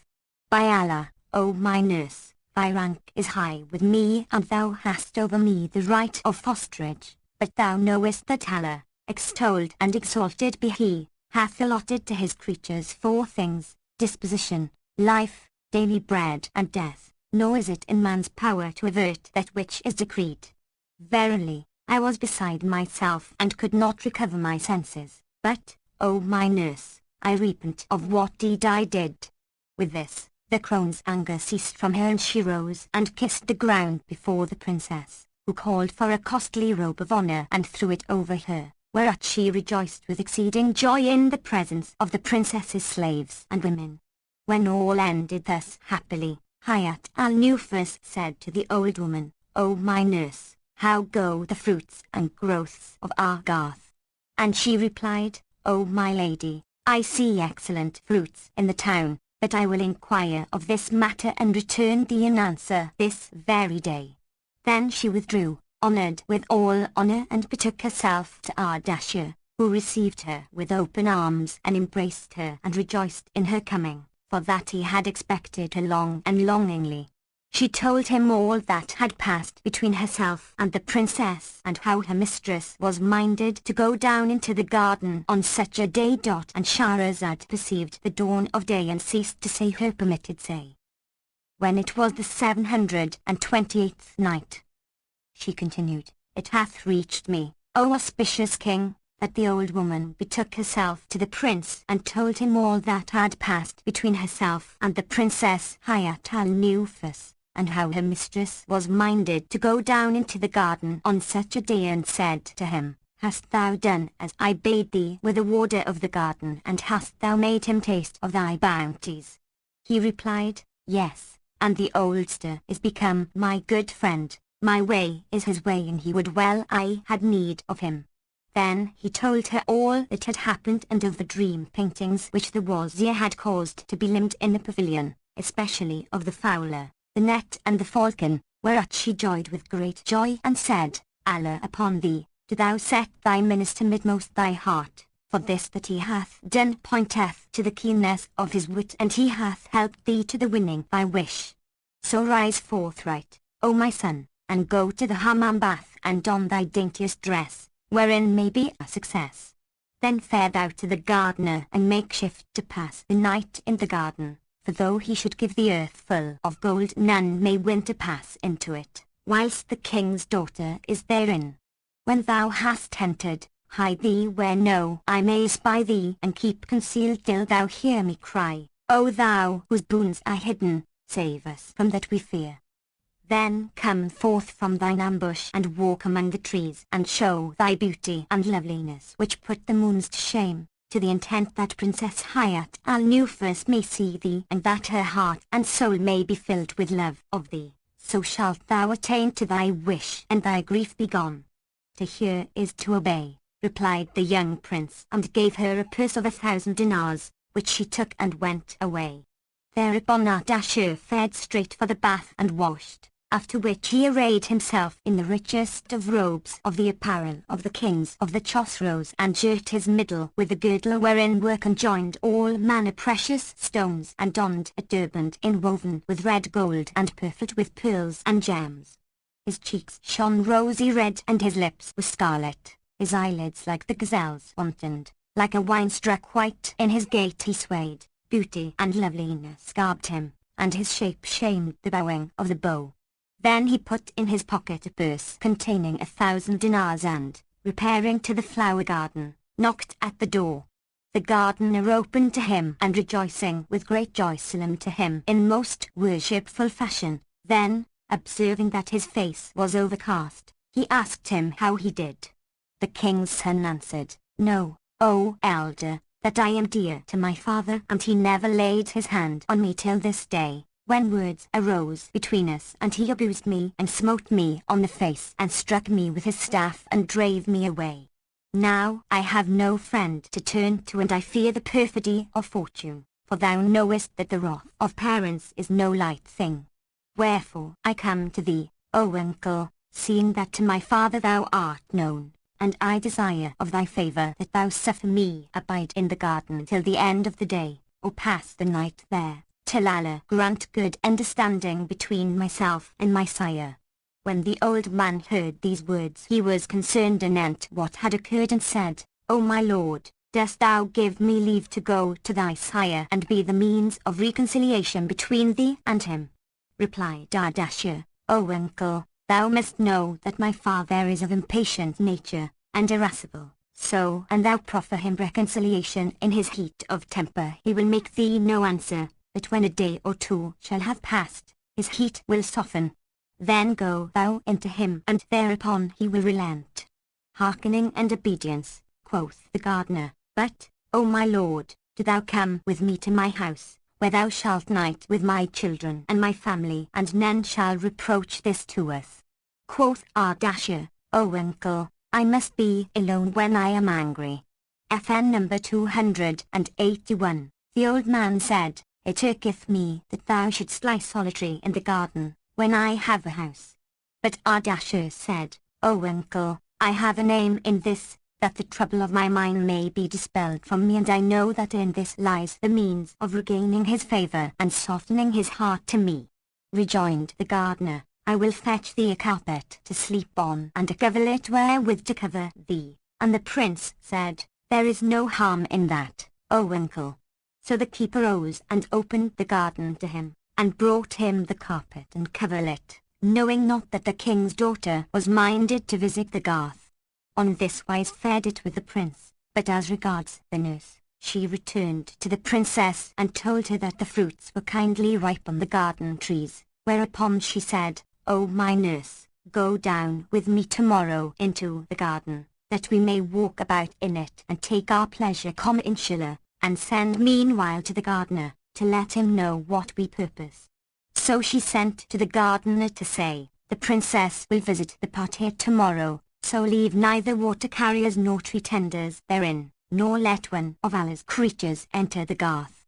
When word came to him, he set his waterways and channels in order and, going to Ardashir, said to him, O my lord, the king's daughter is mistress of this garden, and I have only to crave thy pardon, for the place is thy place and I live only in thy favours, except that my tongue is under thy feet. FN number 282. I must tell thee that the Princess Hayat al-Nufus hath the mind to visit it tomorrow at the first of the day, and hath bidden me leave none therein who might look upon her. So I would have thee of thy favour go forth of the garden this day, for the queen will abide only in it till the time of mid-afternoon prayer, and after it shall be at thy service for 10 nights and fortnights, months and years. Ardashir asked, O elder, haply we have caused thee some mishap. And the other answered, By Allah, O my lord, naught hath betided me from thee but honour. Rejoined the prince, An it be so, nothing but all good shall befall thee through us. For I will hide in the garden, and none shall espy me, till the king's daughter hath gone back to her palace. Said the gardener, O my lord, and she is by the shadow of a man in the garden or any of Allah's male creatures, she will strike off my head. And Shahrazad perceived the dawn of day and ceased saying her permitted say. When it was the 729th night, she continued, It hath reached me, O auspicious king, that when the gardener said to the prince, And the king's daughter espy the shadow of a man in her garden, she will strike off my head, the youth replied, Have no fear, I will on no wise let any see me. But doubtless today thou lackest of spending money for thy family. Then he put his hand to his purse and pulled out 500 ducats, which he gave to him, saying, Take this gold and lay it out on thy family, that thy heart may be at ease concerning them. When the sheikh looked upon the gold, his life seemed a light thing to him. FN number 283, and he suffered the prince to tarry where he was, charging him straitly not to show himself in the garden. Then he left him loitering about. Meanwhile, when the eunuchs went in to the princess at break of day, she bade open the private wicket leading from the palace to the parterres, and donned a royal robe, embroidered with pearls and jewels and gems, over a shift of fine silk purfled with rubies. Under the whole was that which tongue refuseth to explain, whereat was confounded the brain, and whose love would embrave the craven's strain. On her head she set a crown of red gold, inlaid with pearls and gems, and she tripped in patterns of cloth of gold, embroidered with fresh pearls. FN number 284, and adorned with all manner precious stones. Then she put her hand upon the old woman's shoulder and commanded to go forth by the privy door. But the nurse looked at the garden and, seeing it full of eunuchs and handmaids walking about, eating the fruits and troubling the streams and taking their ease of sport and pleasure in the water, said to the princess, "O my lady, is this a garden or a madhouse?" Quoth the princess, "What meaneth thy speech, O nurse?" And quoth the old woman, "Verily the garden is full of slave girls and eunuchs, eating of the fruits and troubling the streams and scaring the birds and hindering us from taking our ease and sporting and laughing and what not else, and thou hast no need of them. Wert thou going forth of thy palace into the highway, this would be fitting, as an honour and award to thee, but, now, O my lady, thou goest forth of the wicket into the garden, where none of Almighty Allah's creatures may look on thee." Rejoined the princess, "By Allah, O nurse mine, thou sayst sooth. But how shall we do?" And the old woman said, "Bid the eunuchs send them all away and keep only 2 of the slave girls, that we may make merry with them." So she dismissed them all, with the exception of 2 of her handmaids who were most in favour with her. But when the old woman saw that her heart was light and that the season was pleasant to her, she said to her, "Now we can enjoy ourselves aright, so up and let us take our pleasance in the garden." The princess put her hand upon her shoulder and went out by the private door. The 2 waiting women walked in front and she followed them, laughing at them and swaying gracefully to and fro in her ample robes, whilst the nurse forewent her, showing her the trees and feeding her with fruits, and so they fared on from place to place, till they came to the pavilion, which when the king's daughter beheld and saw that it had been restored, she asked the old woman, "O my nurse, seest thou yonder pavilion? It hath been repaired and its walls whitened."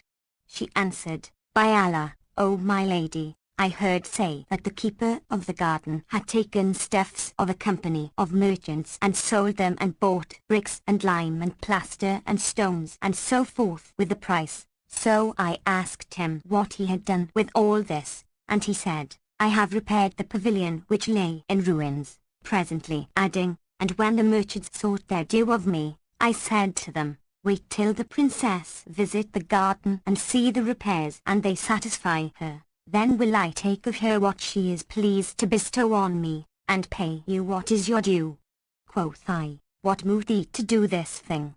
And quoth he, "I saw the pavilion in ruins, the coins thrown down and the stucco peeled from the walls, and none had the grace to repair it. So I borrowed the coin on my own account and restored the place, and I trust in the king's daughter to deal with me as befitteth her dignity."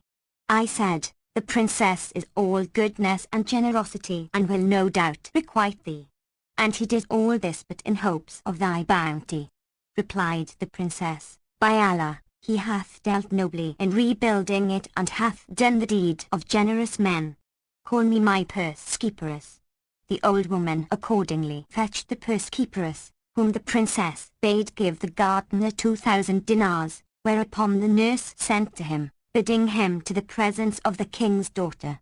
But when the messenger said to him, "Obey the queen's order," the gardener felt feeble and, trembling in every joint, said in himself, "Doubtless, the princess hath seen the young man, and this day will be the most unlucky of days for me."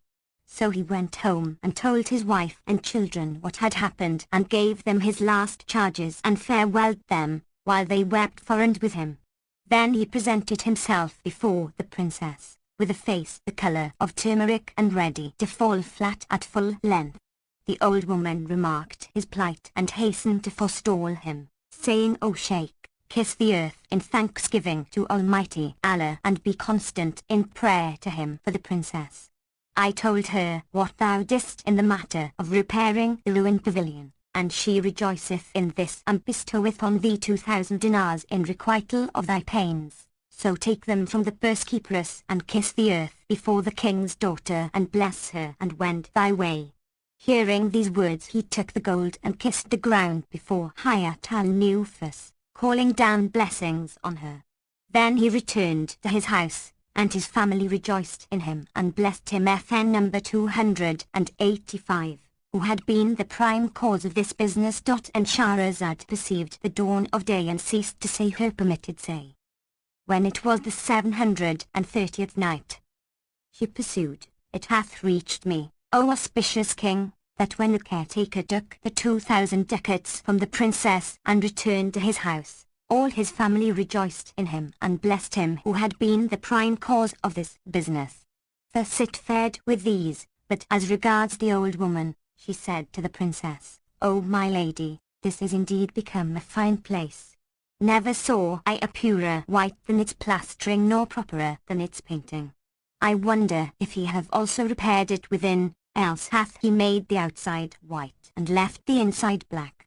Come, let us enter and inspect.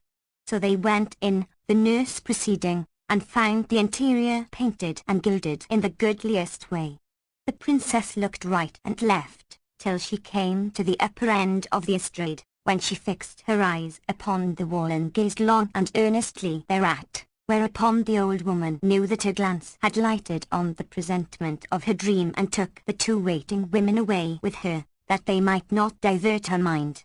When the king's daughter had made an end of examining the painting, she turned to the old woman, wondering and beating hands on hand, and said to her, O my nurse, come, see a wondrous thing which were it graven with needle gravers on the eye corners would be a warner to whoso will be warned.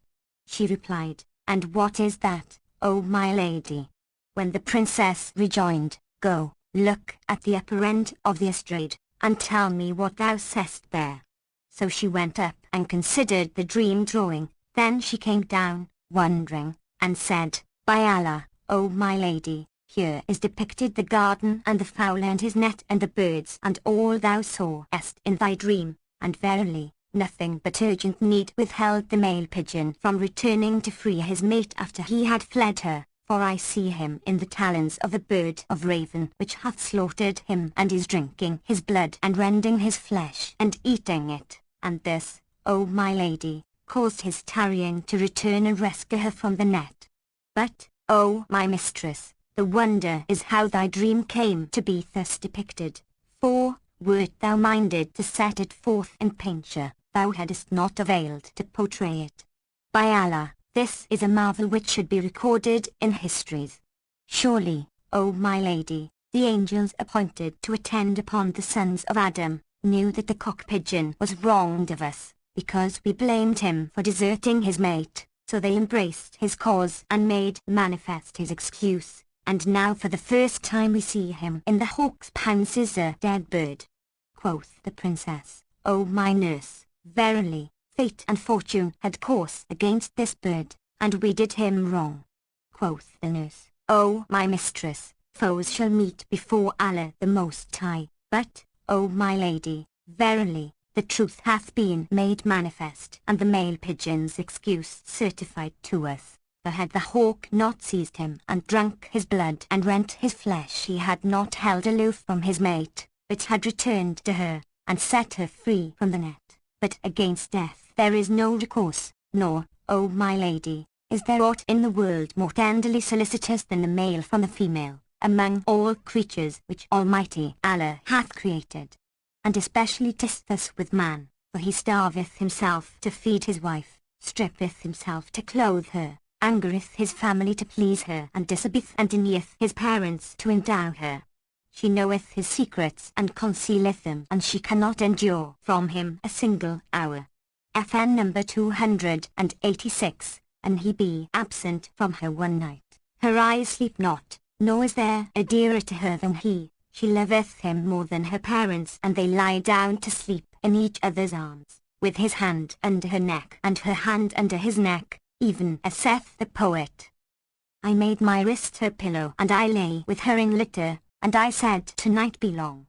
While the full moon showed glitter, me, it was a night, Allah never made its like, whose first was sweetest sweet and whose last bitterest bitter. FN number 287. Then he kisseth her and she kisseth him, and I have heard of a certain king that, when his wife fell sick and died, he buried himself alive with her, submitting himself to death, from the love of her and the strait companionship which was between them.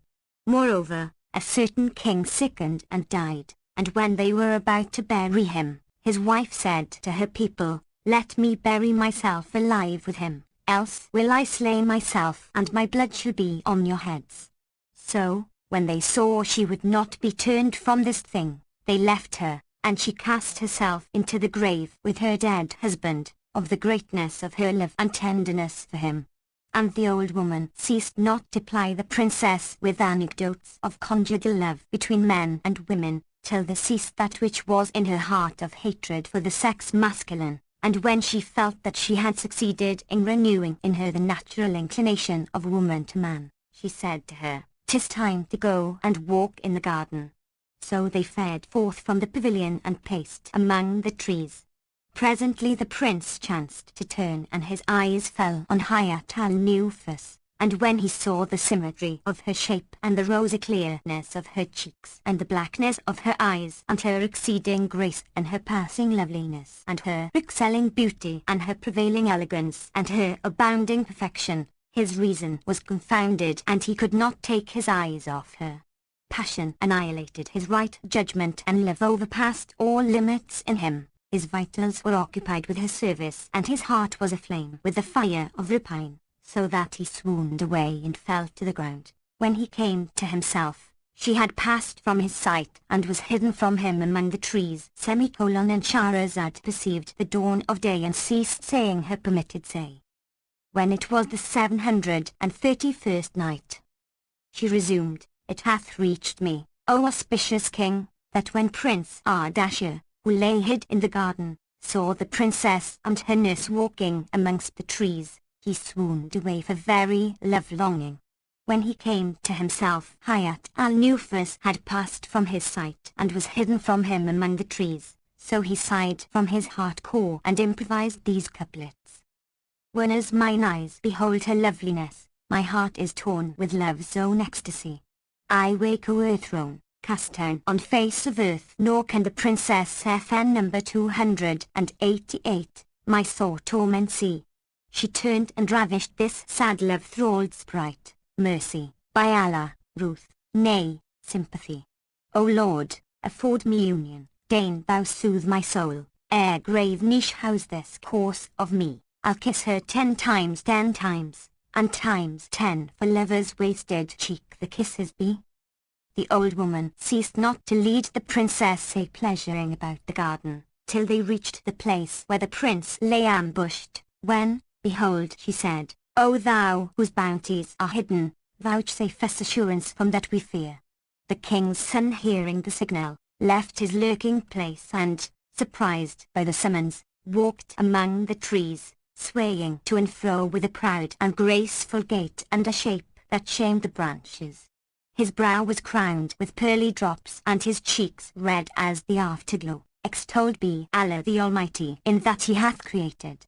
When the king's daughter caught sight of him, she gazed a long while on him and noticed his beauty and grace and loveliness and his eyes that wantoned like the gazelle's, and his shape that outfed the branches of the myrobalan. Wherefore her wits were confounded and her soul captivated and her heart transfixed with the arrows of his glances. Then she said to the old woman, O my nurse, whence came yonder handsome youth? And the nurse asked, Where is he, O my lady? There he is, answered Hayat al-Nufus, near hand, among the trees. The old woman turned right and left, as if she knew not of his presence, and cried, And pray, who can have taught this youth the way into this garden? Quoth Hayat al-Nufus, Who shall give us news of the young man? Glory be to him who created men. But say me, dost thou know him, O my nurse? Quoth the old woman, O my lady, he is the young merchant who wrote to thee by me. The princess, and indeed she was drowned in the sea of her desire and the fire of her passion and love-longing, broke out, O my nurse, how goodly is this youth! Indeed he is fair of favour. Methinks, there is not on the face of earth a goodlier than he. Now when the old woman was assured that the lover of him had gotten possession of the princess, she said to her, Did I not tell thee, O my lady, that he was a comely youth with a beaming favour? Replied Hayat al-Nufus, O my nurse, King's daughters know not the ways of the world, nor the manners of those that be therein, for that they company with none, neither give they nor take they. O my nurse, how shall I do to bring about a meeting and present myself to him, and what shall I say to him, and what will he say to me? Said the old woman, what device is left me? Indeed, we were confounded in this matter by thy behaviour. And the princess said, O my nurse, know thou that if any ever died of passion, I shall do so, and behold, I look for nothing but death on the spot by reason of the fire of my love-longing. When the old woman heard her words and saw the transport of her desire for him, she answered, O my lady, now as for his coming to thee, there is no way thereto, and indeed thou art excused from going to him, because of thy tender age, but rise with me and follow me. I will accost him, so shalt thou not be put to shame, and in the twinkling of an eye affection shall ensue between you. The king's daughter cried, Go thou before me, for the degree of valour may not be rejected. Accordingly they went up to the place where Ardashir sat, as he were the full moon at its fullest, and the old woman said to him, See, O youth, who is present before thee. 'Tis the daughter of our king of the age, Hayat al-Nufus. Bethink thee of her rank and appreciate the honour she doth thee in coming to thee, and rise out of respect for her and stand before her. The prince sprang to his feet in an instant, and his eyes met her eyes, whereupon they both became as they were drunken without wine. Then the love of him and desire doubled upon the princess, and she opened her arms and he his, and they embraced. But love-longing and passion overcame them, and they swooned away and fell to the ground and lay a long while without sense. The old woman, fearing scandalous exposure, carried them both into the pavilion, and, sitting down at the door, said to the two waiting women, Seize the occasion to take your pleasure in the garden, for the princess sleepeth. So they returned to their diversion. Presently the lovers revived from their swoon and found themselves in the pavilion, whereat quoth the prince, Allah upon thee, O princess of fair ones, is this vision or sleep illusion? Then the twain embraced and intoxicated themselves without wine, complaining each to other of the anguish of passion, and the prince improvised these couplets. Sun riseth sheen from her brilliant brow, and her cheek shows the rosiest afterglow. And when both appear to the looker, the skyline star ne'er for shame will show, and the levin flash from those smiling lips, morn breaks and the rays dusk and gloom o'erthrow. And when with her graceful shape she sways, droops leafiest bantry FN number 289, for envy lo, me her sight suffices, naught crave I more, lord of men and morn, be her guard from foe. The full moon borrows a part of her charms, the sun would rival but fails his low. Whence could Sol aspire to that bending grace? Whence should Luna see such wit and such mind gifts know? Who shall blame me for being all love to her? Twixt accord and discord I doomed to woe, 'tis she won my heart with those forms that bend. What shall lover's heart from such charms defend? And Shahrazad perceived the dawn of day and ceased to say her permitted say. When it was the 732nd night, she said, It hath reached me, O auspicious king, that when the prince had made an end of his verses, the princess strained him to her bosom and kissed him on the mouth and between the eyes, whereupon his soul returned to him, and he fell to complaining to her of that he had endured for stress of love and tyranny of longing and excess of transport and distraction, and all he had suffered for the hardness of her heart.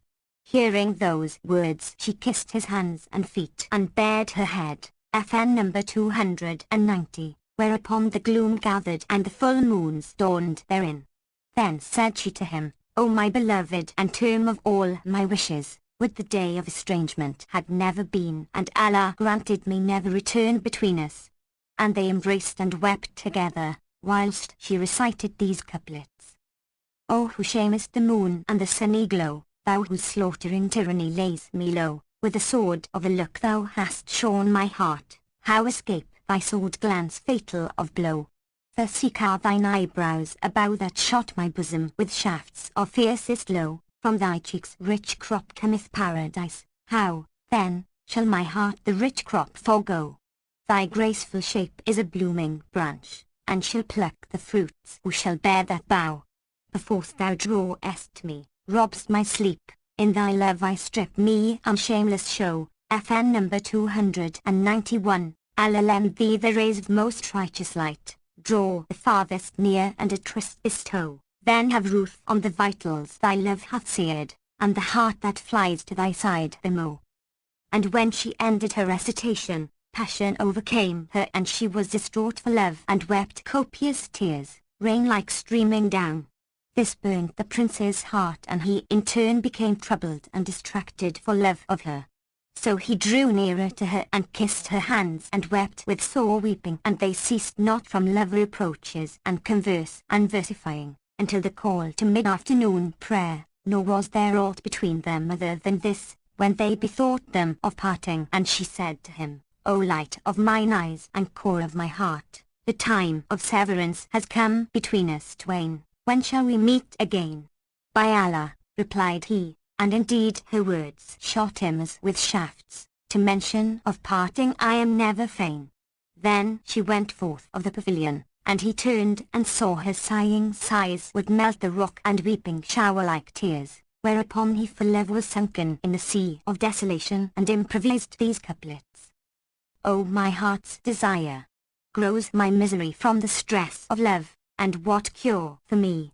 By thy face, like dawn when it lights the dark, and thy hair whose hue beareth night tide's blee, and thy form like the branch which in grace inclines to zephyrs. FN number 292, breath blowing fain and free, by the glance of thine eyes like the fawn's soft gaze, when she views pursuer of high degree, and thy waist down borne by the weight of hips, these so heavy and that lacking gravity, by the wine of thy lip dew, the sweetest of drink, fresh water and musk in its purity, O gazelle of the tribe, ease my soul of grief, and grant me thy phantom in sleep to see. Now when she heard his verses in praise of her, she turned back to him and embracing him, with a heart on fire for the anguish of severance, fire which naught save kisses and embraces might quench, cried, sooth the byword saith, patience is for a lover and not the lack thereof. There is no help for it but I contrive means for our reunion. Then she farewelled him and fared forth, knowing not where she set her feet, for stress of her love, nor did she stay her steps till she found herself in her own chamber.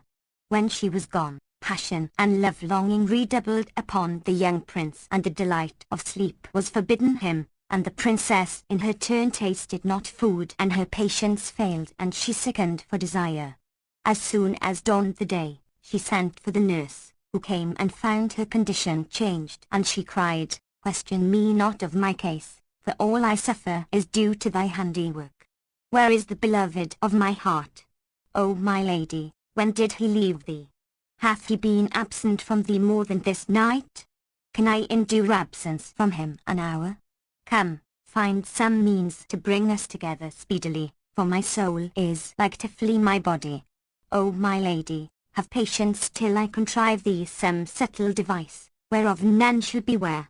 By the great God, except thou bring him to me this very day, I will tell the king that thou hast corrupted me, and he will cut off thy head. I conjure thee, by Allah, have patience with me, for this is a dangerous matter. And the nurse humbled herself to her, till she granted her 3 days' delay, saying, O my nurse, the 3 days will be 3 years to me, and if the 4th day pass and thou bring him not, I will go about to slay thee. So the old woman left her and returned to her lodging, where she abode till the morning of the 4th day, when she summoned the tire-woman of the town and sought of them fine dyes and rouge for the painting of a virgin girl and adorning, and they brought her cosmetics of the best.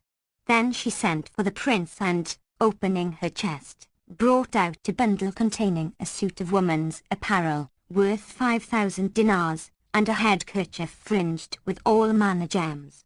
Then said she to him, O my son, hast thou a mind to foregather with Hayat al-Nufus? And he replied, Yes. So she took a pair of tweezers and pulled out the hairs of his face and penciled his eyes with coal.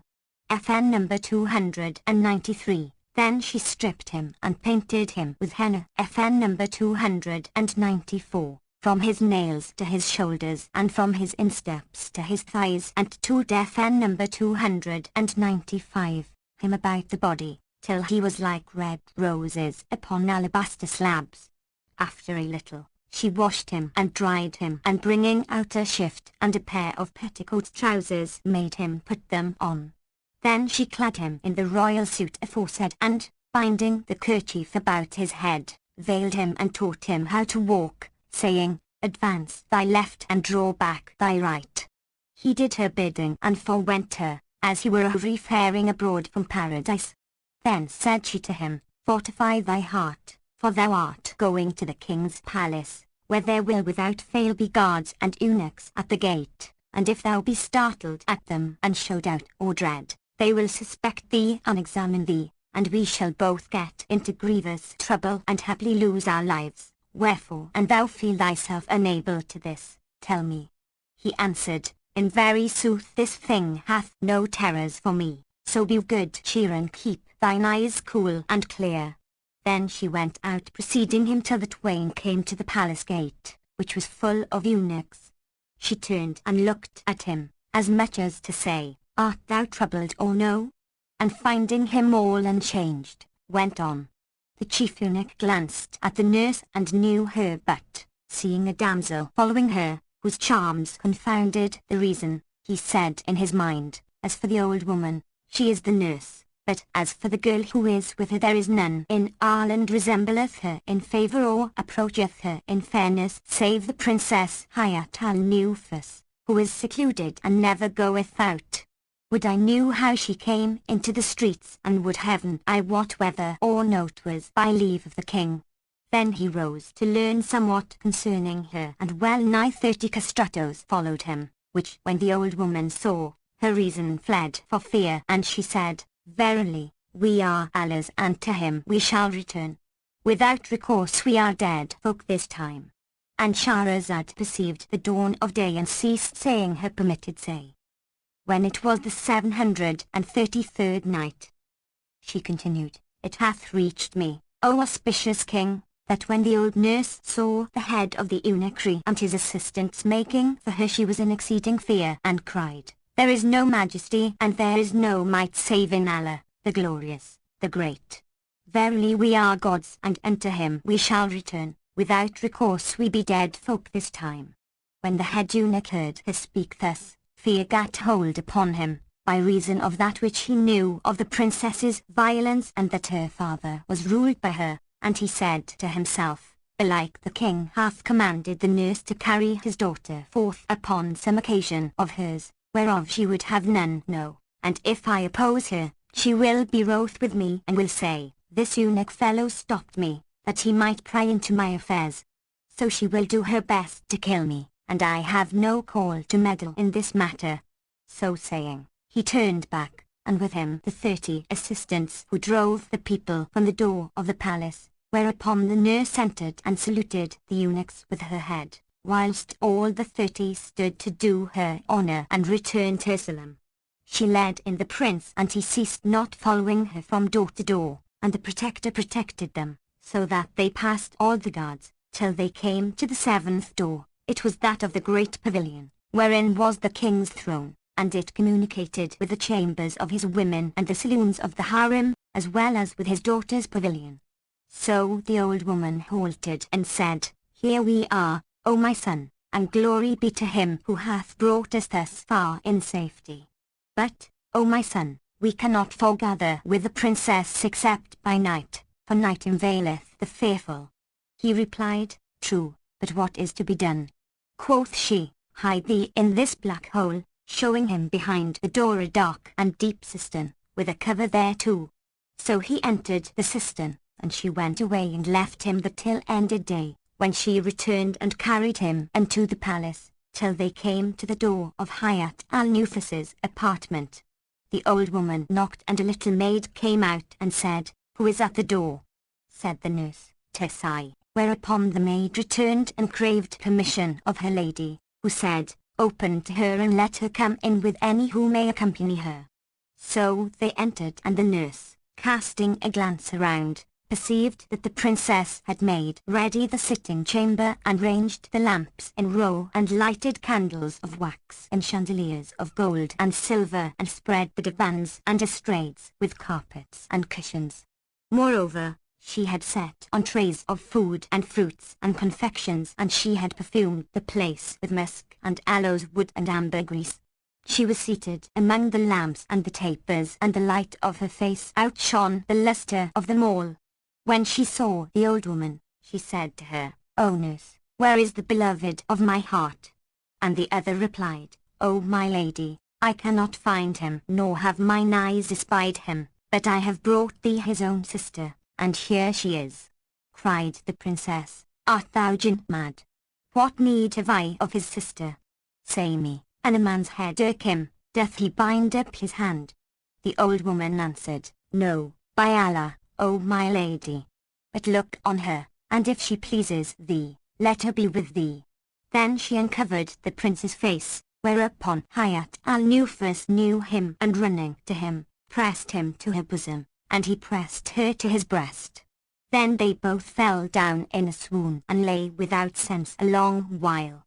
The old woman sprinkled rose water upon them till they came to themselves, when she kissed him on the mouth more than 1,000 times and improvised these couplets. "Sought me this heart's dear love at gloom of night, I rose in on it till he sat forthright, and said, O aim of mine, O sole desire, in such night visit hast of guards no fright?"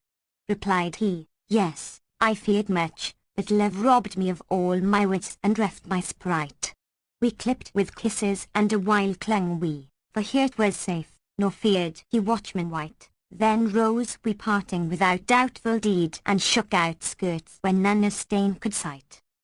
And Shahrazad perceived the dawn of day and ceased to say her permitted say.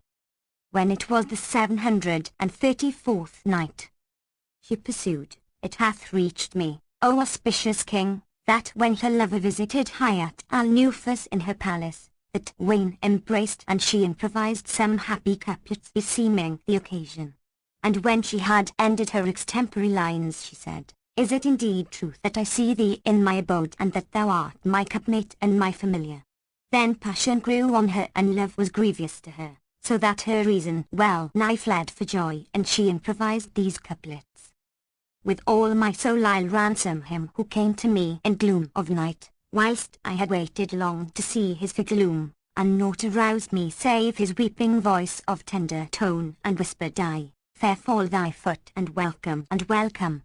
His cheek I kissed 1,000 times, and yet 1,000 more, then clipped and clung about his breast in veiled and darkling room, and cried, Now verily I've won the aim of every wish, so praise and prayers to Allah for this grace now best become.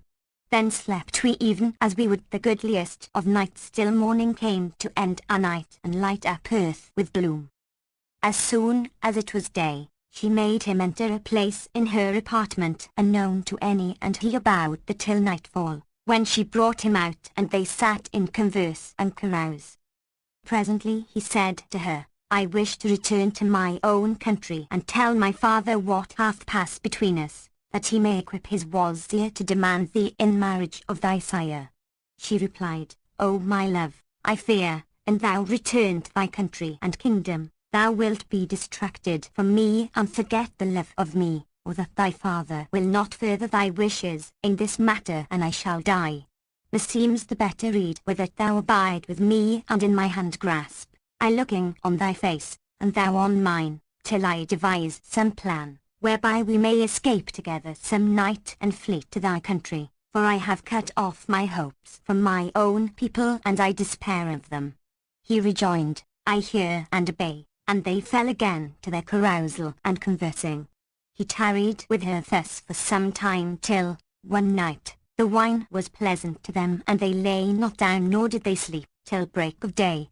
Now it chanced that one of the kings sent her father a present, and amongst other things, a necklace of union jewels, 29 grains, to whose price a king's treasures might not suffice. Quoth Abd al-Qadir, this revere beseemeth none but my daughter Hayat al-Nufus, and, turning to an eunuch, whose jaw teeth the princess had knocked out for reasons best known to herself, FN number 296, he called to him and said, carry the necklace to thy lady and say to her, one of the kings hath sent thy father this, as a present, and its price may not be paid with money, put it on thy neck. The slave took the necklace, saying in himself, Allah Almighty make it the last thing she shall put on in this world, for that she deprived me of the benefit of my grinder teeth, and repairing to the princess's apartment, found the door locked and the old woman asleep before the threshold. He shook her, and she awoke in a fright and asked, what dost thou want? To which he answered, the king hath sent me on an errand to his daughter. Quoth the nurse, the key is not here, go away, whilst I fetch it, but quoth he, I cannot go back to the king without having done his commandment. So she went away, as if to fetch the key, but fear overtook her and she sought safety in flight. Then the eunuch awaited her a while, then, finding she did not return, he feared that the king would be angry at his delay, so he rattled at the door and shook it, whereupon the bolt gave way and the leaf opened. He entered and passed on, till he came to the 7th door, and walking into the princess's chamber found the place splendidly furnished and saw candles and flagons there. At this spectacle he marvelled, and going close up to the bed, which was curtained by a hanging of silk, embroidered with a network of jewels, drew back the curtain from before the princess and saw her sleeping with her arms about the neck of a young man handsomer than herself, whereat he magnified Allah Almighty, who had created such a youth of vile water, and said, how goodly be this fashion for one who hateth men. How came she by this fellow? Methinks was on his account that she knocked out my back teeth. Then he drew the curtain and made for the door, but the king's daughter awoke in a fright, and seeing the eunuch, whose name was Kafur, called to him. He made her no answer, so she came down from the bed on the estrade, and catching hold of his skirt laid it on her head and kissed his feet, saying, veil what Allah veileth.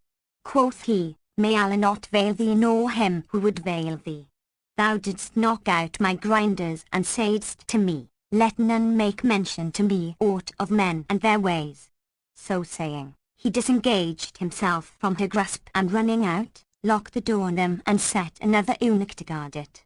Then he went into the king, who said to him, hast thou given the necklace to Hayat al-Nufus? The eunuch replied, by Allah, thou deservest altogether a better fate. And the king asked, what hath happened? Tell me quickly. Whereto he answered, I will not tell thee, save in private and between our eyes. But the king retorted, saying, tell me at once and in public. Cried the eunuch, then grant me immunity. So the king threw him the kerchief of immunity, and he said, O king, I went into the princess Hayat al-Nufus and found her asleep in a carpeted chamber, and on her bosom was a young man. So I locked the door upon the two and came back to thee. When the king heard these words he started up, and taking a sword in his hand, cried out to the ears of the eunuchs, saying, take thy lads and go to the princess's chamber and bring me her and him who is with her, as they twain lie on the bed, but cover them both up. And Shahrazad perceived the dawn of day and ceased saying her permitted say. When it was the 735th night, she resumed, it hath reached me, O auspicious king, that when the king commanded the head eunuch to take his lads and to fetch and set before him Hayat al-Nufus and him who was with her, the chief and his men entered the princess's apartment, where he found her standing up, dissolved in railing tears, and the prince by her side. So he said to them, lie down on the bed, as thou wast, and let him do likewise. The king's daughter feared for her lover FN number 297, and said to him, this is no time for resistance. So they both lay down, and the eunuchs covered them up and carried the twain into the king's presence. Thereupon Abd al-Qadir pulled off the coverings, and the princess sprang to her feet. He looked at her and would have smitten her neck, But the prince threw himself on the father's breast, saying, "The fault was not hers but mine only, kill me before thou killest her." The king made at him, to cut him down, but Hayat al-Nufus cast herself on her father and said, "Kill me not him, for he is the son of a great king, lord of all the land in its length and breadth." When the king heard this, he turned to the chief wazir, who was a gathering place of all that is evil, and said to him, "What sayest thou of this matter, O minister?"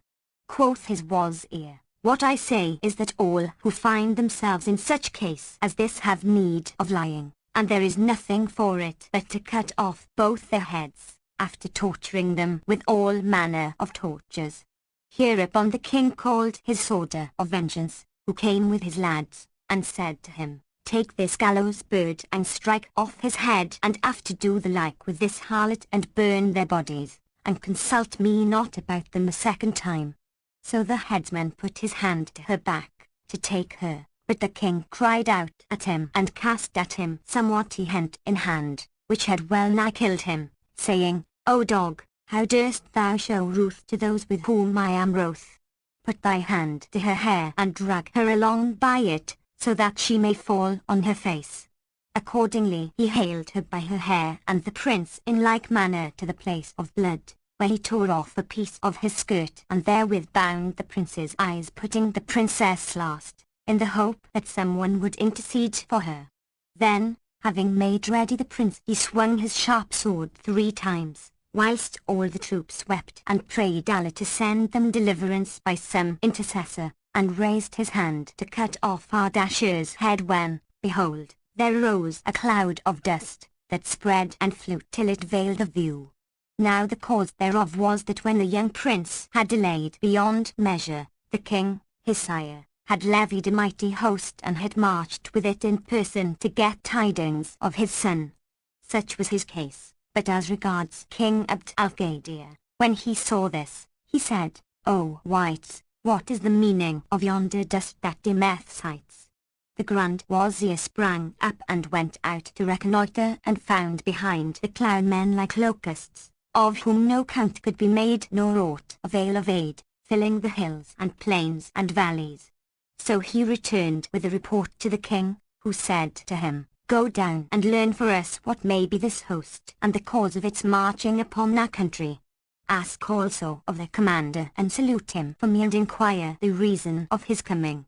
And he came in quest of aught, we will aid him, and if he have a blood feud with one of the kings, we will ride with him, or, if he desire a gift, we will handsel him, for this is indeed a numerous host and a power uttermost, and we fear for Allah and from its mischief." So the minister went forth and walked among the tents and troopers and bodyguards, and ceased not faring on from the first of the day till near sundown, when he came to the warders with gilded swords in tents star-studded.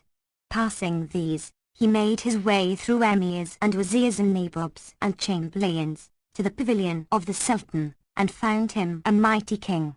When the king's officers saw him, they cried out to him, saying, "Kiss ground!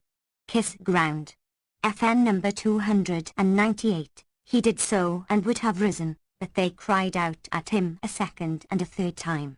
So he kissed the earth again and raised his head and would have stood up, but fell down at full length for excess of awe.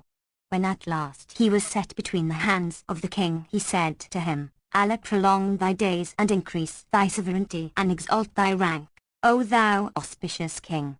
And furthermore, of a truth, King Abd al-Qadir saluteth thee and kisseth the earth before thee, and asketh on what weighty business thou art come.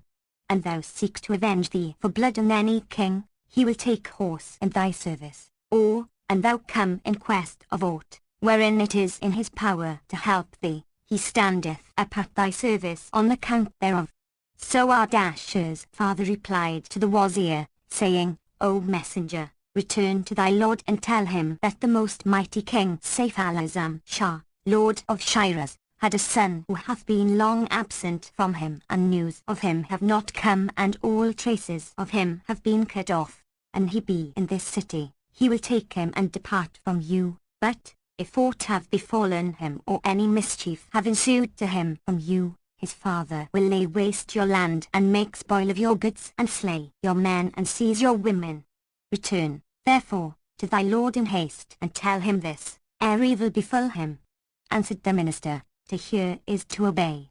And turned to go away, when the chamberlains cried out to him, saying, Kiss ground. Kiss ground. So he kissed the ground a score of times and rose not till his life breath was in his nostrils. FN number 299. Then he left the king's high court and returned to the city, full of anxious thought concerning the affair of this king and the multitude of his troops, and going into King Abd al-Qadir, pale with fear and trembling in his side muscles, acquainted him with that had befallen him. And Shahrazad perceived the dawn of day and ceased to say her permitted say. When it was the 736th night, she said, It hath reached me, O auspicious king, that there was returned from the court of the great king, pale with fear and with side muscles quivering for dread exceeding, and acquainted his lord with that had befallen him. He disquietude and terror for himself and for his people laid hold upon him, and he said to the minister, O Wazir, and who is this king's son? Replied the other, 'Tis even he whom thou badest put to death, but praise be Allah who hastened not his slaughter. Else had his father wasted our lands and spoiled our good. Quoth the king, See now thy corrupt judgment, in that thou didst counsel us to slay him. Where is the young man, the son of yonder magnanimous king? And quoth the Wazir, O mighty king, thou didst command him be put to death. When the king heard this, he was clean distraught and cried out from his heart's core and inmost of head, saying, Woe to you! Fetch me the headsman forthright, lest death fall on him. So they fetched the sworder, and he said, Zero king of the age, I have smitten off his head even as thou badest me. Cried Abd al-Qadir, O dog, and this be true, I will assuredly send thee after him. The headsman replied, O king, thou didst command me to slay him without consulting thee a second time. Said the king, I was in my wrath, but speak the truth, ere thou lose thy life. And said the sworder, O king, he is yet in the chains of life. At this Abd al-Qadir rejoiced and his heart was set at rest. Then he called for Ardashir, and when he came, he stood up to receive him and kissed his mouth, saying, O my son, I ask pardon of Allah Almighty for the wrong I have done thee, and say thou not aught that may lower my credit with thy sire, the great king. The prince asked, O king of the age, and where is my father? And the other answered, He is come hither on thine account. Thereupon quoth Ardashir, By thy worship, I will not stir from before thee till I have cleared my honour and the honour of thy daughter from that which thou laidest to our charge, for she is a pure virgin. Send for the midwives, and let them examine her before thee. And they find her maidenhead gone, I give thee leave to shed my blood, and if they find her a clean maid, her innocence of dishonour and mine also will be made manifest. So he summoned the midwives, who examined the princess and found her a pure virgin, and so told the king, seeking largesse of him. He gave them what they sought, putting off his royal robes to bestow on them, and in like manner he was bountiful to all who were in the harem. And they brought forth the scent cups and perfumed all the lords of estate and grandees, and not one but rejoiced with exceeding joy. Then the king threw his arms about Ardashir's neck and entreated him with all worship and honour, bidding his chief eunuchs bear him to the bath. When he came out, he cast over his shoulders a costly robe and crowned him with a coronet of jewels. He also girt him with a girdle of silk, purfled with red gold and set with pearls and gems, and mounted him on one of his noblest mares, with sail and trappings of gold inlaid with pearls and jewels. Then he bade his grandees and captains mount on his service and escort him to his father's presence, and charged him tell his sire that King Abd al-Qadir was at his disposal, hearkening to and obeying him in whatso he should bid or forbid. I will not fail of this, answered Ardashir, and farewelling him, repaired to his father who, at sight of him, was transported for delight, and springing up, advanced to meet him and embraced him, whilst joy and gladness spread among all the host of the great king. Then came the wazirs and chamberlains and captains and guards and kissed the ground before the prince and rejoiced in his coming. And it was a great day with them for enjoyment, for the king's son gave leave to those of King Abd al-Qadir's officers who had accompanied him and others of the townsfolk, to view the ordinance of his father's host, without let or stay, so they might know the multitude of the great king's troops and the might of his empire. And all who had seen him selling stuffs in the lion and draper's bazaar marvelled how his soul could have consented thereto, considering the nobility of his spirit and the loftiness of his dignity. But it was his love and inclination to the king's daughter that to this had constrained him. Meanwhile, news of the multitude of her lover's troops came to Hayat al-Nufus, who was still jailed by her sire's commandment, till they knew what he should order respecting her, whether pardon and release or death and burning. And she looked down from the terrace roof of the palace and, turning towards the mountains, saw even these covered with armed men. When she beheld all those warriors and knew that they were the army of Ardashir's father, she feared lest he should be diverted from her by his sire and forget her and depart from her, whereupon her father would slay her. So she called a handmaid that was with her in her apartment by way of service, and said to her, "Go to Ardashir, son of the great king, and fear not. When thou comest into his presence, kiss the ground before him and tell him what thou art, and say to him, My lady saluteth thee and would have thee to know that she is a prisoner in her father's palace, awaiting his sentence, whether he be minded to pardon her or put her to death, and she beseecheth thee not to forget her or forsake her, for today thou art all-powerful, and, in whatso thou commandest, no man dare cross thee. Wherefore, an it seem good to thee to rescue her from her sire and take her with thee, it were of thy bounty, for indeed she endureth all these trials for thy sake. But, and this seem not good to thee, for that thy desire of her is at an end, still speak to thy sire, so haply he may intercede for her with her father and he depart not, till he have made him set her free and taken surety from and made covenant with him, that he will not go about to put her to death nor work her aught of harm. This is her last word to thee, may Allah not desolate her of thee." And so the peace. FN number 300. And Shahrazad perceived the dawn of day and ceased saying her permitted say. When it was the 737th night, she continued, "It hath reached me, O auspicious king, that the bondmaid sent by Hayat al-Nufus made her way to Ardashir and delivered him her lady's message, which when he heard, he wept with sore weeping and said to her, Know that Hayat al-Nufus is my mistress and that I am her slave and the captive of her love. I have not forgotten what was between us nor the bitterness of the parting day, so do thou say to her, after thou hast kissed her feet, that I will speak with my father of her, and he shall send his wazir, who sought her aforetime in marriage for me, to demand her hand once more of her sire, for he dare not refuse. So, if he send to her to consult her, let her make no opposition, for I will not return to my country without her."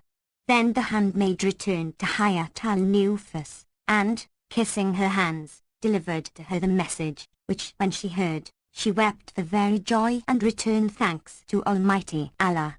Such was her case, but as regards Ardashir, he was alone with his father that night, and the great king questioned him of his case, whereupon he told him all that had befallen him, first and last. Then quoth the king, "What wilt thou have me do for thee, O my son? And thou desire Abd al-Qadir's ruin, I will lay waste his lands and spoil his hoards and dishonour his house." Replied Ardashir, "I do not desire that, O my father, for he hath done nothing to me deserving thereof, but I wish for union with her. Wherefore I beseech thee of thy favour to make ready a present for her father, but let it be a magnificent gift, and send it to him by thy minister, the man of just judgment." Quoth the king, "I hear and consent," and sending for the treasures he had laid up from time past, brought out all manner precious things and showed them to his son, who was pleased with them.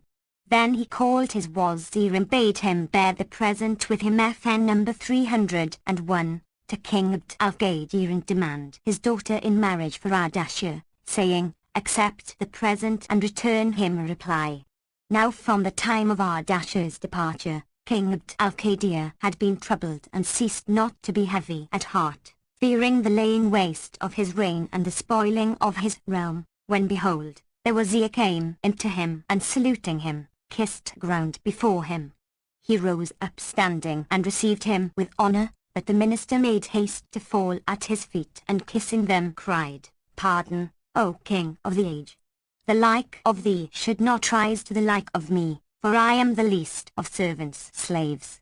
Know, O King, that Prince Ardashir hath acquainted his father with some of the favours and kindnesses thou hast done him, wherefore he thanketh thee and sendeth thee in company of thy servant who standeth before thee, a present, saluting thee and wishing thee especial blessings and prosperities. Abd al-Qadir could not believe what he heard of the excess of his fear, till the wazir laid the present before him, when he saw it to be such gift as no money could purchase, nor could one of the kings of the earth avail to the like thereof, wherefore he was belittled in his own eyes, and springing to his feet, praised Almighty Allah and glorified him and thanked the prince. Then said the minister to him, O noble king, give ear to my word and know that the great king sendeth to thee, desiring thine alliance, and I come to thee seeking and craving the hand of thy daughter, the chaste dame and treasured gem Hayat al-Nufus, in wedlock for his son Ardashir, wherefore, if thou consent to this proposal and accept of him, do thou agree with me for her marriage portion. Abd al-Qadir hearing these words replied, I hear and obey. For my part, I make no objection, and nothing can be more pleasurable to me, but the girl is of full age and reason and her affair is in her own hand. So be assured that I will refer it to her and she shall choose for herself. Then he turned to the chief eunuch and bade him go and acquaint the princess with the event.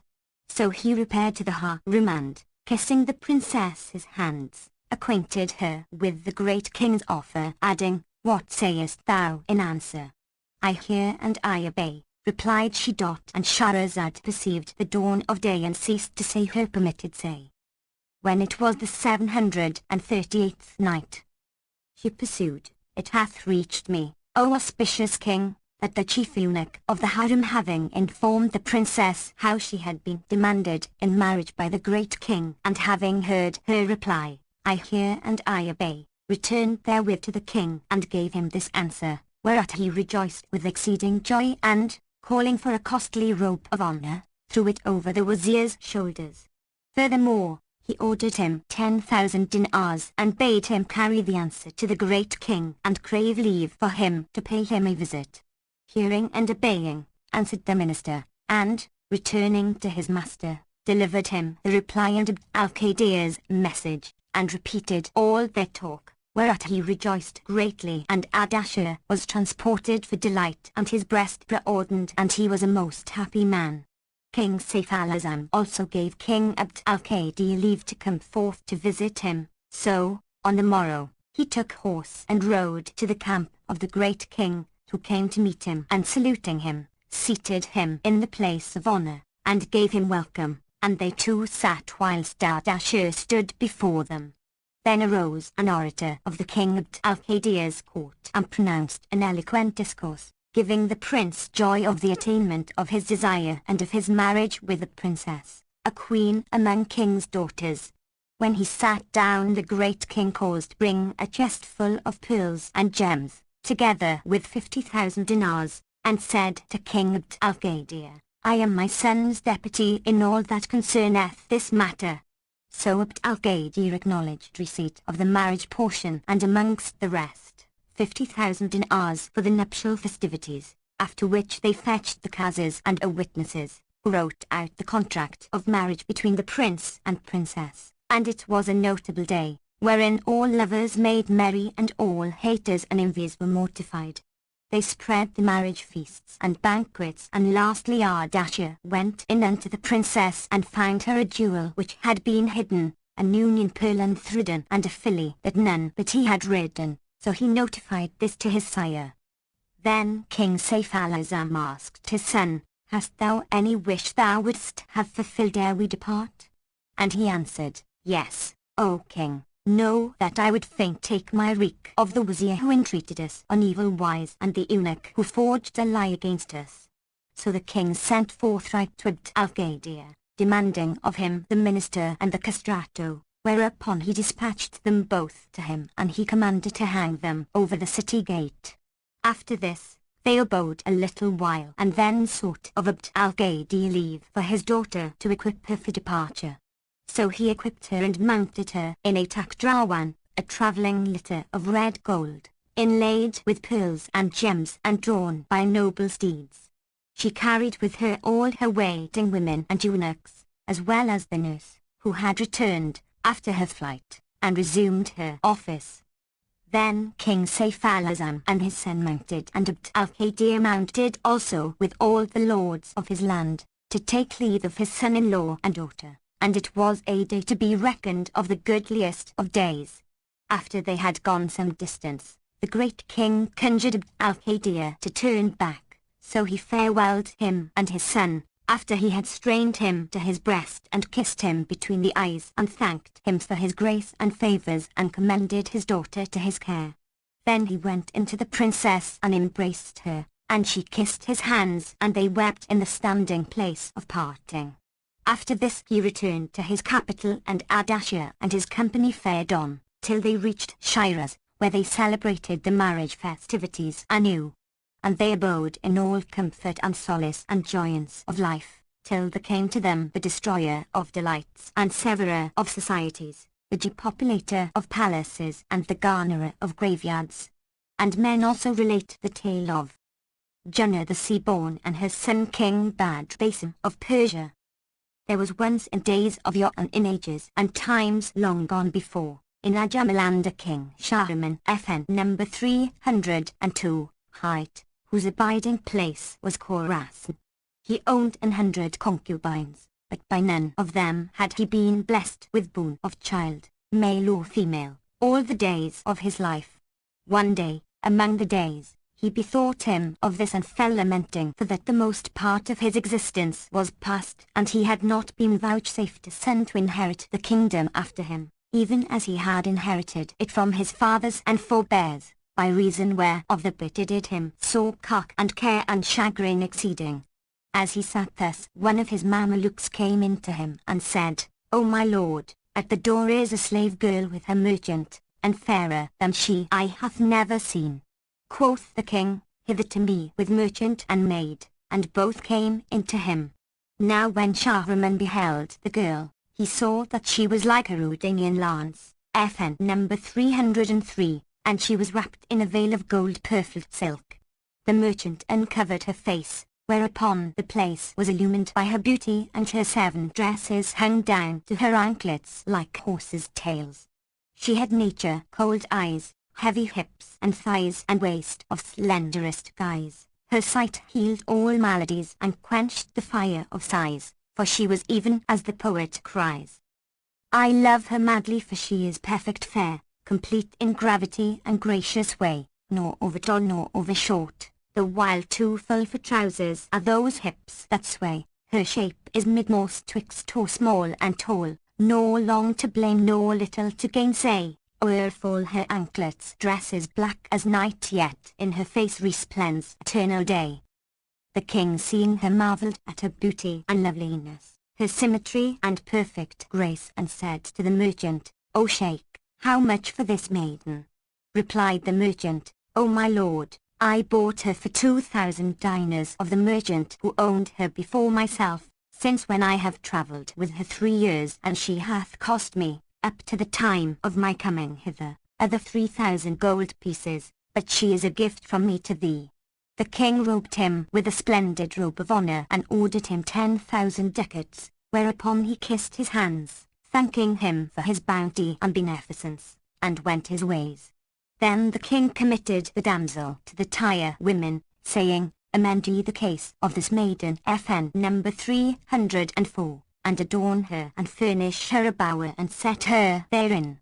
And he bade his chamberlains carry her everything she needed and shut all the doors upon her. Now his capital wherein he dwelt was called the White City and was seated on the seashore, so they lodged her in a chamber, whose latticed casements overlooked the main dot, and Shahrazad perceived the dawn of day and ceased saying her permitted say. When it was the 739th night, she said, It hath reached me, O auspicious king, that the king after taking the maiden, committed her to the tire women, bidding them amend her case and set her in a bower, and ordered his chamberlains to shut all the doors upon her when they had lodged her in a chamber whose latticed casements overlooked the main. Then Shahriman went into her, but she spake not to him, neither took any note of him. FN number 305, quoth he, 'Twould seem she hath been with folk who have not taught her manners. Then he looked at the damsel and saw her surpassing beauty and loveliness and symmetry and perfect grace, with a face like the rondure of the moon at its full or the sun shining in the sheeny sky. So he marvelled at her charms of favour and figure, and he praised Allah the Creator, magnified be his might, after which he walked up to her and sat him down by her side. Then he pressed her to his bosom and seating her on his thighs, sucked the dew of her lips which he found sweeter than honey. Presently he called for trays spread with richest viands of all kinds and ate and fed her by mouthfuls, till she had enough, yet she spoke not one word.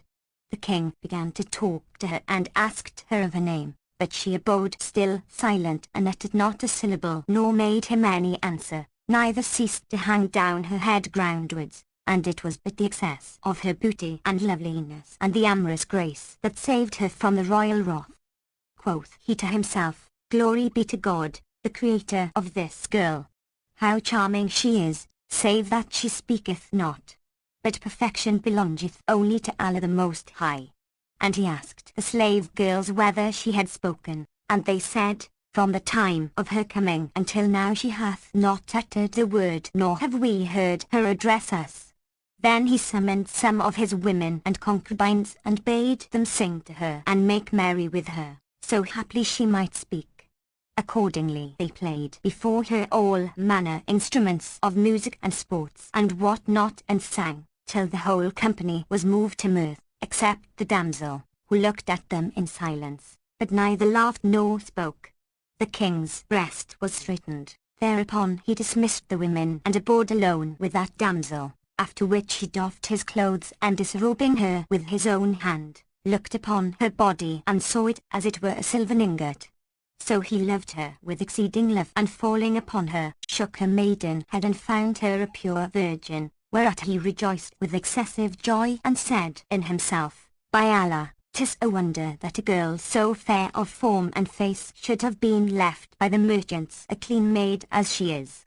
FN number 306. Then he devoted himself altogether to her, heeding none other and forsaking all his concubines and favourites, and tarried with her a whole year as it were a single day. Still she spoke not till, one morning he said to her, and indeed the love of her and longing waxed upon him, O desire of souls, verily passion for thee is great with me, and I have forsaken for thy sake all my slave girls and concubines and women and favourites, and I have made thee my portion of the world and had patience with thee a whole year, and now I beseech Almighty Allah, of his favour, to soften thy heart to me, so thou mayst speak to me. Or, and thou be dumb, tell me by a sign, that I may give up hope of thy speech. I pray the Lord, extolled be he, to vouchsafe me by thee a son-child, who shall inherit the kingdom after me, for I am old and lone and have none to be my heir. Wherefore, Allah upon thee, and thou love me, return me a reply. The damsel bowed her head a while in thought, and presently raising it, smiled in his face, whereat it seemed to him as if lightning filled the chamber. Then she said, O magnanimous liege lord, and valorous lion, Allah hath answered thy prayer. For I am with child by thee, and the time of my delivery is near at hand, though I know not if the unborn babe be male or female. FN number 307. But, had I not conceived by thee, I had not spoken to thee one word.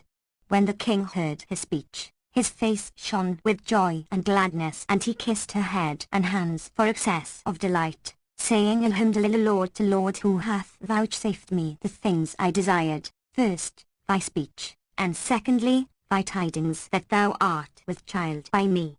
Then he rose up and went forth from her, and, seating himself on the throne of his kingship, in an ecstasy of happiness, bade his wazir distribute to the poor and needy and widows and others 100,000 dinars, by way of thank-offering to Allah Most High and alms on his own account.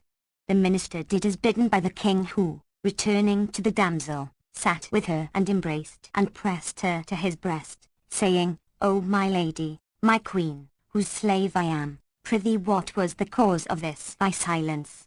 Thou hast been with me a whole year, night and day, waking and sleeping, yet hast not spoken to me till this day. She replied, Hearken, O king of the age, and know that I am a wretched exile, broken-hearted and far-parted from my mother and my family and my brother. When the king heard her words, he knew her desire and said, As for thy saying that thou art wretched, there is for such speech no ground, inasmuch as my kingdom and good and all I possess are at thy service, and I also am become thy bondman. But, as for thy saying, I am parted from my mother and brother and family, tell me where they are, and I will send and fetch them to thee. Thereupon she answered, Know, then, O auspicious king, that I am called Jannah FN number 308, the sea-born, and that my father was of the kings of the main. He died and left us his reign, but while we were yet unsettled, behold, one of the other kings arose against us and took the realm from our hands.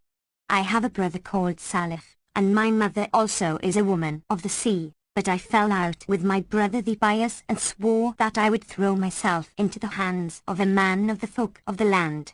So I came forth of the sea and sat down on the edge of an island in the moonshine FN number 309, where a passerby found me and, carrying me to his house, besought me of Lovelace, but I smote him on the head, so that he all but died, whereupon he carried me forth and sold me to the merchant from whom thou hadst me, and this was a good man and a virtuous, pious, loyal and generous. Were it not that thy heart loved me and that thou promotedst me over all thy concubines, I had not remained with thee a single hour, but had cast myself from this window into the sea and gone to my mother and family, but I was ashamed to fare themwards, being with child by thee, for they would have deemed evilly of me and would not have credited me, even although I swore to them. And I told them that a king had bought me with his gold and made me his portion of the world and preferred me over all his wives and everything that his right hand possessed. This then is my story and the peace. And Shahrazad perceived the dawn of day and ceased to say her permitted say.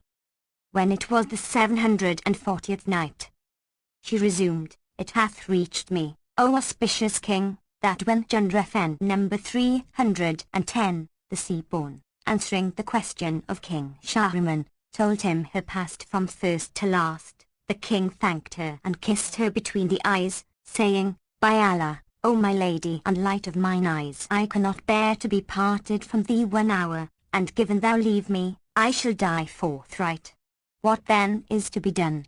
Replied she, O my lord, the time of my delivery is at hand, and my family needs must be present, that they may tend me. For the women of the land know not the manner of childbearing of the women of the sea, nor do the daughters of the ocean know the manner of the daughters of the earth. And when my people come, I shall be reconciled to them, and they will be reconciled to me.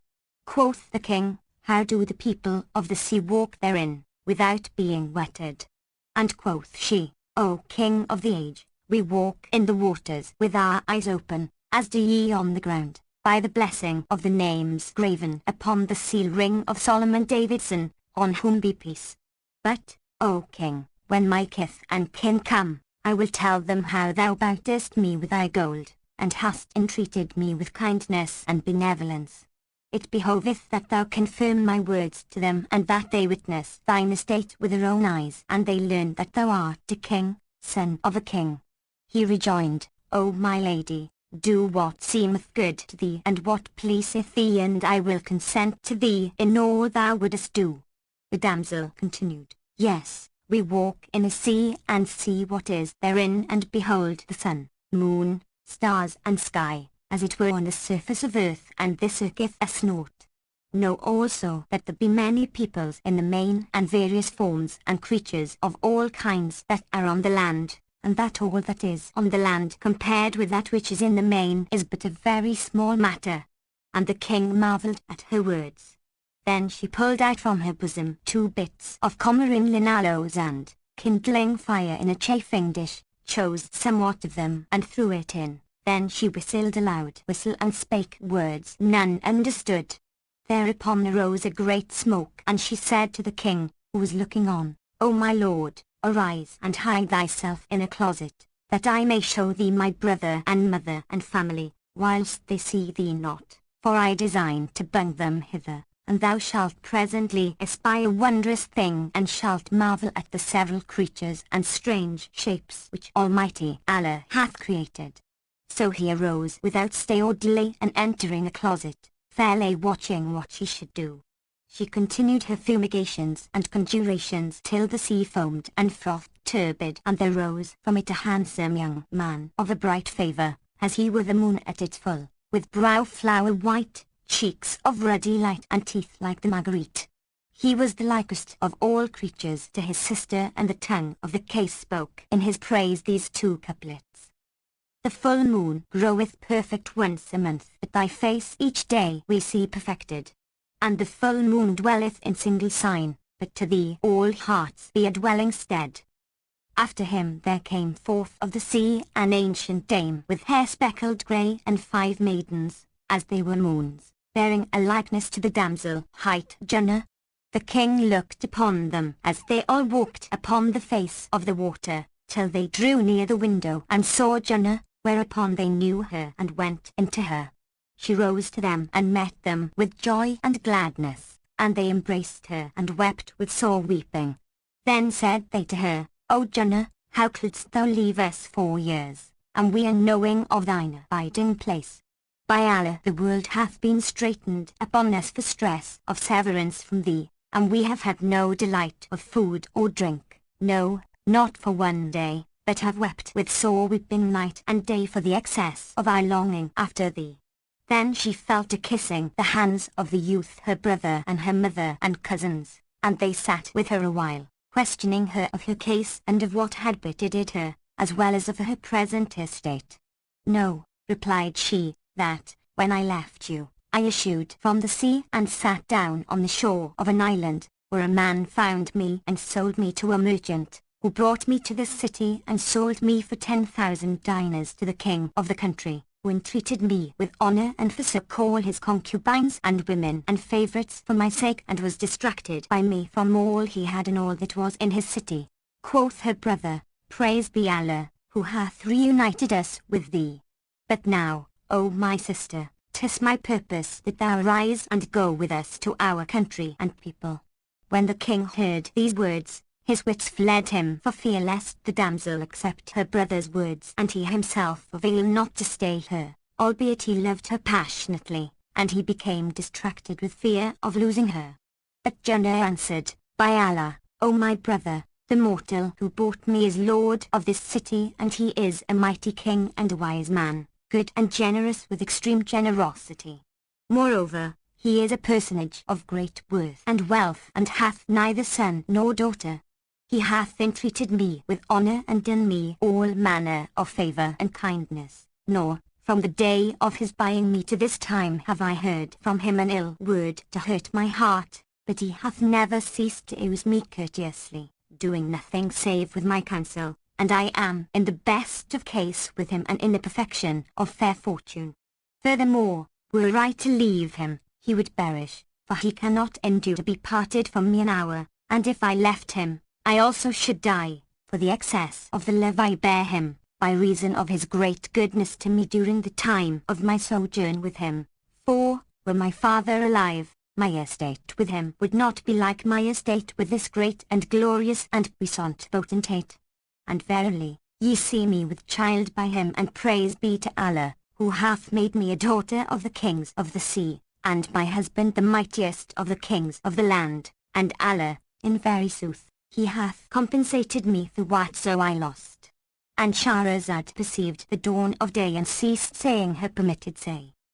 When it was the 741st night, she said, It hath reached me, O auspicious king, that Jannah the sea-born told her brother all her tale, adding, Allah hath not cut me off, but hath compensated me for whatso I lost.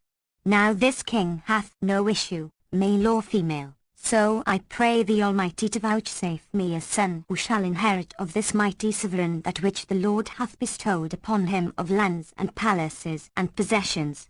Now when her brother and the daughters of her uncle heard this her speech, their eyes were cooled thereby, and they said, O Jannah, thou knowest thy value with us, and thou wottest the affection we bear thee, and thou art certified that thou art to us the dearest of all creatures, and thou art assured that we seek at ease for thee, without travail or trouble. Wherefore, and thou be in unease, arise and go with us to our land and our folk, and thou be at thine ease here, in honour and happiness. This is our wish and our will, for we desire naught save thy welfare in any case. FN number 311, quoth she, By Allah, I am here in the utmost ease and solace and honour and grace. When the king heard what she said, he joyed with a heart set at rest and thanked her silently for this. The love of her redoubled on him and entered its heart core, and he knew that she loved him as he loved her, and that she desired to abide with him, that she might see his child by her. Then Jannah bade her women lay the tables and set on all sorts of viands, which had been cooked in kitchen under her own eyes, and fruits and sweetmeats, whereof she ate, she and her kinsfolk. But, presently, they said to her, O Jannah, thy Lord is a stranger to us, and we have entered its house, without his leave or weeting. Thou hast extolled to us his excellence, and eke thou hast set before us of his victual whereof we have eaten, yet have we not companied with him nor seen him, neither hath he seen us nor come to our presence and eaten with us, so there might be between us bread and salt. And they all left eating and were wroth with her, and fire issued from their mouths, as from cressets, which when the king saw, his wits fled for excess of fear of them. But Jannah arose and soothed them, and going to the closet where was the king her lord, said to him, O my lord, hast thou seen and heard how I praised thee and extolled thee to my people, and hast thou noted what they said to me of their desire to carry me away with them? Quoth he, I both heard and saw. May the Almighty abundantly requite thee for me. By Allah, I knew not the full measure of thy fondness until this blessed hour, and now I doubt not of thy love to me. Quoth she, O my lord, is the reward of kindness sought but kindness? Verily, thou hast dealt generously with me, and hast entreated me with worship, and I have seen that thou lovest me with the utmost love. And thou hast done me all manner of honour and kindness, and preferred me above all thou lovest and desirest. So how should my heart be content to leave thee and depart from thee, and how should I do thus after all thy goodness to me? But now I desire of thy courtesy that thou come and salute my family, so thou mayst see them and they thee, and pure love and friendship may be between you. For know, O King of the age, that my brother and mother and cousins love thee with exceeding love, by reason of my praises of thee to them. And they say, We will not depart from thee nor go to our homes till we have foregathered with the king and saluted him. For indeed they desire to see thee and make acquaintance with thee. The king replied, To hear is to obey, for this is my very own wish. So saying, he rose and went into them and saluted them with the goodliest salutation. And they sprang up to him and received him with the utmost worship, after which he sat down in the palace and ate with them, and he entertained them thus for the space of 30 days. Then, being desirous of returning home, they took leave of the king and queen and departed with due permission to their own land, after he had done them all possible honour. A while after this, Jannah completed the days of her pregnancy, and the time of her delivery being come, she bore a boy, as he were the moon at its full, whereat the utmost joy visited the king, for that he had never in his life been vouchsafed son or daughter. So they held high festival and decorated the city 7 days, in the extreme of joy and jollity, and on the 7th day came Queen Junna's mother, Farashahite, FN number 312, and brother and cousins, whenas they knew of her delivery. And Shahrazad perceived the light of day and ceased to say her permitted say.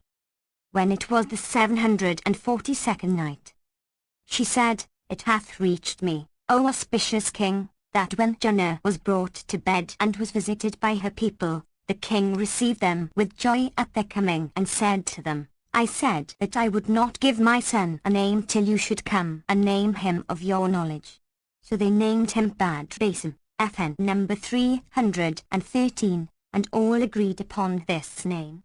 Then they showed the child to his uncle Salih, who took him in his arms and arising began to walk about the chamber with him in all directions, right and left.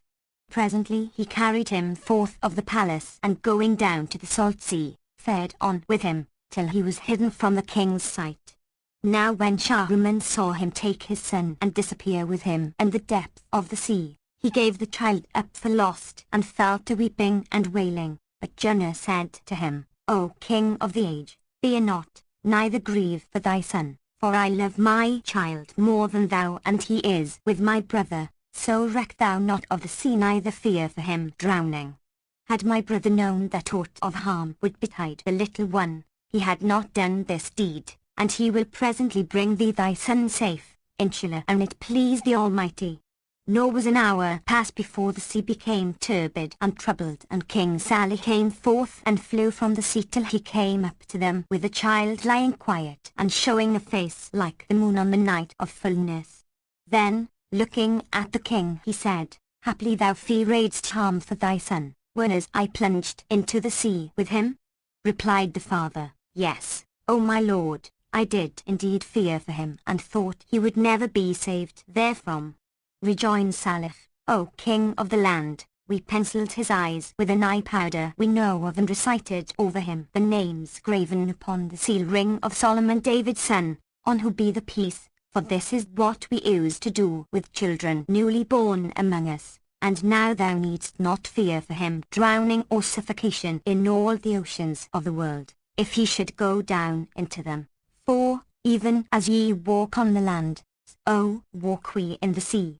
Then he pulled out of his pocket a casket, graven and sealed, and, breaking open the seals, emptied it, whereupon there fell from it strings of all manner jacinths and other jewels, besides 300 bugles of emerald and other 300 hollow gems, as big as ostrich eggs, whose light dimmed that of sun and moon. Quoth Salih, O king of the age, these jewels and jacinths are a present from me to thee. We never yet brought thee a gift, for that we knew not Junna's abiding place, neither had we of her any tidings or trace, but now that we see thee to be united with her and we are all become one thing, we have brought thee this present, and every little while we will bring thee the like thereof, Inshallah. For that these jewels and jacinths are more plentiful with us than pebbles on the beach, and we know the good and the bad of them and their whereabouts and the way to them, and they are easy to us. When the king saw the jewels, his wits were bewildered and his sense was astounded, and he said, By Allah, one single gem of these jewels is worth my realm.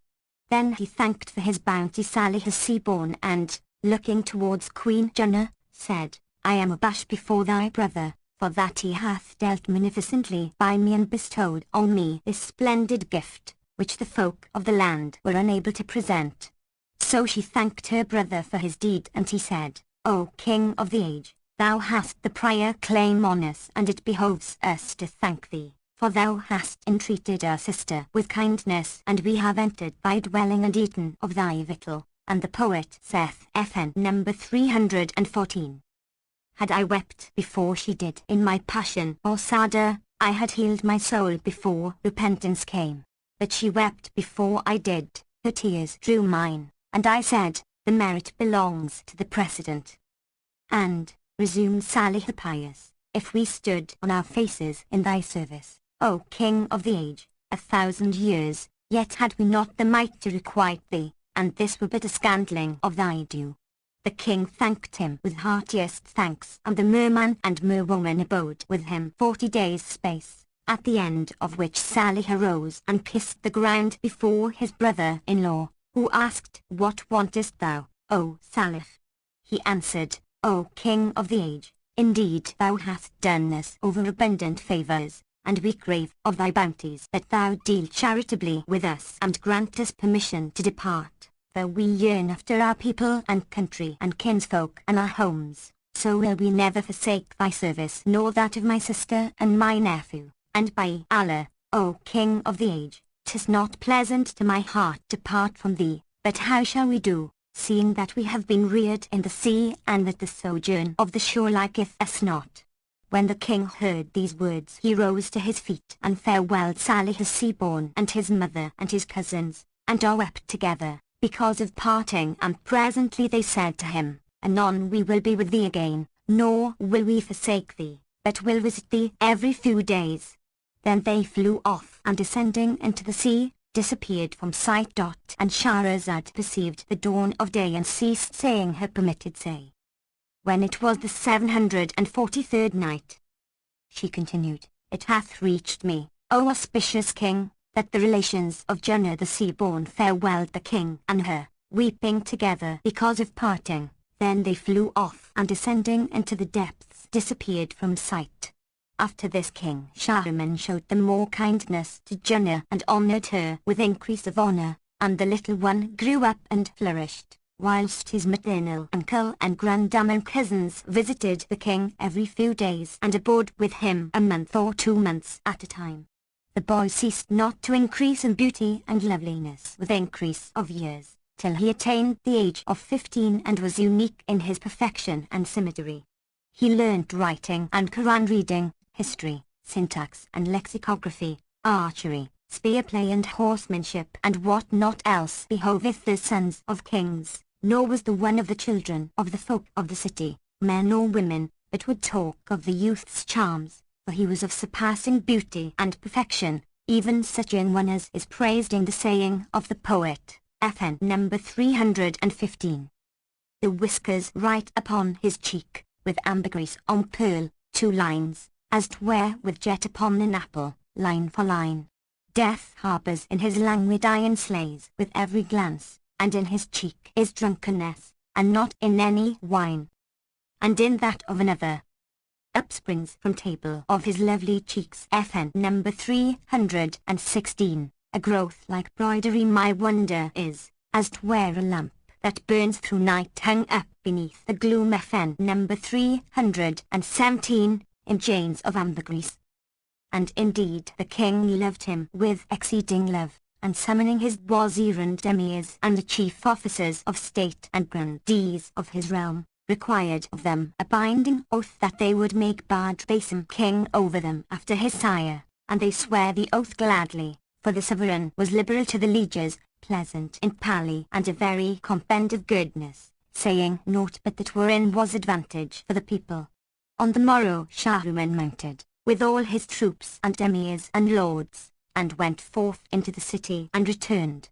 When they drew near the palace, the king dismounted, to wait upon his son who abode on horseback, and he and all the emirs and grandees bore the saddle-cloth of honour before him, each and every of them bearing it in his turn, till they came to the vestibule of the palace, where the prince alighted and his father and the emirs embraced him and seated him on the throne of kingship, whilst they, including his sire, stood before him. Then Badr Bas judged the people, deposing the unjust and promoting the just, and continued so doing till near upon noon, when he descended from the throne and went into his mother, Junna the sea-born, with a crown upon his head, as he were the moon.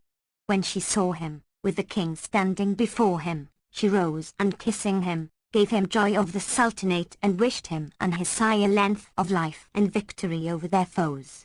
He sat with her and rested till the hour of mid-afternoon prayer, when he took horse and repaired, with the emirs before him, to the maiden plain, where he played at arms with his father and his lords, till nightfall, when he returned to the palace, preceded by all the folk. He rode forth thus every day to the tilting ground, returning to sit and judge the people and do justice between earl and churl, and thus he continued doing a whole year, at the end of which he began to ride out a hunting and a chasing and to go round about in the cities and countries under his rule, proclaiming security and satisfaction and doing after the fashion of kings. And he was unique among the people of his day for glory and valor and just dealing among the subjects. And it chanced that one day the old king fell sick, and his fluttering heart forebode him of translation to the mansion of eternity. His sickness grew upon him till he was nigh upon death, when he called his son and commended his mother and subjects to his care, and caused all the emirs and grandees once more swear allegiance to the prince, and assured himself of them by strongest oaths, after which he lingered a few days and departed to the mercy of Almighty Allah. His son and widow and all the emirs and wazirs and lords mourned over him, and they built him a tomb and buried him therein. They ceased not ceremonially to mourn for him a whole month, till Salih and his mother and cousins arrived and condoled with their grieving for the king, and said, O Jannah, though the king be dead, yet hath he left this noble and peerless youth, and not dead is whoso leaveth the like of him, the rending lion and the shining moon. And Shahrazad perceived the dawn of day and ceased to say her permitted say. When it was the 744th night, she pursued, It hath reached me, O auspicious king, that Salih brother of Jannah and her mother and cousins said to her, Albeit the king be dead, yet hath he left behind him as successor this noble and peerless youth, the rending lion and the shining moon. Thereupon the grandees and notables of the empire went into King Badr Basim and said to him, O king, there is no harm in mourning for the late sovereign, but over mourning beseemeth none save women. Wherefore occupy thou not thy heart and hearts with mourning for thy sire, inasmuch as he hath left thee behind him, and whoso leaveth the like of thee is not dead. Then they comforted him and diverted him, and lastly carried him to the bath. When he came out of the hammam, he donned a rich robe, purfled with gold and embroidered with jewels and jacinths, and, setting the royal crown on his head, sat down on his throne of kingship and ordered the affairs of the folk, doing equal justice between strong and weak, and exacting from the prince the dues of the pauper, wherefore the people loved him with exceeding love. Thus he continued doing for a full year, whilst, every now and then, his kinsfolk of the sea visited him, and his life was pleasant and his eye was cooled. Now it came to pass that his uncle Salih went in one night of the nights to Jannah and saluted her, whereupon she rose and embracing him seated him by her side and asked him, O my brother, how art thou and my mother and my cousins? He answered, O my sister, they are well and glad and in good case, lacking naught save the sight of thy face. Then she set somewhat of food before him, and he ate, after which talk ensued between the twain, and they spake of King Badr Basim and his beauty and loveliness, his symmetry and skill in cavalarice and cleverness and good breeding. Now Badr was propped upon his elbow hard by them, and, hearing his mother and uncle speak of him, he feigned sleep and listened to their talk. FN number 318. Presently Salih said to his sister, Thy son is now 17 years old and is unmarried, and I fear lest mishap befall him and he have no son, wherefore it is my desire to marry him to a princess of the princesses of the sea, who shall be a match for him in beauty and loveliness. Quoth Jannah, Name them to me, for I know them all. So Salih proceeded to enumerate them to her, one by one, but to each she said, I like not this one for my son. I will not marry him but to one who is his equal in beauty and loveliness and wit and piety and good breeding and magnanimity and dominion and rank and lineage. FN number 319. Quoth Salih, I know none other of the daughters of the kings of the sea, for I have numbered to thee more than 100 girls, and not one of them pleaseth thee. But see, O my sister, whether thy son be asleep or no. So she felt bad, and finding on him the signs of slumber said to Salih, He is asleep. What hast thou to say, and what is thine object in making sure his sleeping? Replied he, O my sister, Know that I have bethought me of the mermaid of the mermaids who befitteth thy son, but I fear to name her, lest he be awake and his heart be taken with her love, and maybe we should be unable to win to her, so should he and we in the grandees of the realm be wearied in vain, and trouble betide us through this. For, as saith the poet, love, at first sight, is a spurt of spray, FN number 320, but a spreading sea when it gaineth sway. When she heard these words, she cried, Tell me the condition of this girl, and her name, for I know all the damsels of the sea, kings' daughters and others, and, if I judge her worthy of him, I will demand her in marriage for him of her father, though I spends on her whatso my hand possesseth. So recount to me all anent her, and fear naught, for my son sleepeth. Quoth Salif, I fear lest he be awake, and the poet saith, I loved him, soon as his praise I heard, for rear oft loveth ere I survey. But Junna said, Speak out and be brief, and fear not, O my brother.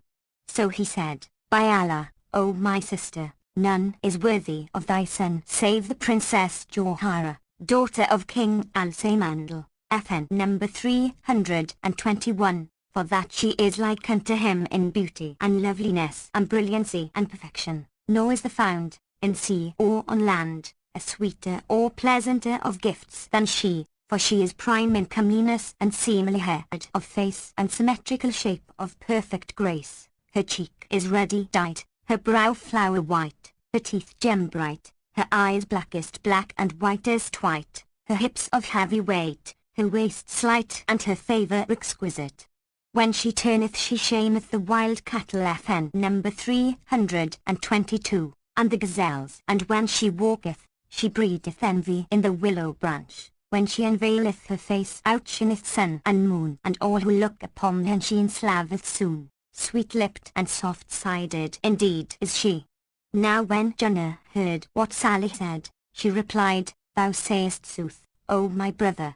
By Allah, I have seen her many and many a time, and she was my companion, when we were little ones, but now we have no knowledge of each other, the constraint of distance, nor have I set eyes on her for 18 years. By Allah, none is worthy of my son but she. Now Badr heard all they said and mastered what had passed, first and last, of these praises bestowed on Jawhara, daughter of King Al-Samandal, so he fell in love with her on hearsay, pretending sleep the while, wherefore fire was kindled in his heart on her account full sore, and he was drowned in a sea without bottom or shore. And Shahrazad perceived the dawn of day and ceased saying her permitted say. When it was the 745th night, she resumed, It hath reached me, O auspicious king, that when King Badr Basim heard the words of his uncle Salih and his mother Junna, praising the daughter of King Al-Samandal, a flame of fire burnt in his heart full sore, and he was drowned in a sea which hath nor bottom nor shore. Then Salih, looking at his sister, exclaimed, By Allah, O my sister, there is no greater fool among the kings of the sea than her father, nor one more violent of temper than he. So name thou not the girl to thy son, till we demand her in marriage of her father. If he favour us with his assent, we will praise Allah Almighty, and if he refuse us and will not give her to thy son to wife, we will say no more about it and seek another match. Answered Junna, Right is thy rede, and they parleyed no more. But Badr passed the night with a heart on fire with passion for Princess Jawhara. However, he concealed his case and spake not of her to his mother or his uncle, albeit he was on coals of fire for love of her. Now when it was morning, the king and his uncle went to the hammam bath and washed, after which they came forth and drank wine, and the servants set food before them, whereof they engendered their sufficiency, and washed their hands. Then Salih rose and said to his nephew and sister, With your leave, I would fain go to my mother and my folk, for I have been with you some days, and their hearts are troubled with awaiting me. But Badr Basim said to him, Tarry with us this day, and he consented. Then quoth the king, Come, O my uncle, let us go forth to the garden. So they sallied forth and promenaded about the pastures and took their solace a while. after which King Bard lay down under a shady tree, thinking to rest and sleep, but he remembered his uncle's description of the maiden and her beauty and loveliness, and shed railing tears, reciting these two couplets FN number 323. Words said to me while the flame is burning within me, and the fire blazing in my heart and bowels, wouldst thou rather that thou shouldest behold them or a draught of pure water? I would answer, them. Then he sighed and wept and lamented, reciting these verses also. Who shall save me from love of a lovely gazelle, brighter browed than the sunshine, my bonnibel? My heart, erst free from her love, now burns with fire for the maid of Alsamandel. When Sally heard what his nephew said, he smote hand upon hand and said, There is no God but the God. Muhammad is the apostle of God, and there is no majesty and there is no might save in Allah, the glorious, the great. Adding, O my son, heardest thou what passed between me and thy mother respecting Princess Johara? Replied Badr Basim, Yes, O my uncle, and I fell in love with her by hearsay through what I heard you say. Indeed, my heart cleaveth to her, and I cannot live without her. Rejoined his uncle, O king, let us return to thy mother and tell her how the case standeth, and crave her leave that I may take thee with me and seek the princess in marriage of her sire, after which we will farewell her and thou will return. Indeed, I fear to take thee and go without her leave, lest she be wroth with me, and verily the right would be on her side, for I should be the cause of her separation from us. Moreover, the city would be left without king, and there would be none to govern the citizens and look to their affairs, so should the realm be disordered against thee and the kingship depart from thy hands. But Badr Basim, hearing these words, cried, O my uncle, if I return to my mother and consult her on such matter, she will not suffer me to do this, wherefore I will not return to my mother nor consult her.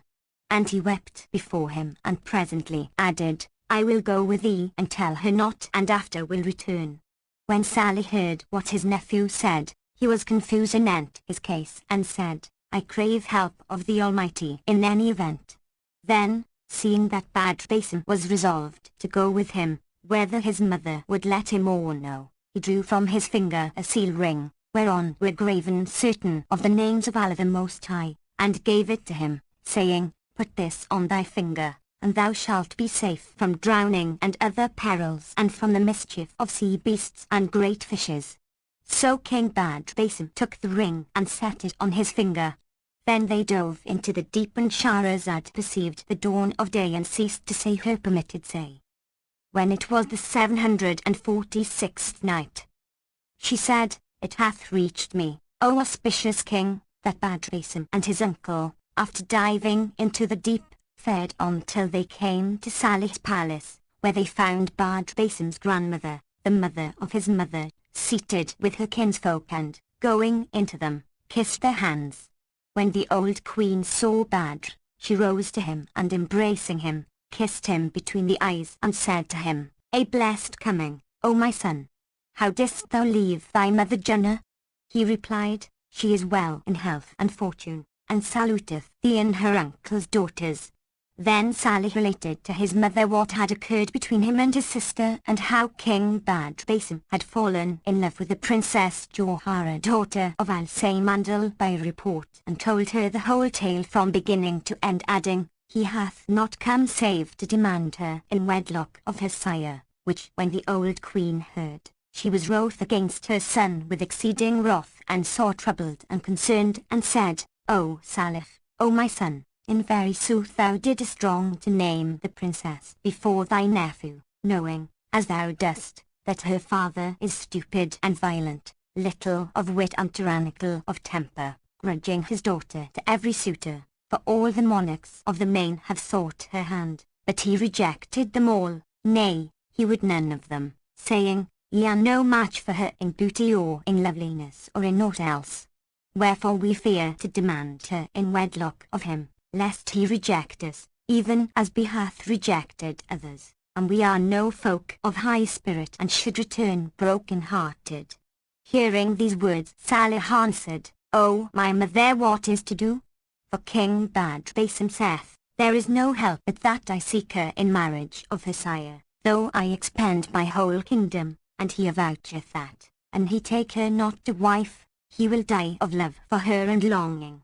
And Sally continued, he is handsomer and goodlier than she, his father was king of all the Persians, whose king he now is, and none is worthy of Johara save Basim. Wherefore I purpose to carry her father a gift of jacinths and jewels befitting his dignity, and demand her of him in marriage. And he object to us that he is a king, behold, our man also is a king and the son of a king. Or, if he object to us her beauty, behold our man is more beautiful than she. Or, again, if he object to us the vastness of his dominion, behold our man's dominion is vaster than hers and her father's, and numbereth more troops and guards, for that his kingdom is greater than that of Al-Samandal. Needs must I do my endeavour to further the desire of my sister's son, though it relieve me of my life, because I was the cause of whatso hath betided, and, even as I plunged him into the ocean of her love, so will I go about to marry him to her, and may Almighty Allah help me thereto.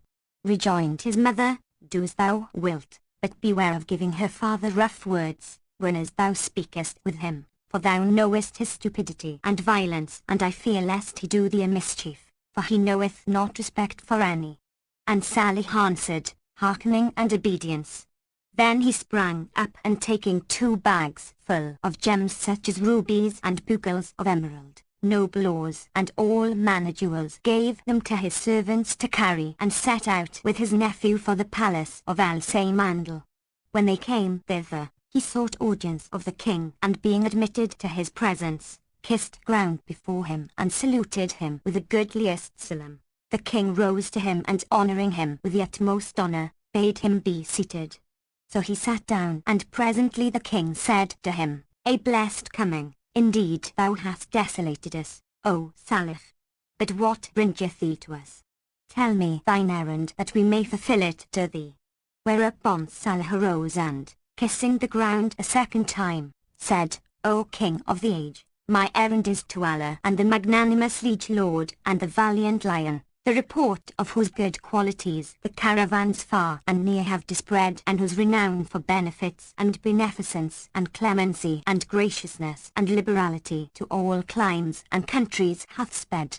Thereupon he opened the 2 bags, and, displaying their contents before Al-Samandal, said to him, O King of the age, haply wilt thou accept my gift, and by showing favour to me heal my heart. And Shahrazad perceived the dawn of day and ceased saying her permitted say. When it was the 747th night, she continued, it hath reached me, O auspicious king, that when Salih offered his gift to the king, saying, my aim and end is that the sovereign show favour to me and heal my heart by accepting my present, King Al-Samandal asked, with what object dost thou gift me with this gift? Tell me thy tale and acquaint me with thy requirement. And its accomplishment be in my power, I will straightway accomplish it to thee, and spare thee toil and trouble. And if I be unable thereunto, Allah compelleth not any so lot beyond its power.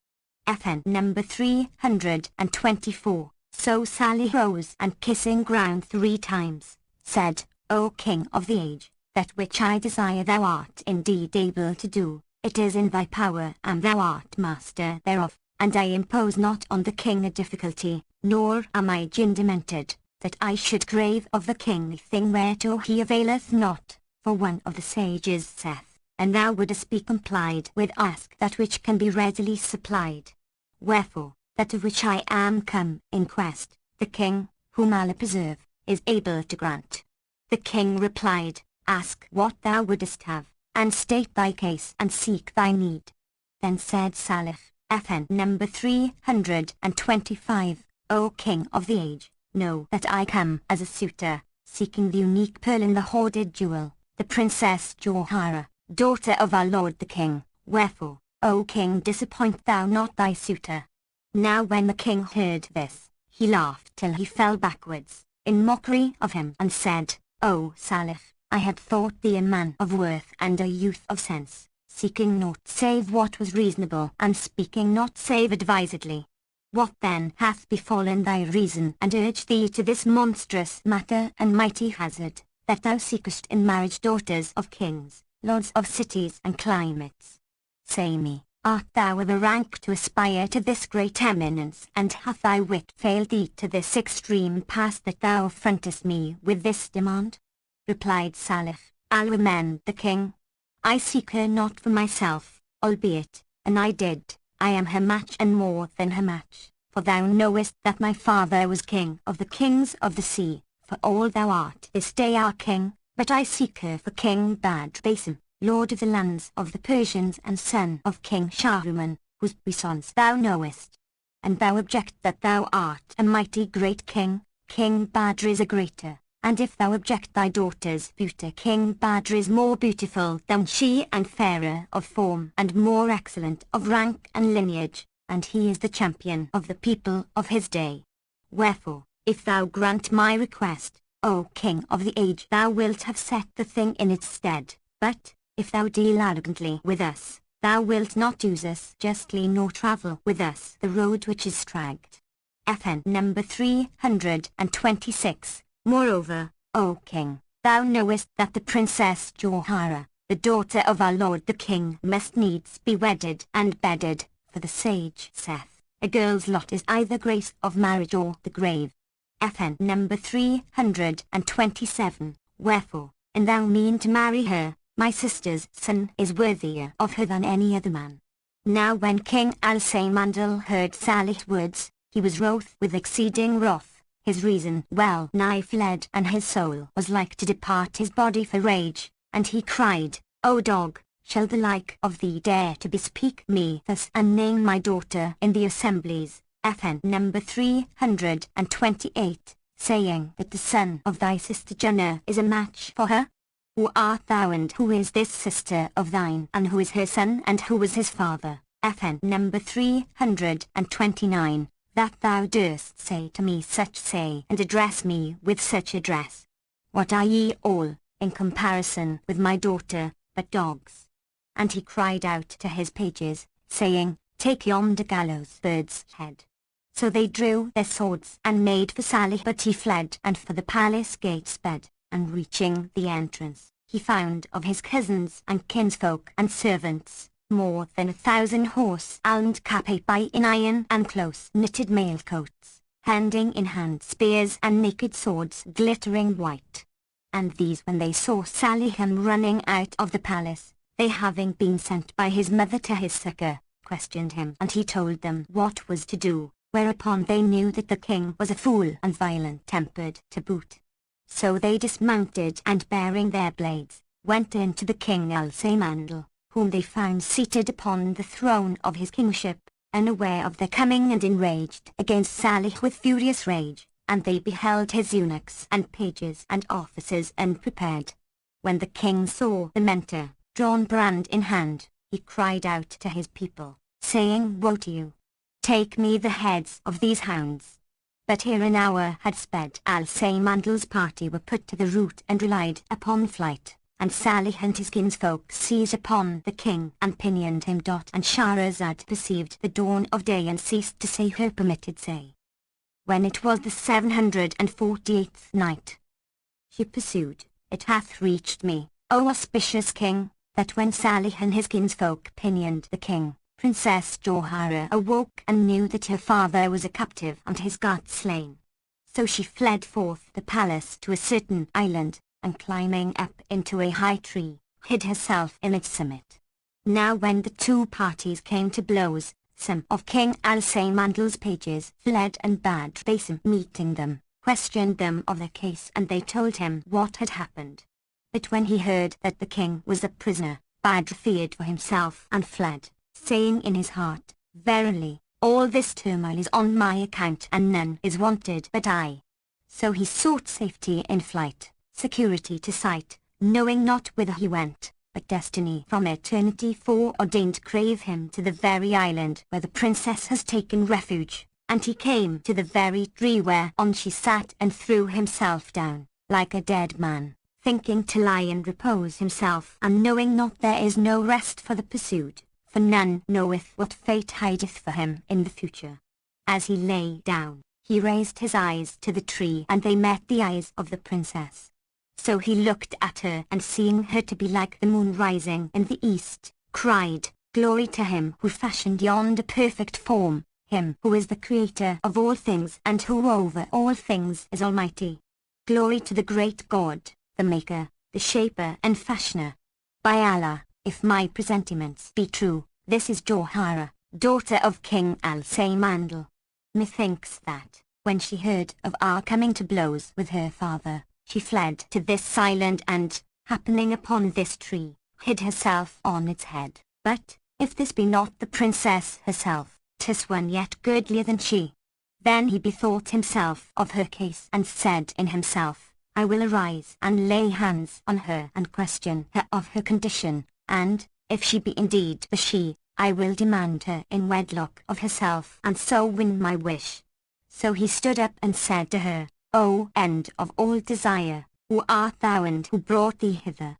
She looked at Badrasim, and seeing him to be as the full moon, FN number 330, when it shineth from under the black cloud, slender of shape and sweet of smile, answered, O fair of fashion, I am Princess Jawhara, daughter of King Al-Samandal, and I took refuge in this place, because Salih and his host came to blows with my sire and slew his troops and took him prisoner, with some of his men, wherefore I fled, fearing for my very life, presently adding, and I weet not what fortune hath done with my father. When King Badrasim heard these words, he marvelled with exceeding marvel at this strange chance, and thought, doubtless I have won my wish by the capture of her sire. Then he looked at Jawhara and said to her, Come down, O my lady, for I am slain for love of thee, and thine eyes have captivated me.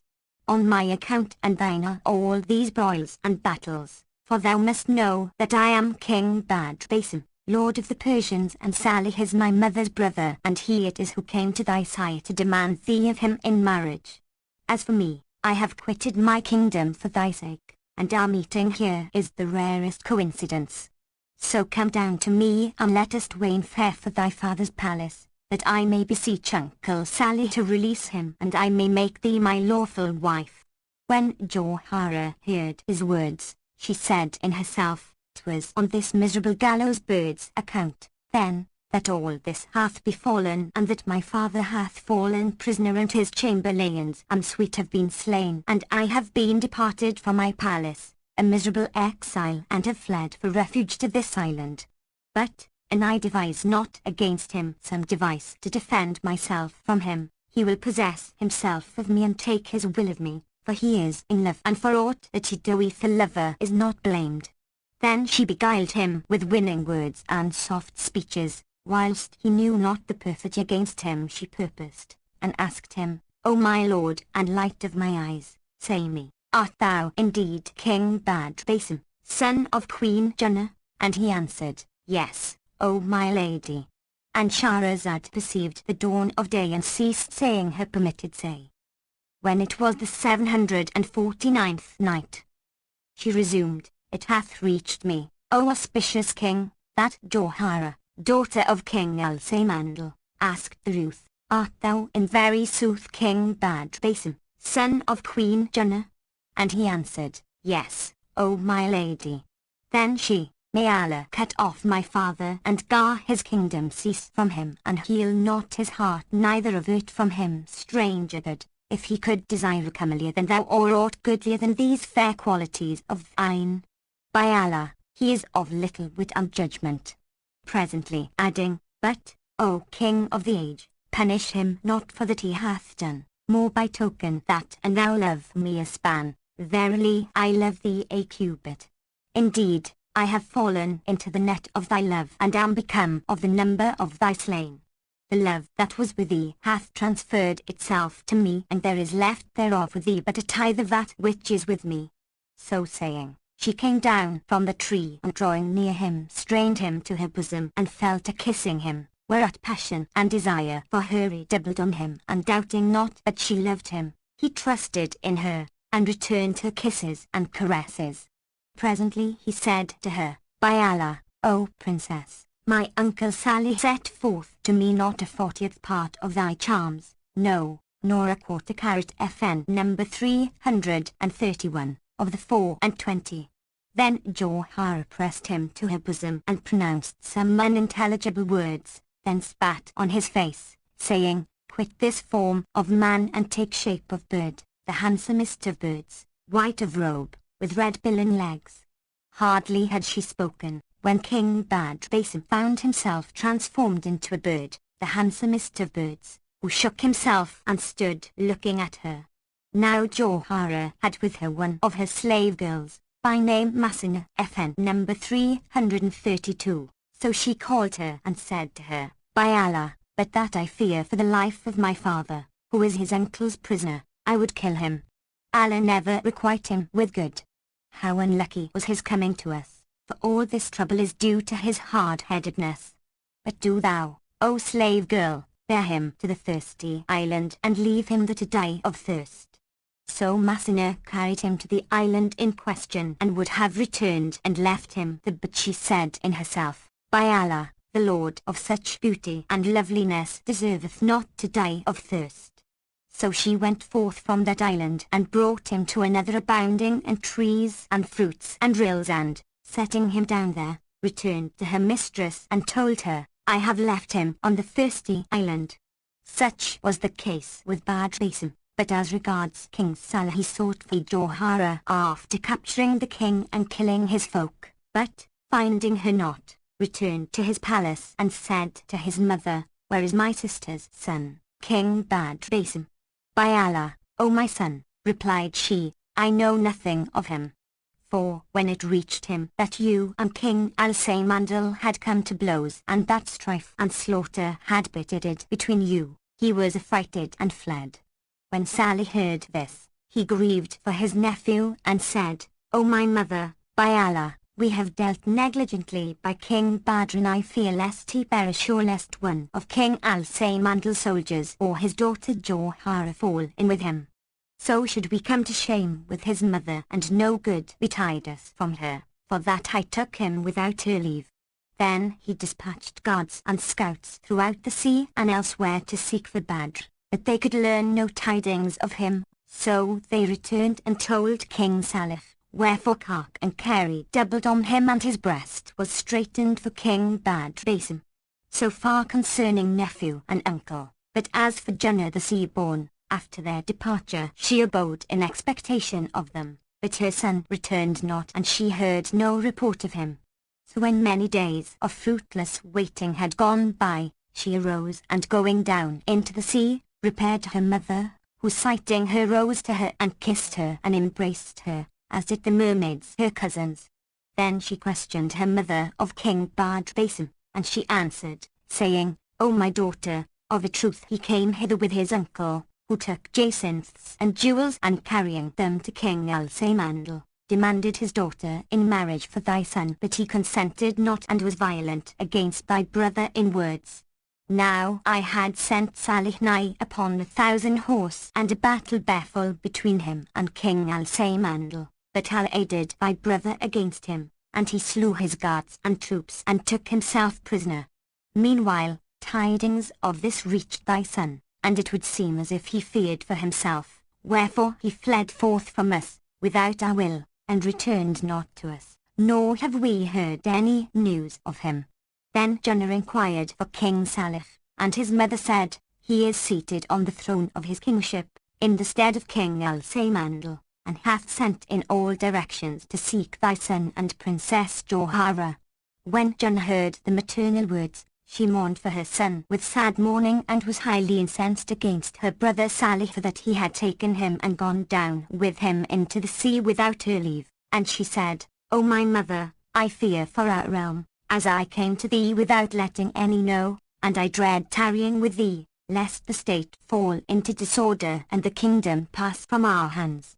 Wherefore I deem best to return and govern the reign till it please Allah to order our son's affair for us. But look he forget him not, neither neglect his case, for should he come to any harm, it would infallibly kill me, since I see not the world save in him and delight but in his life. She replied, with love and gladness, O my daughter, ask not what we suffer by reason of his loss and absence. Then she sent to seek for her grandson, whilst Jannah returned to her kingdom, weeping-eyed and heavy-hearted, and indeed the gladness of the world was straitened upon her. And Shahrazad perceived the dawn of day and ceased to say her permitted say. When it was the 750th night, she said, It hath reached me, O auspicious king, that when Queen Julia returned from her mother to her own realm, her breast was straitened and she was in ill case. So fared it with her, but as regards King Badr Basim, after Princess Johara had ensorcelled him and had sent him with her handmaid to the thirsty island, saying, Leave him there to die of thirst, and Marsina had set him down in a green islet, he abode days and nights in the semblance of a bird, eating of its fruits and drinking of its waters, and knowing not whither to go nor how to fly, till, one day, there came a certain fowler to the island to catch somewhat wherewithal to get his living.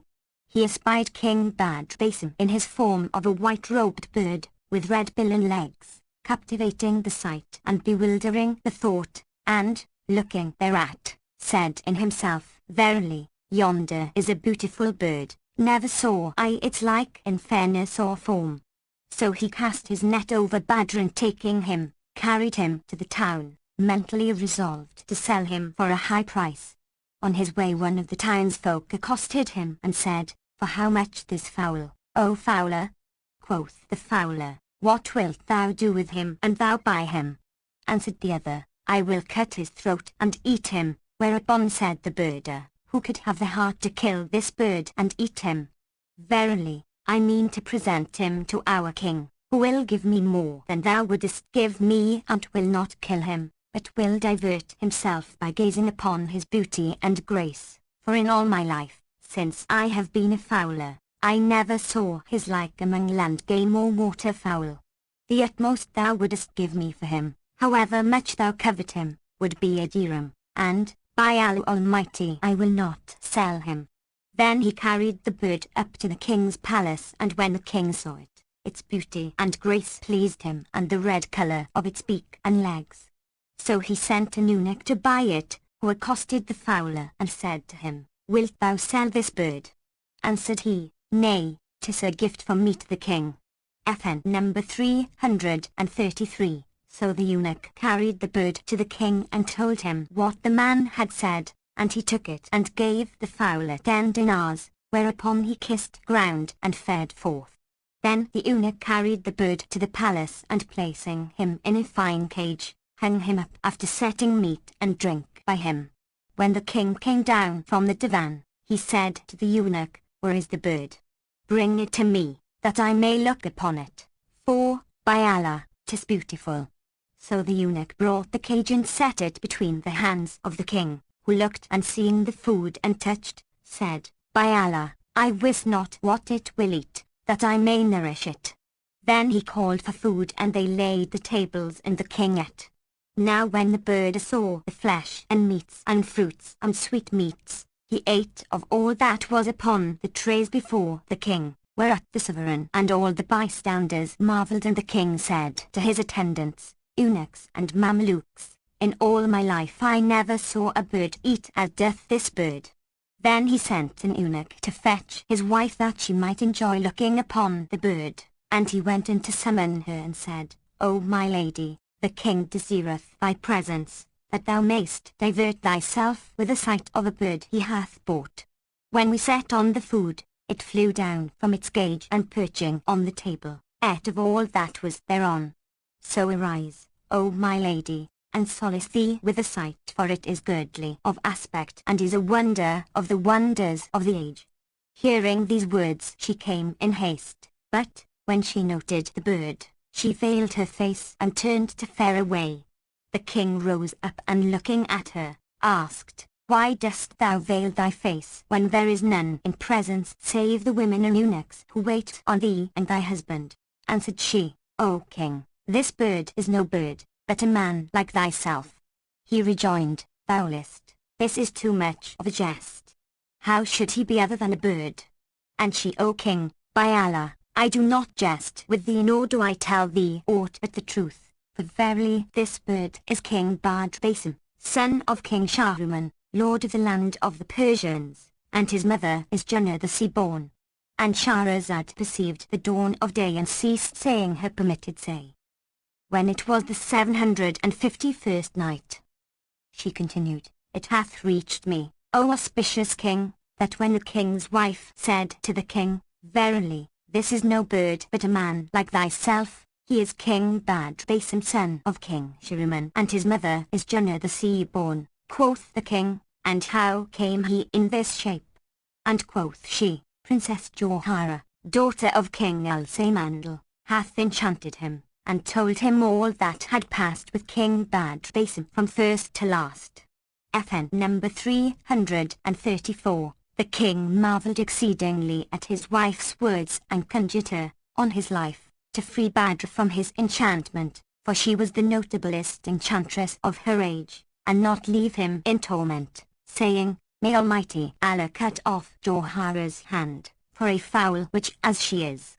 How little is her faith and how great her craft and perfidy. Said the queen, do thou say to him, O Badr Basim, enter yonder closet. So the king bade him enter the closet and he went in obediently.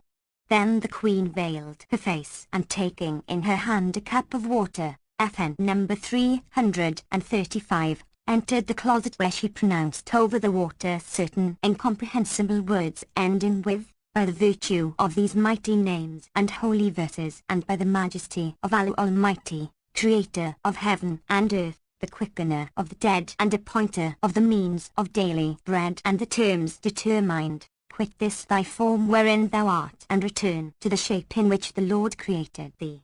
Hardly had she made an end of her words, when the bird trembled once and became a man, and the king saw before him a handsome youth, than whom on earth's face was none goodlier. But when King Badr Basim found himself thus restored to his own form, he cried, There is no God but the God, and Muhammad is the apostle of God. Glory be to the creator of all creatures and provider of their provision, and ordainer of their life terms preordained. Then he kissed the king's hand and wished him long life, and the king kissed his head and said to him, O Badr Basim, tell me thy history from commencement to conclusion. So he told him his whole tale, concealing naught, and the king marvelled thereat and said to him, O Badr Basim, Allah hath saved thee from the spell, but what hath thy judgment decided and what thinkest thou to do? Replied he, O king of the age, I desire thy bounty that thou equip me a ship with a company of thy servants and all that is needful, for 'tis long since I have been absent and I dread lest the kingdom depart from me. And I misdoubt me my mother is dead of grief for my loss, and this doubt is the stronger for that she knoweth not what is come of me nor whether I am alive or dead. Wherefore, I beseech thee, O king, to crown thy favours to me by granting me what I seek. The king, after beholding the beauty and grace of Badr Basim and listening to his sweet speech, said, I hear and obey. So he fitted him out a ship, to which he transported all that was needful and which he manned with a company of his servants, and Badr Basim set sail in it, after having taken leave of the king. They sailed over the sea 10 successive days with a favouring wind, but, on the 11th day, the ocean became troubled with exceeding trouble. The ship rose and fell and the sailors were powerless to govern her.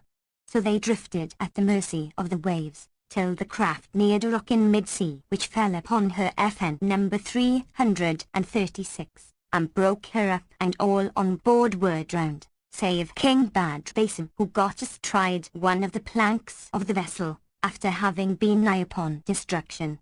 The plank ceased not to be borne by the set of the sea, whilst he knew not whither he went and had no means of directing its motion, as the wind and waves wrought for 3 whole days.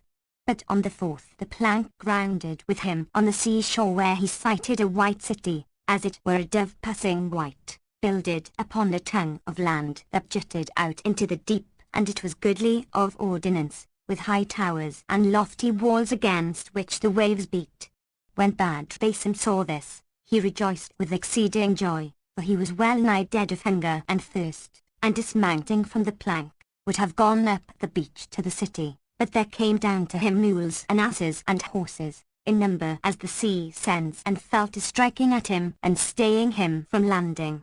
So he swam round to the back of the city, where he waded to shore, and entering the place, found none therein, and marvelled at this, saying, Would I knew to whom cloth this city belong, wherein is no lord nor any liege, and whence came these mules and asses and horses that hindered me from landing. And he mused over his case. Then he walked on at hazard till he espied an old man, a grocer. FN number 337. So he saluted him, and the other returned his salam, and seeing him to be a handsome young man, said to him, O youth, whence comest thou, and what brought thee to this city? Badr told him his story, at which the old man marvelled and said, O my son, didst thou see any on thy way? He replied, Indeed, O my father, I wondered in good sooth to sight a city void of folk. Quoth the sheikh, My son, come up into the shop, lest thou perish. So Badr Basim went up into the shop and sat down, whereupon the old man set before him somewhat of food, saying, O my son, enter the inner shop, glory be to him who hath preserved thee from yonder Shaytanas. King Badr Basim was sore affrighted at the grocer's words, but he ate his fill and washed his hands, then glanced at his host and said to him, O my lord, what is the meaning of these words? Verily thou hast made me fearful of this city and its folk. Replied the old man, Know, O my son, that this is the city of the magicians, and its queen is as she was Satan, a sorceress and a mighty enchantress, passing crafty and perfidious exceedingly.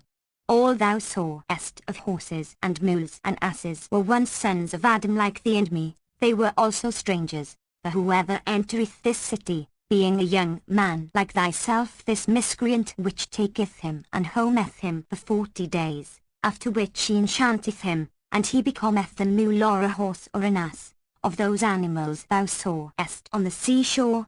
And Shahrazad perceived the dawn of day and ceased to say her permitted say. When it was the 752nd night, she pursued, It hath reached me, O auspicious king, that the old grocer related to King Badr Basim the history of the enchantress, ending with, All these people hath she spelled, and, when it was thy intent to land, they feared lest thou be transmuted like themselves, so they counselled thee by signs that said, Land not, of their solicitude for thee, fearing that haply she should do with thee like as she had done with them.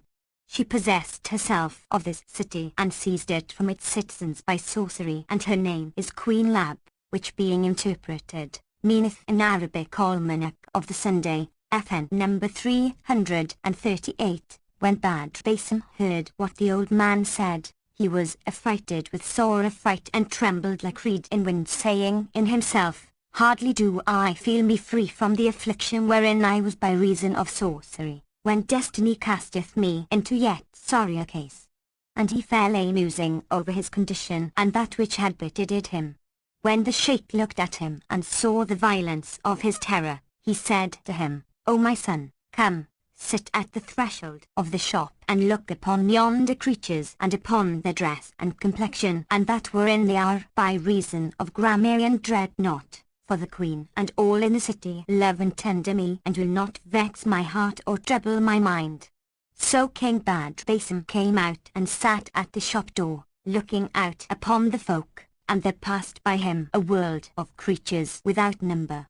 But when the people saw him, they accosted the grocer and said to him, O elder, is this thy captive and thy prey gotten in these days? The old man replied, He is my brother's son. I heard that his father was dead, so I sent for him and brought him here that I might quench with him the fire of my homesickness. Quoth they, Verily, he is a comely youth, but we fear for him from Queen Lab, lest she turn on thee with treachery and take him from thee, for she loveth handsome young men. Quoth the sheikh, The queen will not gainsay my commandment, for she loveth and tendereth me, and when she shall know that he is my brother's son, she will not molest him or afflict me in him, neither trouble my heart on his account. Then King Badrbasim abode some months with the grocer, eating and drinking, and the old man loved him with exceeding love. One day, as he sat in the shop according to his custom, behold, there came up 1,000 eunuchs, with drawn swords and clad in various kinds of raiment and girt with jewelled girdles. All rode Arabian steeds and bore in baldric Indian blades. They saluted the grocer, as they passed his shop, and were followed by 1,000 damsels like moons, clad in various raiments of silks and satins fringed with gold and embroidered with jewels of sorts, and spears were slung to their shoulders. In their midst rode a damsel mounted on a rabbite mare, saddled with a saddle of gold set with various kinds of jewels and jacinths, and they reached in a body the sheikh's shop.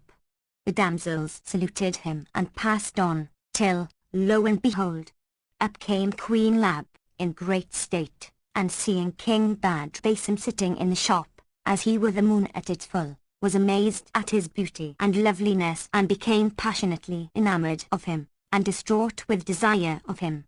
So she alighted, and sitting down by King Badrbasim said to the old man, "Whence hast thou this handsome one?"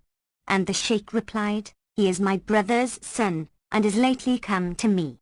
Quoth Lab, "Let him be with me this night, that I may talk with him." And quoth the old man, "Wilt thou take him from me and not enchant him?" Said she, "Yes." And said he, "Swear to me." So she sware to him that she would not do him any hurt or ensorcel him, and bidding bring him a fine horse, saddled and bridled with a golden bridle and decked with trappings all of gold set with jewels, gave the old man 1,000 dinars, saying, "Use this." FN number 339. Then she took Badrbasim and carried him off, as he were the full moon on its 14th night, whilst all the folk, seeing his beauty, were grieved for him, and said, "By Allah, verily, this youth deserveth not to be bewitched by yonder sorceress, the accursed." Now King Badrbasim heard all they said, but was silent, committing his case to Allah Almighty, till they came to when Shahrazad perceived the dawn of day and ceased saying her permitted say. When it was the 753rd night, she resumed, "It hath reached me, O auspicious King, that King Badrbasim ceased not faring with Queen Lab and her suite till they came to her palace gate, where the emirs and eunuchs and lords of the realm took foot, and she bade the chamberlains dismiss her officers and grandees, who kissed ground and went away, whilst she entered the palace with Badrbasim and her eunuchs and women. Here he found a place, whose like he had never seen at all, for it was builded of gold, and in its midst was a great basin brimful of water midmost a vast flower garden. He looked at the garden and saw it abounding in birds of various kinds and colours, warbling in all manner tongues and voices pleasurable and plaintive. And everywhere he beheld great state and dominion, and said, "Glory be to God, who of his bounty and long-suffering provideth those who serve other than himself." The queen sat down at a latticed window overlooking the garden on a couch of ivory, whereon was a high bed, and King Badrbasim seated himself by her side. She kissed him, and pressing him to her breast, bade her women bring a tray of food. So they brought a tray of red gold, inlaid with pearls and jewels, and spread with all manner of viands, and he and she ate, till they were satisfied, and washed their hands, after which the waiting women set on flagons of gold and silver and glass, together with all kinds of flowers and dishes of dried fruits. Then the queen summoned the singing women, and there came 10 maidens, as they were moons, bending all manner of musical instruments. Queen Lab crowned a cup, and drinking it off, filled another and passed it to King Badrbasim, who took and drank, and they ceased not to drink till they had their sufficiency. Then she bade the damsels sing, and they sang all manner modes till it seemed to Badrbasim as if the palace danced with him for joy. His sense was ecstasied and his breast broadened, and he forgot his strangerhood and said in himself, "Verily, this queen is young and beautiful." FN number 340, and I will never leave her, for her kingdom is vaster than my kingdom, and she is fairer than Princess Johara. So he ceased not to drink with her till eventide came, when they lighted the lamps and waxen candles and diffused censer perfumes, nor did they leave drinking, till they were both drunken, and the singing women sang the while. Then Queen Lab, being in liquor, rose from her seat and lay down on a bed, and dismissing her women called to Bad Basim to come and sleep by her side. So he lay with her, in all delight of life till the morning dot, and Shahrazad perceived the dawn of day and ceased to say her permitted say. When it was the 754th night, she said, It hath reached me, O auspicious king, that when the queen awoke she repaired to the hammam bath in the palace, King Bad Basim being with her, and they bathed and were purified, after which she clad him in the finest of raiment and called for the service of wine. So the waiting women brought the drinking gear and they drank. Presently, the queen arose and taking Bad Basim by the hand, sat down with him on chairs and bade bring food, whereof they ate, and washed their hands. Then the damsels fetched the drinking gear and fruits and flowers and confections, and they ceased not to eat and drink. FN number 341, whilst the singing girls sang various airs till the evening. They gave not over eating and drinking and merry-making for a space of 40 days, when the queen said to him, O Bad Basim, say me where there is the more pleasant, this place or the shop of thine uncle the grocer. He replied, By Allah, O Queen, this is the pleasenter, for my uncle is but a beggarly man, who vendeth pot herbs. She laughed at his words, and the twain lay together in the pleasantest of case till the morning, when King Bad Basim awoke from sleep and found not Queen Lab by his side, so he said, Would heaven I knew where can she have gone. And indeed he was troubled at her absence and perplexed about the case, for she stayed away from him a great while and did not return. So he donned his dress and went seeking her, but not finding her, and he said to himself, Haply, she is gone to the flower garden. Thereupon he went out into the garden and came to a running rill, beside which he saw a white she-bird, and on the stream bank a tree full of birds of various colours, and he stood and watched the birds without their seeing him. And behold, a blackbird flew down upon that white she-bird and fell to billing her pigeon fashion. Then he leapt on her and trod her 3 consecutive times, after which the bird changed and became a woman. Badr looked at her, and lo, it was Queen Lab. So he knew that the blackbird was a man transmuted, and that she was enamoured of him and had transformed herself into a bird, that he might enjoy her, wherefore jealousy got hold upon him, and he was wroth with the queen because of the blackbird. Then he returned to his place and lay down on the carpet bed, and after an hour or so she came back to him and fell to kissing him and jesting with him, but being so incensed against her he answered her not a word. She saw what was to do with him, and was assured that he had witnessed what befell her when she was a white bird and was trodden by the blackbird, yet she discovered naught to him but concealed what ailed her. When he had done her need, he said to her, O Queen, I would have thee give me leave to go to my uncle's shop, for I long after him and have not seen him these 40 days. She replied, Go to him, but tarry not from me, for I cannot brook to be parted from thee, nor can I endure without thee an hour.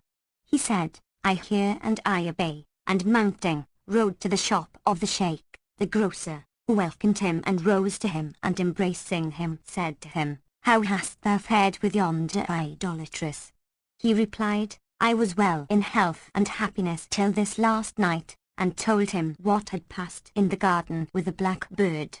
FN number 342. Now when the old man heard his words, he said, Beware of her, for know that the birds upon the tree were all young men and strangers, whom she loved and enchanted and turned into birds. That blackbird thou sawest was one of her Mamelukes, whom she loved with exceeding love, till he cast his eyes upon one of her women, wherefore she changed him into a blackbird, and Shahrazad perceived the dawn of day and ceased saying her permitted say. When it was the 755th night, she continued, It hath reached me, O auspicious king, that when Bad Basim acquainted the old grocer with all the doings of Queen Lab and what he had seen of her proceedings, the sheikh gave him to know that all the birds upon the tree were young men and strangers whom she had enchanted, and that the blackbird was one of her mamelukes whom she had transmuted.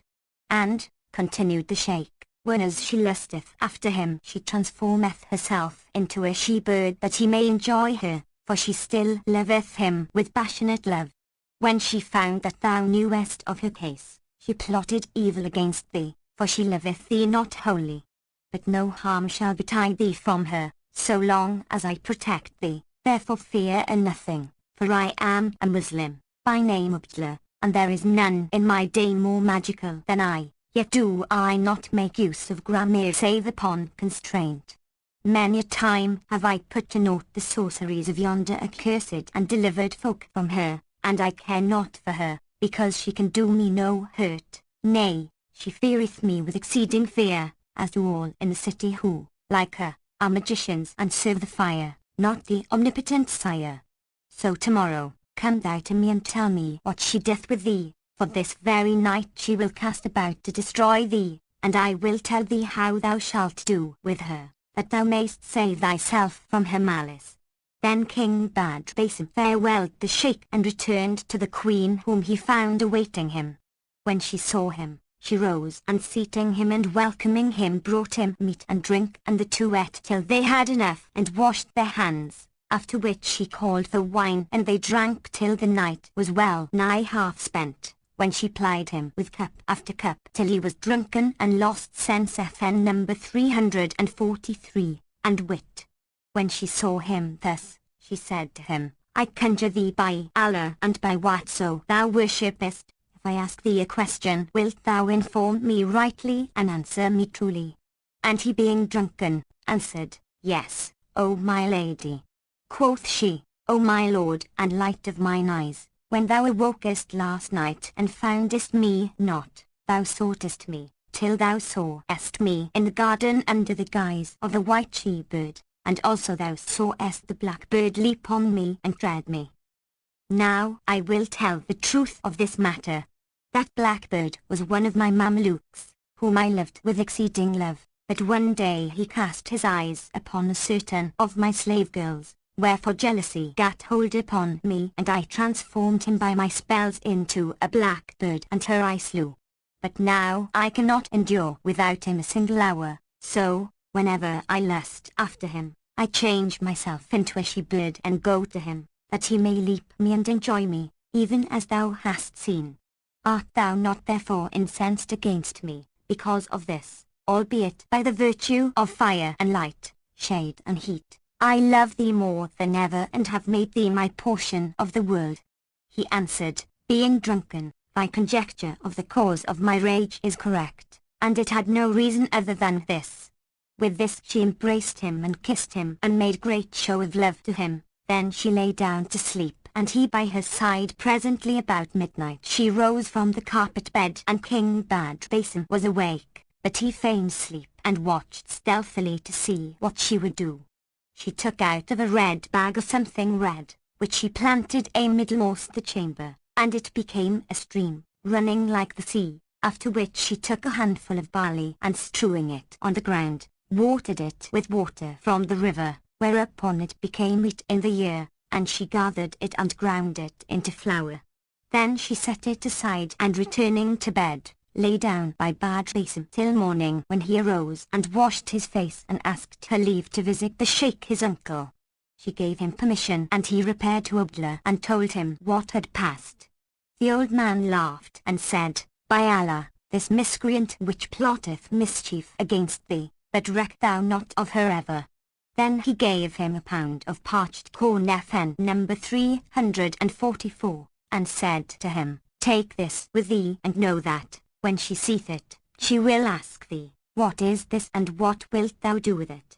Do thou answer, Abundance of good things is good, and eat of it. Then will she bring forth to thee parched grain of her own and say to thee, Eat of this sorrock, and do thou think to her that thou eatest thereof, but eat of this instead, and beware and have a care lest thou eat of hers even a grain, for, an thou eat so much as a grain thereof, her spells will have power over thee and she will enchant thee and say to thee, Leave this form of a man, whereupon thou wilt quit thine own shape for what shape she will.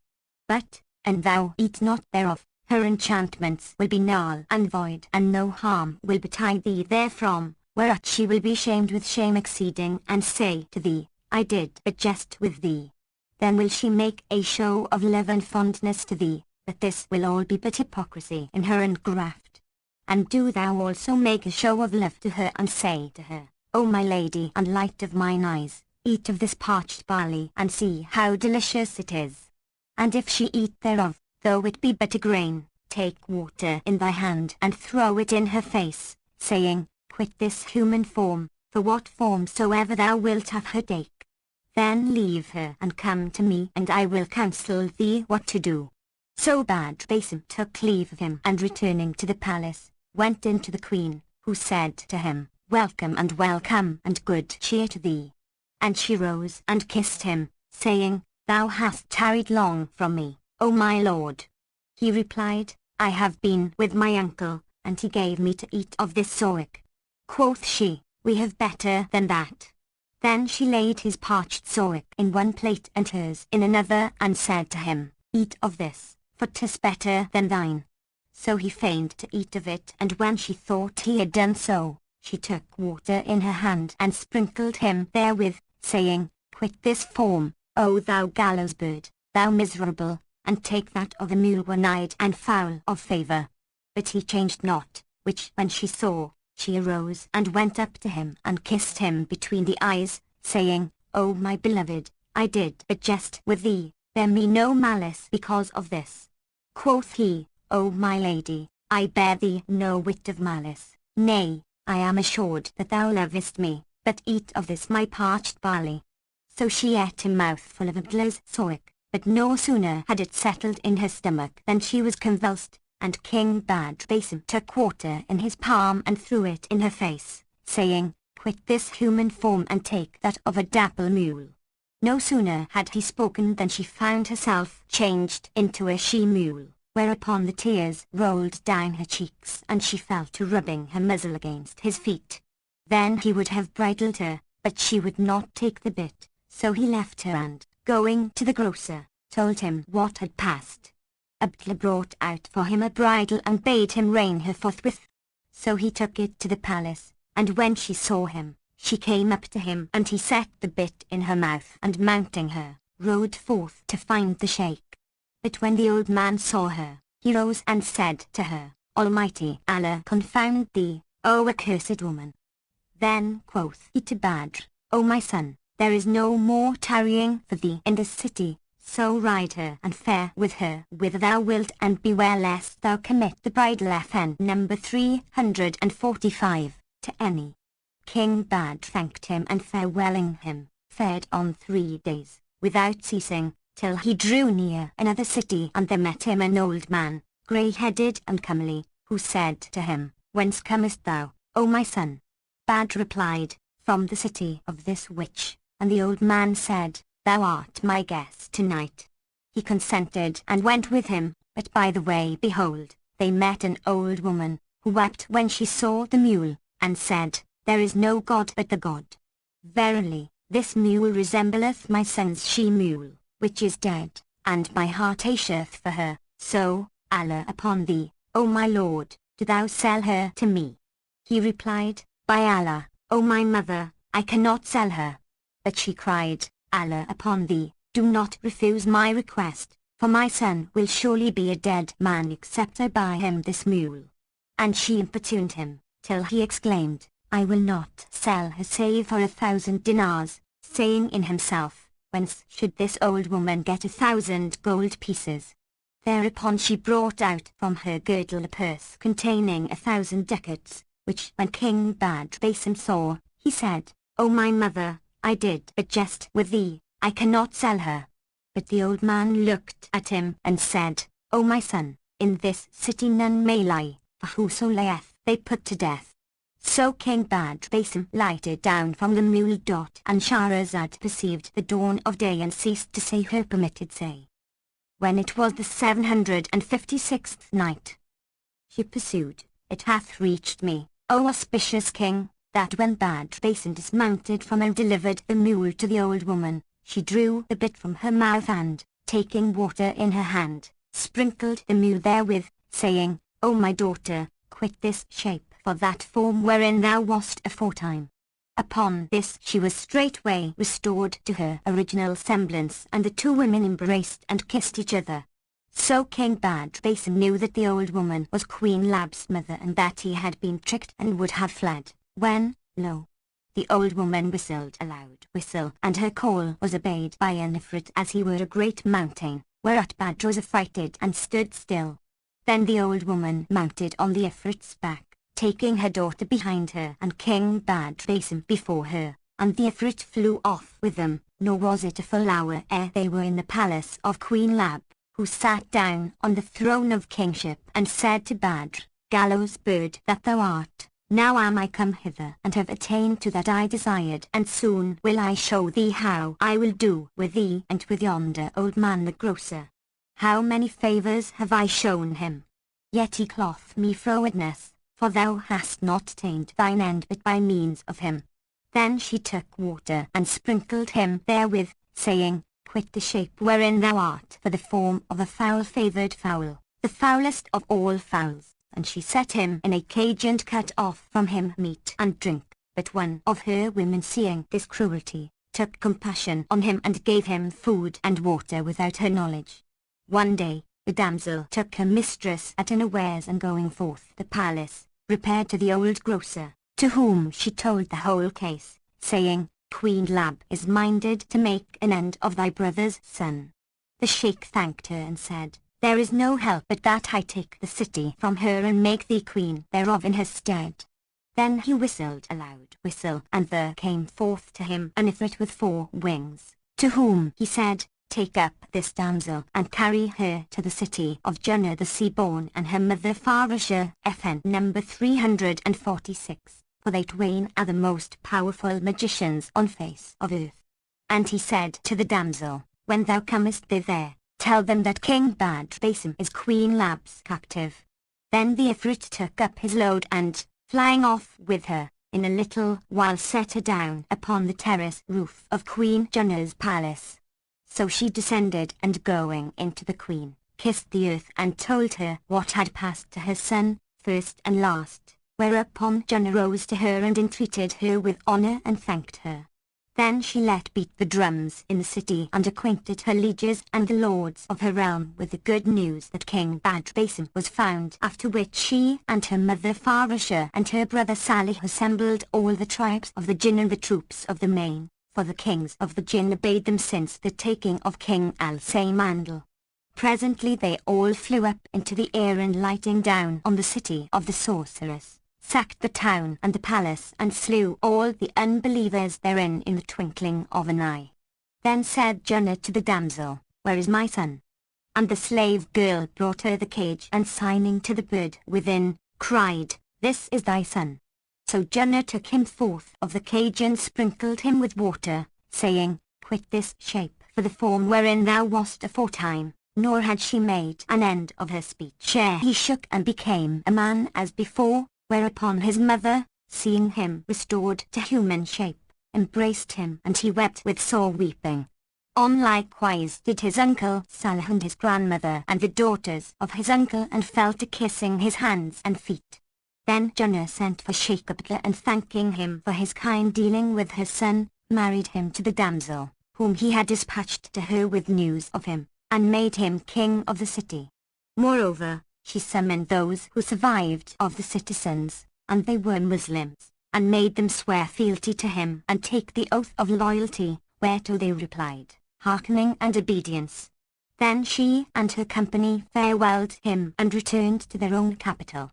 The townsfolk came out to meet them, with drums beating, and decorated the place 3 days, and held high festival of the greatness of their joy for the return of their king Badr Basin.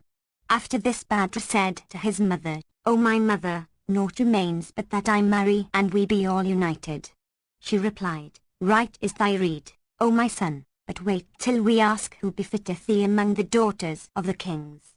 And his grandmother Farashah, and the daughters of both his uncles said, O Badr Basin, we will help thee to win thy wish forthright.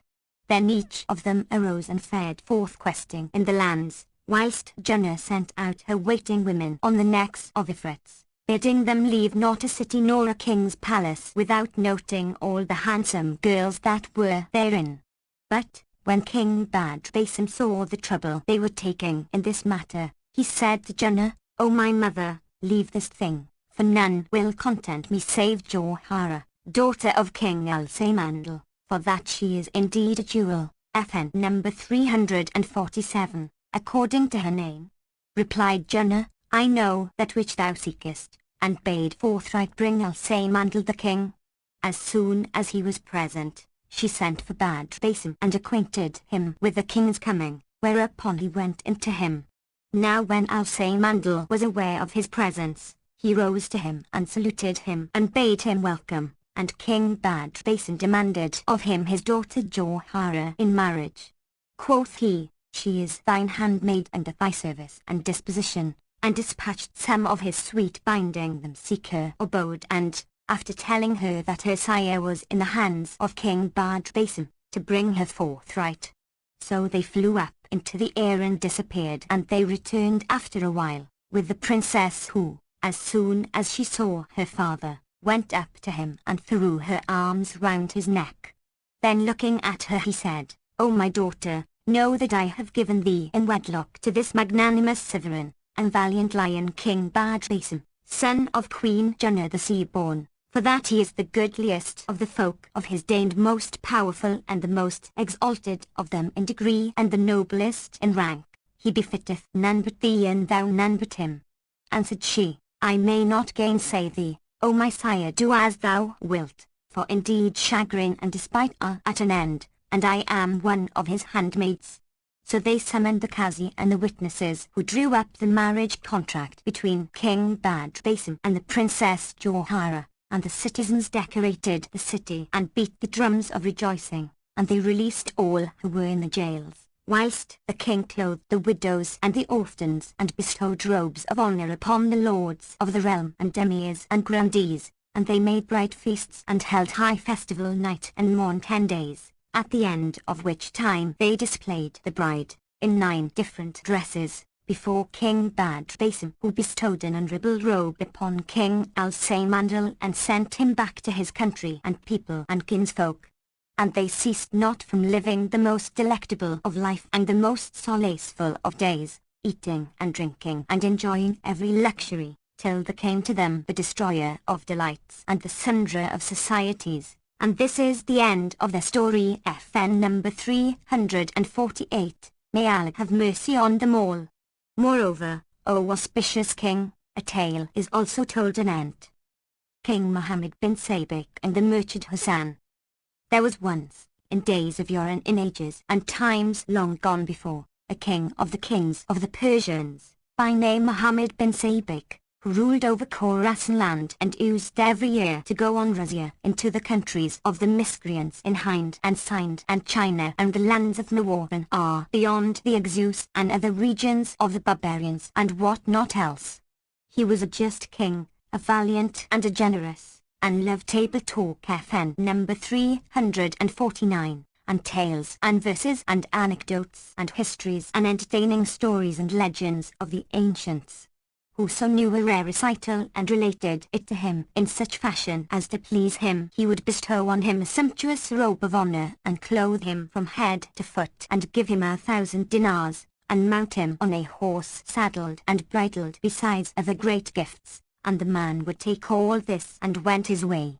Now it chanced that one day there came an old man before him and related to him a rare story, which pleased the king and made him marvel. So he ordered him a magnificent present, amongst other things 1,000 dinars of Khorasan and a horse with its housings and trappings. After this, the bruit of the king's munificence was blazed abroad in all countries, and there heard of him a man, Hassan the merchant hight, who was a generous, open-handed and learned, a scholar and an accomplished poet. Now the king had an envious wazir, a multum parvo of ill, loving no man, rich nor poor, and whoso came before the king and he gave him aught he envied him and said, Verily, This fashion annihilateth wealth and ruineth the land, and such is the custom of the king. But this was naught save envy and despite in that minister. Presently the king heard talk of Hassan the merchant, and sending for him, said to him as soon as he came into the presence, O merchant Hassan, this wazir of mine vexeth and thwarteth me concerning the money I give to poets and boon companions and storytellers and glee men, and I would have thee tell me a goodly history and a rare story, such as I have never before heard. An it please me, I will give thee lands galore, with their forts, in free tenure, in addition to thy fiefs and untaxed lands, besides which I will put my whole kingdom in thy hands and make thee my chief wazir, so shalt thou sit on my right hand and rule my subjects. But an thou bring me not that which I bid thee, I will take all that is thy hand and banish thee my realm. Replied Hassan, hearkening and obedience to our lord the king. But thy slave beseecheth thee to have patience with him a year, then will he tell thee a tale, such as thou hast never in thy life heard, neither hath other than thou heard its like, not to say a better than it. Quoth the king, I grant thee a whole year's delay. And he called for a costly robe of honor wherein he robed Hassan, saying, Keep thy house and mount not horse, neither go nor come for a year's time, till thou bring me that I seek of thee. And thou bring it, a special favour awaiteth thee, and thou mayst count upon that which I have promised thee, but an thou bring it not, thou art not of us nor are we of thee. And Shahrazad perceived the dawn of day and ceased saying her permitted say. When it was the 757th night, she said, It hath reached me, O auspicious king, that when King Muhammad son of Sabik said to Hassan the merchant, And thou bring me that I seek of thee, a special favour awaiteth thee, and thou mayest now rejoice in that which I have promised thee, but, and thou bring it not, thou art not of us nor are we of thee. Hassan kissed ground before the king and went out from the presence. Then he chose 5 of the best of his Mamelukes, who could all write and read and were learned, intelligent, accomplished, and he gave each of them 5,000 dinars, saying, I reared you not save for the like of this day, so do ye help me to further the king's desire and deliver me from his hand. Quoth they, What wilt thou have us do? Our lives be thy ransom. Quoth he, I wish you to go each to the different country and seek out diligently the learned and erudite and literate and the tellers of wondrous stories and marvellous histories, and to your endeavour to procure me the story of Saif al-Muluk. If ye find it with any one, pay him what price soever he asketh for it, although he demand 1,000 dinars, give him what ye may and promise him the rest, and bring me the story, for whoso happeneth on it and bringeth it to me, I will bestow on him a costly robe of honor and largesse galore, and there shall be to me none more worshipped than he. Then said he to one of them, Hie thou to Al-Hind and Al-Sind and all their provinces and dependencies. To another, Hie thou to the home of the Persians and to China and her climates. To the third, Hie thou to the land of Khorasan with its districts. To the fourth, Hie thou to Mauritania and all its regions, districts, provinces and quarters. And to the fifth, Hie thou to Syria and Egypt and their outliers. Moreover, he chose them out an auspicious day and said to them, Fare ye forth this day and be diligent in the accomplishment of my need and be not slothful, though the case cost you your lives. So they farewelled him and departed, each taking the direction prescribed to him. Now, 4 of them were absent 4 months, and searched but found nothing, so they returned and told their master, whose breast was straitened, that they had ransacked towns and cities and countries for the thing he sought, but had happened upon naught thereof. Meanwhile, the 5th servant journeyed till he came to the land of Syria and entered Damascus, which he found a pleasant city and a secure, abounding in trees and rills, leas and fruiteries and birds chanting the praises of Allah the One, the all-powerful of sway, creator of night and day. Here he tarried some time, asking for his master's desire, but none answered him, wherefore he was on the point of departing thence to another place, when he met a young man running and stumbling over his skirts. So he asked of him, Wherefore runnest thou in such eagerness, and whither dost thou press? And he answered, There is an elder here, a man of learning, who every day at this time taketh his seat on a stool FN number 350, and relateth tales and stories and delectable anecdotes, whereof never heard any the like, and I am running to get me a place near him, and fear I shall find no room, because of the much folk. Quoth the Mameluke, Take me with thee, and quoth the youth, Make haste in thy walking. So he shut his door and hastened with him to the place of recitation, where he saw an old man of bright favour seated on the stool holding forth to the folk. He sat down near him and addressed himself to hear his story, till the going down of the sun, when the old man made an end of his tale, and the people, having heard it all, dispersed from about him, whereupon the Mameluke accosted him and saluted him, and he returned his salam and greeted him with the utmost worship and courtesy. Then said the messenger to him, O my lord Sheikh, thou art a comely and reverend man, and thy discourse is goodly, but I would fain ask thee of somewhat. Replied the old man, Ask of what thou wilt. Then said the Mameluke, Hast thou the story of Saif al-Muluk and Badiu al-Jamal? Rejoined the elder, And who told thee of this story and informed thee thereof? Answered the messenger, None told me of it, but I am come from a far country, in quest of this tale, and I will pay thee whatever thou askest for its price if thou have it and wilt, of thy bounty and charity, impart it to me and make it an alms to me, of the generosity of thy nature, for, had I my life in my hand and lavished it upon thee for this thing, yet were it pleasing to my heart. Replied the old man, Be of good cheer and keep thine eye cool and clear, thou shalt have it, but this is no story that one telleth in the beaten highway, nor do I give it to every one. Cried the other, By Allah, O my lord, do not grudge it me, but ask of me what price thou wilt. And the old man, If thou wish for the history, give me 100 dinars, and thou shalt have it, but upon 5 conditions. Now when the Mameluke knew that the old man had the story and was willing to sell it to him, he joyed with exceeding joy and said, I will give thee the 100 dinars by way of price and 10 to boot as a gratuity, and take it on the conditions of which thou speakest. Said the old man, Then go and fetch the gold pieces, and take that thou seekest. So the messenger kissed his hands and joyful and happy returned to his lodging, where he laid 110 dinars FN number 351, in a purse he had by him. As soon as morning morrowed, he donned his clothes and taking the dinars, repaired to the storyteller, whom he found seated at the door of his house. So he saluted him and the other returned his salam.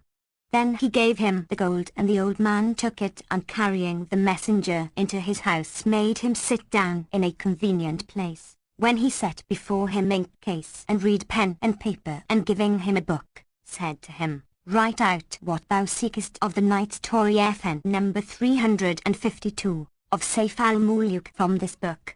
Accordingly the Mameluke fell to work and wrote till he had made an end of his copy, when he read it to the old man, and he corrected it and presently said to him, Know, O my son, that my 5 conditions are as follows. Firstly, that thou tell not this story in the beaten high road, nor before women and slave girls, nor to black slaves, nor featherheads, nor again to boys, but read it only before kings and emirs and wazirs and men of learning, such as expounders of the Quran and others. Thereupon the messenger accepted the conditions and kissing the old man's hand, took leave of him, and fared forth. And Shahrazad perceived the dawn of day and ceased to say her permitted say. When it was the 758th night, she continued, It hath reached me, O auspicious king, that when the Mameluke of Hassan the merchant had copied the tale out of the book belonging to the old man of Damascus, and had accepted his conditions and farewelled him, he fared forth on the same day, glad and joyful, and journeyed on diligently, of the excess of his contentment, for that he had gotten the story of Saif al-Muluk, till he came to his own country, when he dispatched his servant to bear the good news to his master and say to him, Thy Mameluke is come back in safety and hath won his will and his aim. Now with the term appointed between Hassan and the king there wanted but 10 days, then, after taking rest in his own quarters, he himself went into the merchant and told him all that had befallen him and gave him the book containing the story of Saif al-Muluk and Badi al-Jamal. When Hassan joyed with exceeding joy at the sight and bestowed on him all the clothes he had on and gave him 10 thoroughbred horses and the like number of camels and mules and 3 negro chattels and 2 white slaves. Then Hassan took the book and copied out the story plainly in his own hand, after which he presented himself before the king and said to him, "O thou auspicious king, I have brought thee a night story and a rarely pleasant relation, whose like none never heard at all." When these words reached the king's ear, he sent forthright for all the emirs, who were men of understanding, and all the learned doctors and folk of erudition and culture and poets and wits, and Hassan sat down and read the history before the king, who marvelled thereat and approved it, as did all who were present, and they showered gold and silver and jewels upon the merchant. Moreover, the king bestowed on him a costly robe of honor of the richest of his raiment and gave him a great city with its castles and outliers, and he appointed him one of his chief wazirs and seated him on his right hand.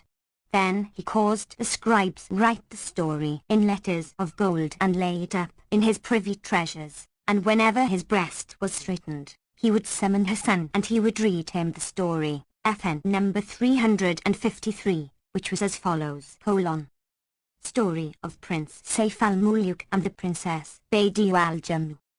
There was once, in days of old and in ages and times long told, a king in Egypt called Asim bin Safwan, FN number 354, who was a liberal and beneficent sovereign, venerable and majestic.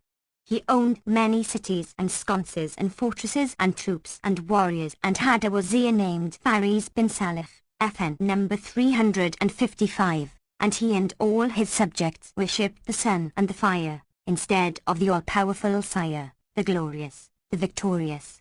Now this king was become a very old man, weakened and wasted with age and sickness and decrepitude, for he had lived 180 years and had no child, male or female, by reason whereof he was ever in cark and care from morning to night and from night to morn.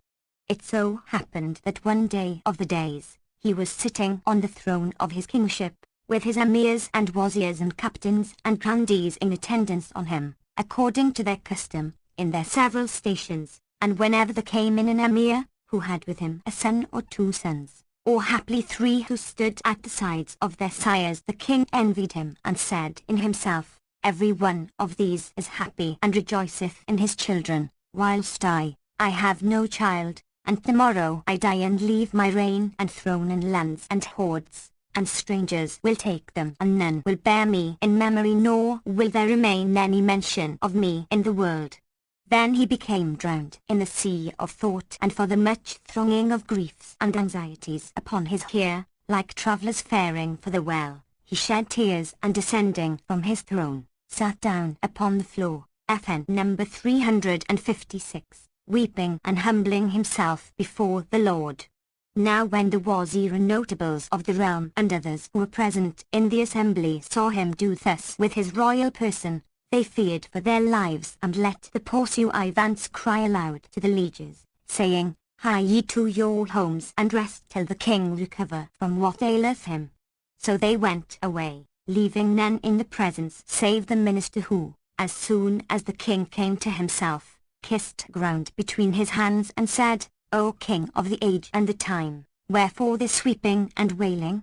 Tell me who hath transgressed against thee of the kings or castellans or emirs or grandees, and inform me who hath thwarted thee, O my liege lord, that we may all fall on him and tear his soul from his 2 sides." But he spake not, neither raised his head, whereupon the minister kissed ground before him a second time and said to him, "O master, FN number 357, I am even as thy son and thy slave, nay, I have reared thee, yet know I not the cause of thy cark and chagrin and of this thy case, and who should know but I who should stand in my stead between thy hands? Tell me therefore why this weeping and wherefore thine affliction?" Nevertheless, The king neither opened his mouth nor raised his head, but ceased not to weep and cry with a loud crying and lament with exceeding lamentation and ejaculate, Alas! The wazir took patience with him a while, after which he said to him, Except thou tell me the cause of this thine affliction, I will set this sword to my heart and will slay myself before thine eyes, rather than see thee thus distressed.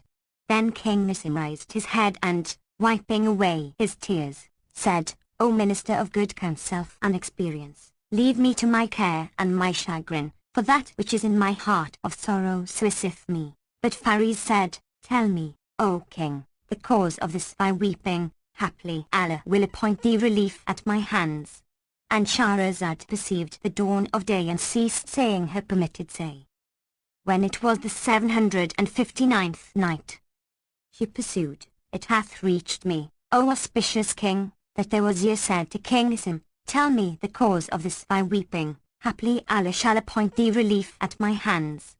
Replied the king, O wazir, I weep not for monies nor horses nor kingdoms nor aught else, but that I am become an old man, yea, very old, nigh upon 180 years of age, and I have not been blessed with a child, male or female, so, when I die, they will bury me and my trace will be effaced and my name cut off, the stranger will take my throne and reign and none will ever make mention of my being. Rejoined the minister Faris, O king of the age, I am older than thou by 100 years, yet have I never been blessed with boon of child and cease not day and night from cark and care and concern, so how shall we do, I and thou? Quoth Nisim, O wazir, hast thou no device or shift in this matter? And quoth the minister, No, O king, that I have heard of a sovereign in the land of Saba, FN number 358, by name Solomon David's son, upon the twain be the peace, FN number 359, who pretendeth to prophetship and avoucheth that he hath the mighty Lord who can do all things and whose kingdom is in the heavens and who hath dominion over all mankind and birds and beasts and over the wind and the jinn. Moreover, he kenneth the speech of birds and the language of every other created thing, and withal, he calleth all creatures to the worship of his Lord and discourseth to them of their service. So let us send him a messenger in the king's name and seek of him our need, beseeching him to put up prayer to his Lord, that he vouchsafe each of us boon of issue.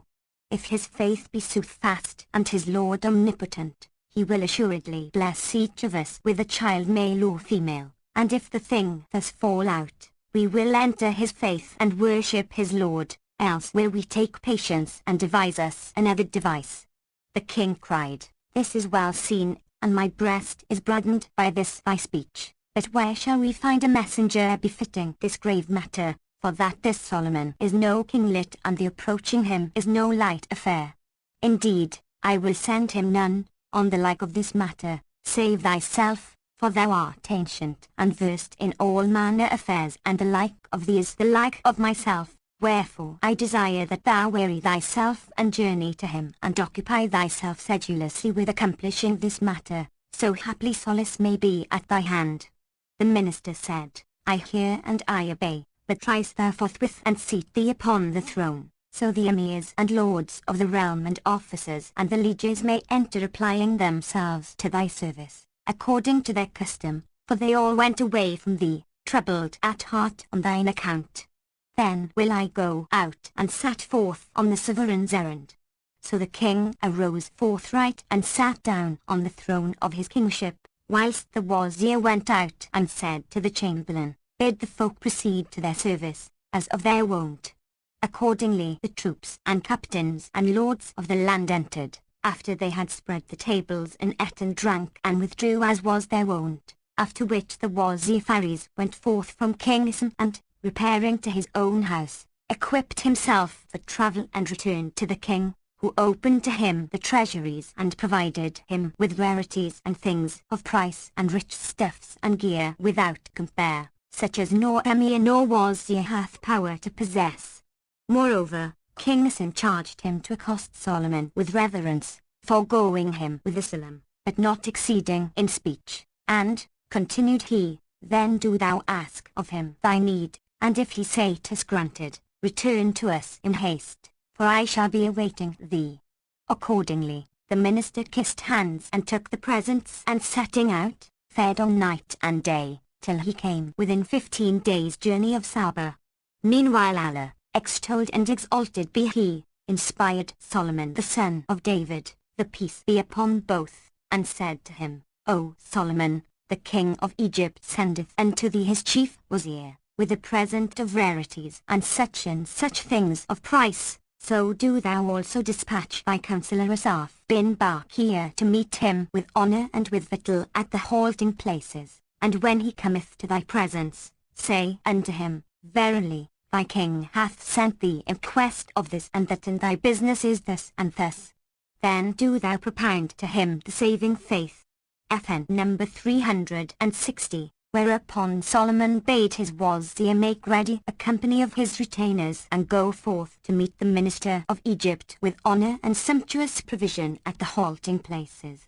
So Asaph made ready all that was needed for their entertainment, and setting out, fared on till he fell in with Faris and accosted him with a salam, honouring him and his company with exceeding honour. Moreover, he brought them provant and provender of the halting places, and said to them, Welcome and fair welcome to the coming guests. Rejoice in the certain winning of your wish. Be ye souls of the good cheer, and your eyes cool and clear, and your breasts be broadened. Quoth Faris in himself, who acquainted him with this. And he said to Asaph, FN number 361, O my lord, and who gave thee to know of us our need? It was Solomon son of David, on who be the peace, told us of this. And who told our lord Solomon? The Lord of the heaven and the earth told him, the God of all creatures. This is none other than a mighty God. And do ye not worship him? We worship the sun, and prostrate ourselves thereto. O Wazir Faris, the sun is but a star of the stars created by Allah, extolled and exalted be he, and Allah forbid that it should be a lord. Because whiles it riseth and whiles it sitteth, but our Lord is ever present and never absent, and he over all things is omnipotent.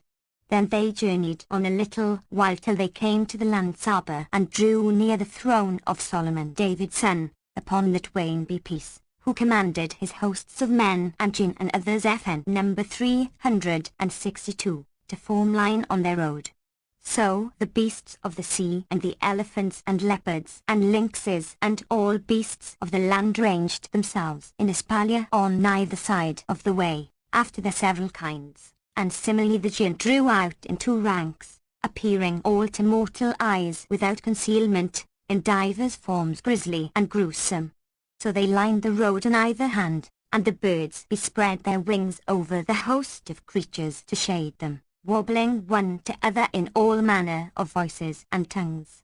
Now when the people of Egypt came to this terrible array, they dreaded it and durst not proceed. But Asaph said to them, Pass on amidst them and walk forward, and fear them not, for they are slaves of Solomon son of David, and none of them will harm you. So saying, he entered between the ranks, followed by all the folk, and amongst them the Wazir of Egypt and his company, fearful, and they ceased not faring forwards till they reached the city, where they lodged the embassy in the guest house, and for the space of 3 days entertained them sumptuously, entreating them with the utmost honour. Then they carried them before Solomon, prophet of Allah, on who be the peace, and when entering they would have kissed the earth before him, but he forbade them, saying, It befitteth not a man prostrate himself to earth save before Allah, to whom belong might and majesty, creator of earth and heaven and all other things. Wherefore, whosoever of you hath a mint to sit, let him be seated in my service, or to stand, let him stand, but let none stand to do me worship. So they obeyed him, and the Wazir Faris and some of his intimates sat down, whilst certain of the lesser sort remained afoot to wait on him. When they had sat a while, the servants spread the tables, and they all, men and beasts, ate their sufficiency. FN number 363. Then Solomon bade Faris expound his errand, that it might be accomplished, saying, Speak and hide naught of that wherefore thou art come, for I know why ye come and what is your errand, which is thus and thus.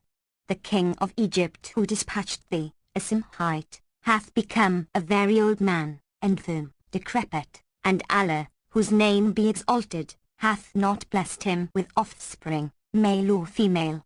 So he abode in cark and care and chagrin from morn to night and from night to morn.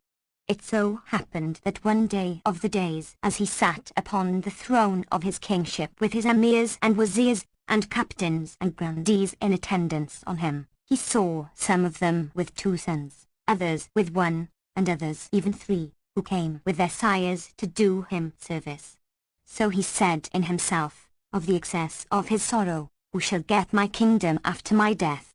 Will any save a stranger take it? And thus shall I pass out of being as though I had never been. On this account he became drowned in the sea of thought, until his eyes were flooded with tears, and he covered his face with his kerchief and wept with sore weeping. Then he rose from off his throne and sat down upon the floor wailing and lamenting, and none knew what was in heart as he grovelled in the ground save Allah Almighty. And Shahrazad perceived the dawn of day and ceased to say her permitted say.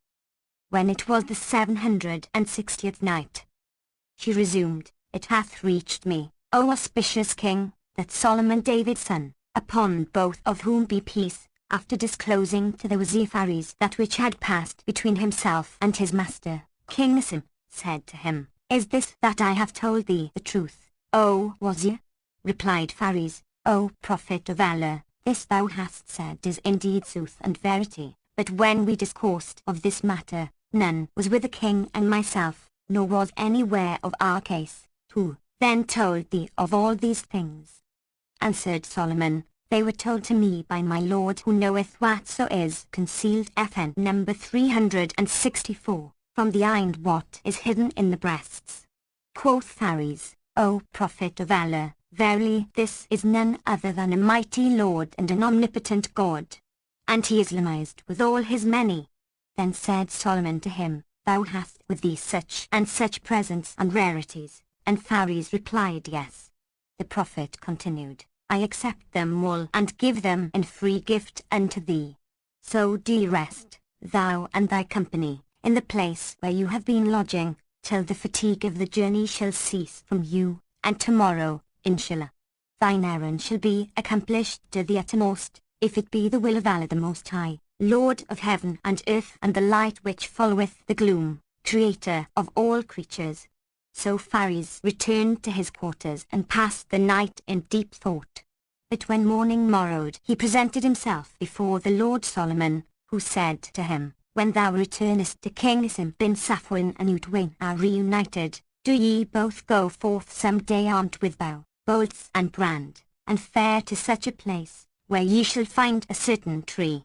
Mount upon it and sit silent until the meal between noon prayer and that of mid-afternoon. When the noontide heat hath cooled, then descend and look at the foot of the tree, whence ye will see 2 serpents come forth, one with a head like an ape's and the other with a head like an ifrit's.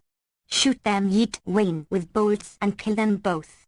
Then cut off a span's length from their heads and the like from their tails and throw it away.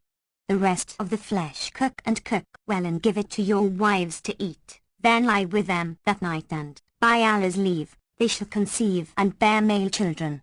Moreover, he gave him a seal ring, a sword, and a wrapper containing 2 tunics. FN number 365, embroidered with gold and jewels, saying, O Wazir Faris, when your sons grow up to man's estate, give to each of them one of these tunics. Then said he, In the name of Allah, may the Almighty accomplish your desire. And now nothing remaineth for thee but to depart, relying on the blessing of the Lord the Most High, from the king looketh for thy return night and day, and his eye is ever gazing on the road. So the Wazir advanced to the Prophet Solomon son of David, upon both of whom be the peace, and farewelled him and fared forth from him after kissing his hands. Rejoicing in the accomplishment of his errand, he travelled on with all diligence night and day, and ceased not wayfaring till he drew near to Cairo. when he dispatched one of his servants to acquaint King Asim with his approach and the successful issue of his journey, which when the king heard he joyed with exceeding joy, he and his grandees and officers and troops especially in the wazir's safe return. When they met, the minister dismounted and, kissing ground before the king, gave him the glad news anent the winning of his wish in fullest fashion, after which he expounded the true faith to him, and the king and all his people embraced al-Islam with much joy and gladness. Then said Asim to his wazir, "Go home and rest this night and a week to boot, then go to the hammam bath and come to me, that I may inform thee of what we shall have to consider." So Faris kissed ground and withdrew, with his suite, pages and eunuchs, to his house, where he rested 8 days, after which he repaired to the king and related to him all that had passed between Solomon and himself, adding, "Do thou rise and go forth with me alone." Then the king and the minister took 2 bows and 2 bolts and repairing to the tree indicated by Solomon, clomb up into it and they sat in silence till the midday heat had passed away and it was near upon the hour of mid-afternoon prayer, when they descended and looking about them saw a serpent couple FN number 366, issue from the roots of the tree. The king gazed at them, marveling to see them ringed with collars of gold about their necks, and said to Faris, "O Wazir, verily these snakes have golden talks. By Allah, this is forsooth a rare thing. Let us catch them and set them in a cage and keep them to look upon." But the minister said, "These hath Allah created for profitable use, FN number 367, so do thou shoot one and I will shoot the other with these our shafts." Accordingly they shot at them with arrows and slew them, after which they cut off the span's length of their heads and tails and threw it away. Then they carried the rest to the king's palace, where they called the kitchener and giving him the flesh said, "Dress this meat daintily, with onion sauce FN number 368, and spices, and ladle it out into 2 saucers and bring them hither at such an hour, without delay." And Shahrazad perceived the dawn of day and ceased saying her permitted say. When it was the 761st night, she said, "It hath reached me, O auspicious king, that when the king and the wazir gave the serpent's flesh to the kitchener, saying, 'Cook it and ladle it out into 2 saucers and bring them hither without delay,' the cook took the meat and went with it to the kitchen, where he cooked it and dressed it in skilful fashion with a mighty fine onion sauce and hot spices, after which he ladled it out into 2 saucers and set them before the king and their wazir, who took each a dish and gave their wives to eat of the meat. Then they went in that night unto them and knew them carnally, and by the good pleasure of Allah, extolled and exalted be He, and His all-might and furtherance, they both conceived on one and the same night. The king abode 3 months, troubled in mind and saying in himself, "I wonder whether this thing will prove true or untrue," till one day, as the lady his queen was sitting, the child stirred in her womb and she felt a pain and her colour changed. So she knew that she was with child and calling the chief of her eunuchs, gave him this command, "Go to the king, wherever he may be, and congratulate him saying, 'O king of the age, I bring thee the glad tidings that our lady's pregnancy is become manifest, for the child stirreth in her womb.'" So the eunuch went out in haste, rejoicing, and finding the king alone, with cheek on palm, pondering this thing, kissed ground between his hands and acquainted him with his wife's pregnancy. When the king heard his words, he sprang to his feet and in the excess of his joy, he kissed FN number 369, the eunuch's hands and head and doffing the clothes he had on, gave them to him. Moreover, he said to those who were present in his assembly, "Whoso loveth me, let him bestow largesse upon this man." FN number 370, and they gave him of coin and jewels and jacinths and horses and mules and estates and gardens what was beyond count or calculation. At that moment in came the Wazir Faris and said to Asim, "O my master, but now I was sitting alone at home and absorbed in thought, pondering the matter of the pregnancy and saying to myself, would I wotton this thing be true, and whether my wife Catan FN number 371 have conceived or not. When, behold, an eunuch came in to me and brought me the glad tidings that his lady was indeed pregnant, for that her colour was changed and the child stirred in her womb, whereupon, in my joy, I doffed all the clothes I had on and gave them to him, together with 1,000 dinars, and made him chief of the eunuchs. Rejoined the king, O minister, Allah, extolled and exalted be he, hath, of his grace and bounty and goodness, and beneficence, made gift to us of the true faith and brought us out of night into light, and hath been bountiful to us, of his favour and benevolence, wherefore I am minded to solace the folk and cause them to rejoice. Quoth Faris, do what thou wilt, FN number 372. And quoth the king, O Wazir, go down without stay or delay and set free all who are in the prisons, both criminals and debtors, and whoso transgresseth after this, we will requite as he deserveth even to the striking off of his head. Moreover, we forgive the people 3 years' taxes, and do thou set up kitchens all around about the city walls FN number 373. And bid the kitcheners hang over the fire all kinds of cooking pots and cook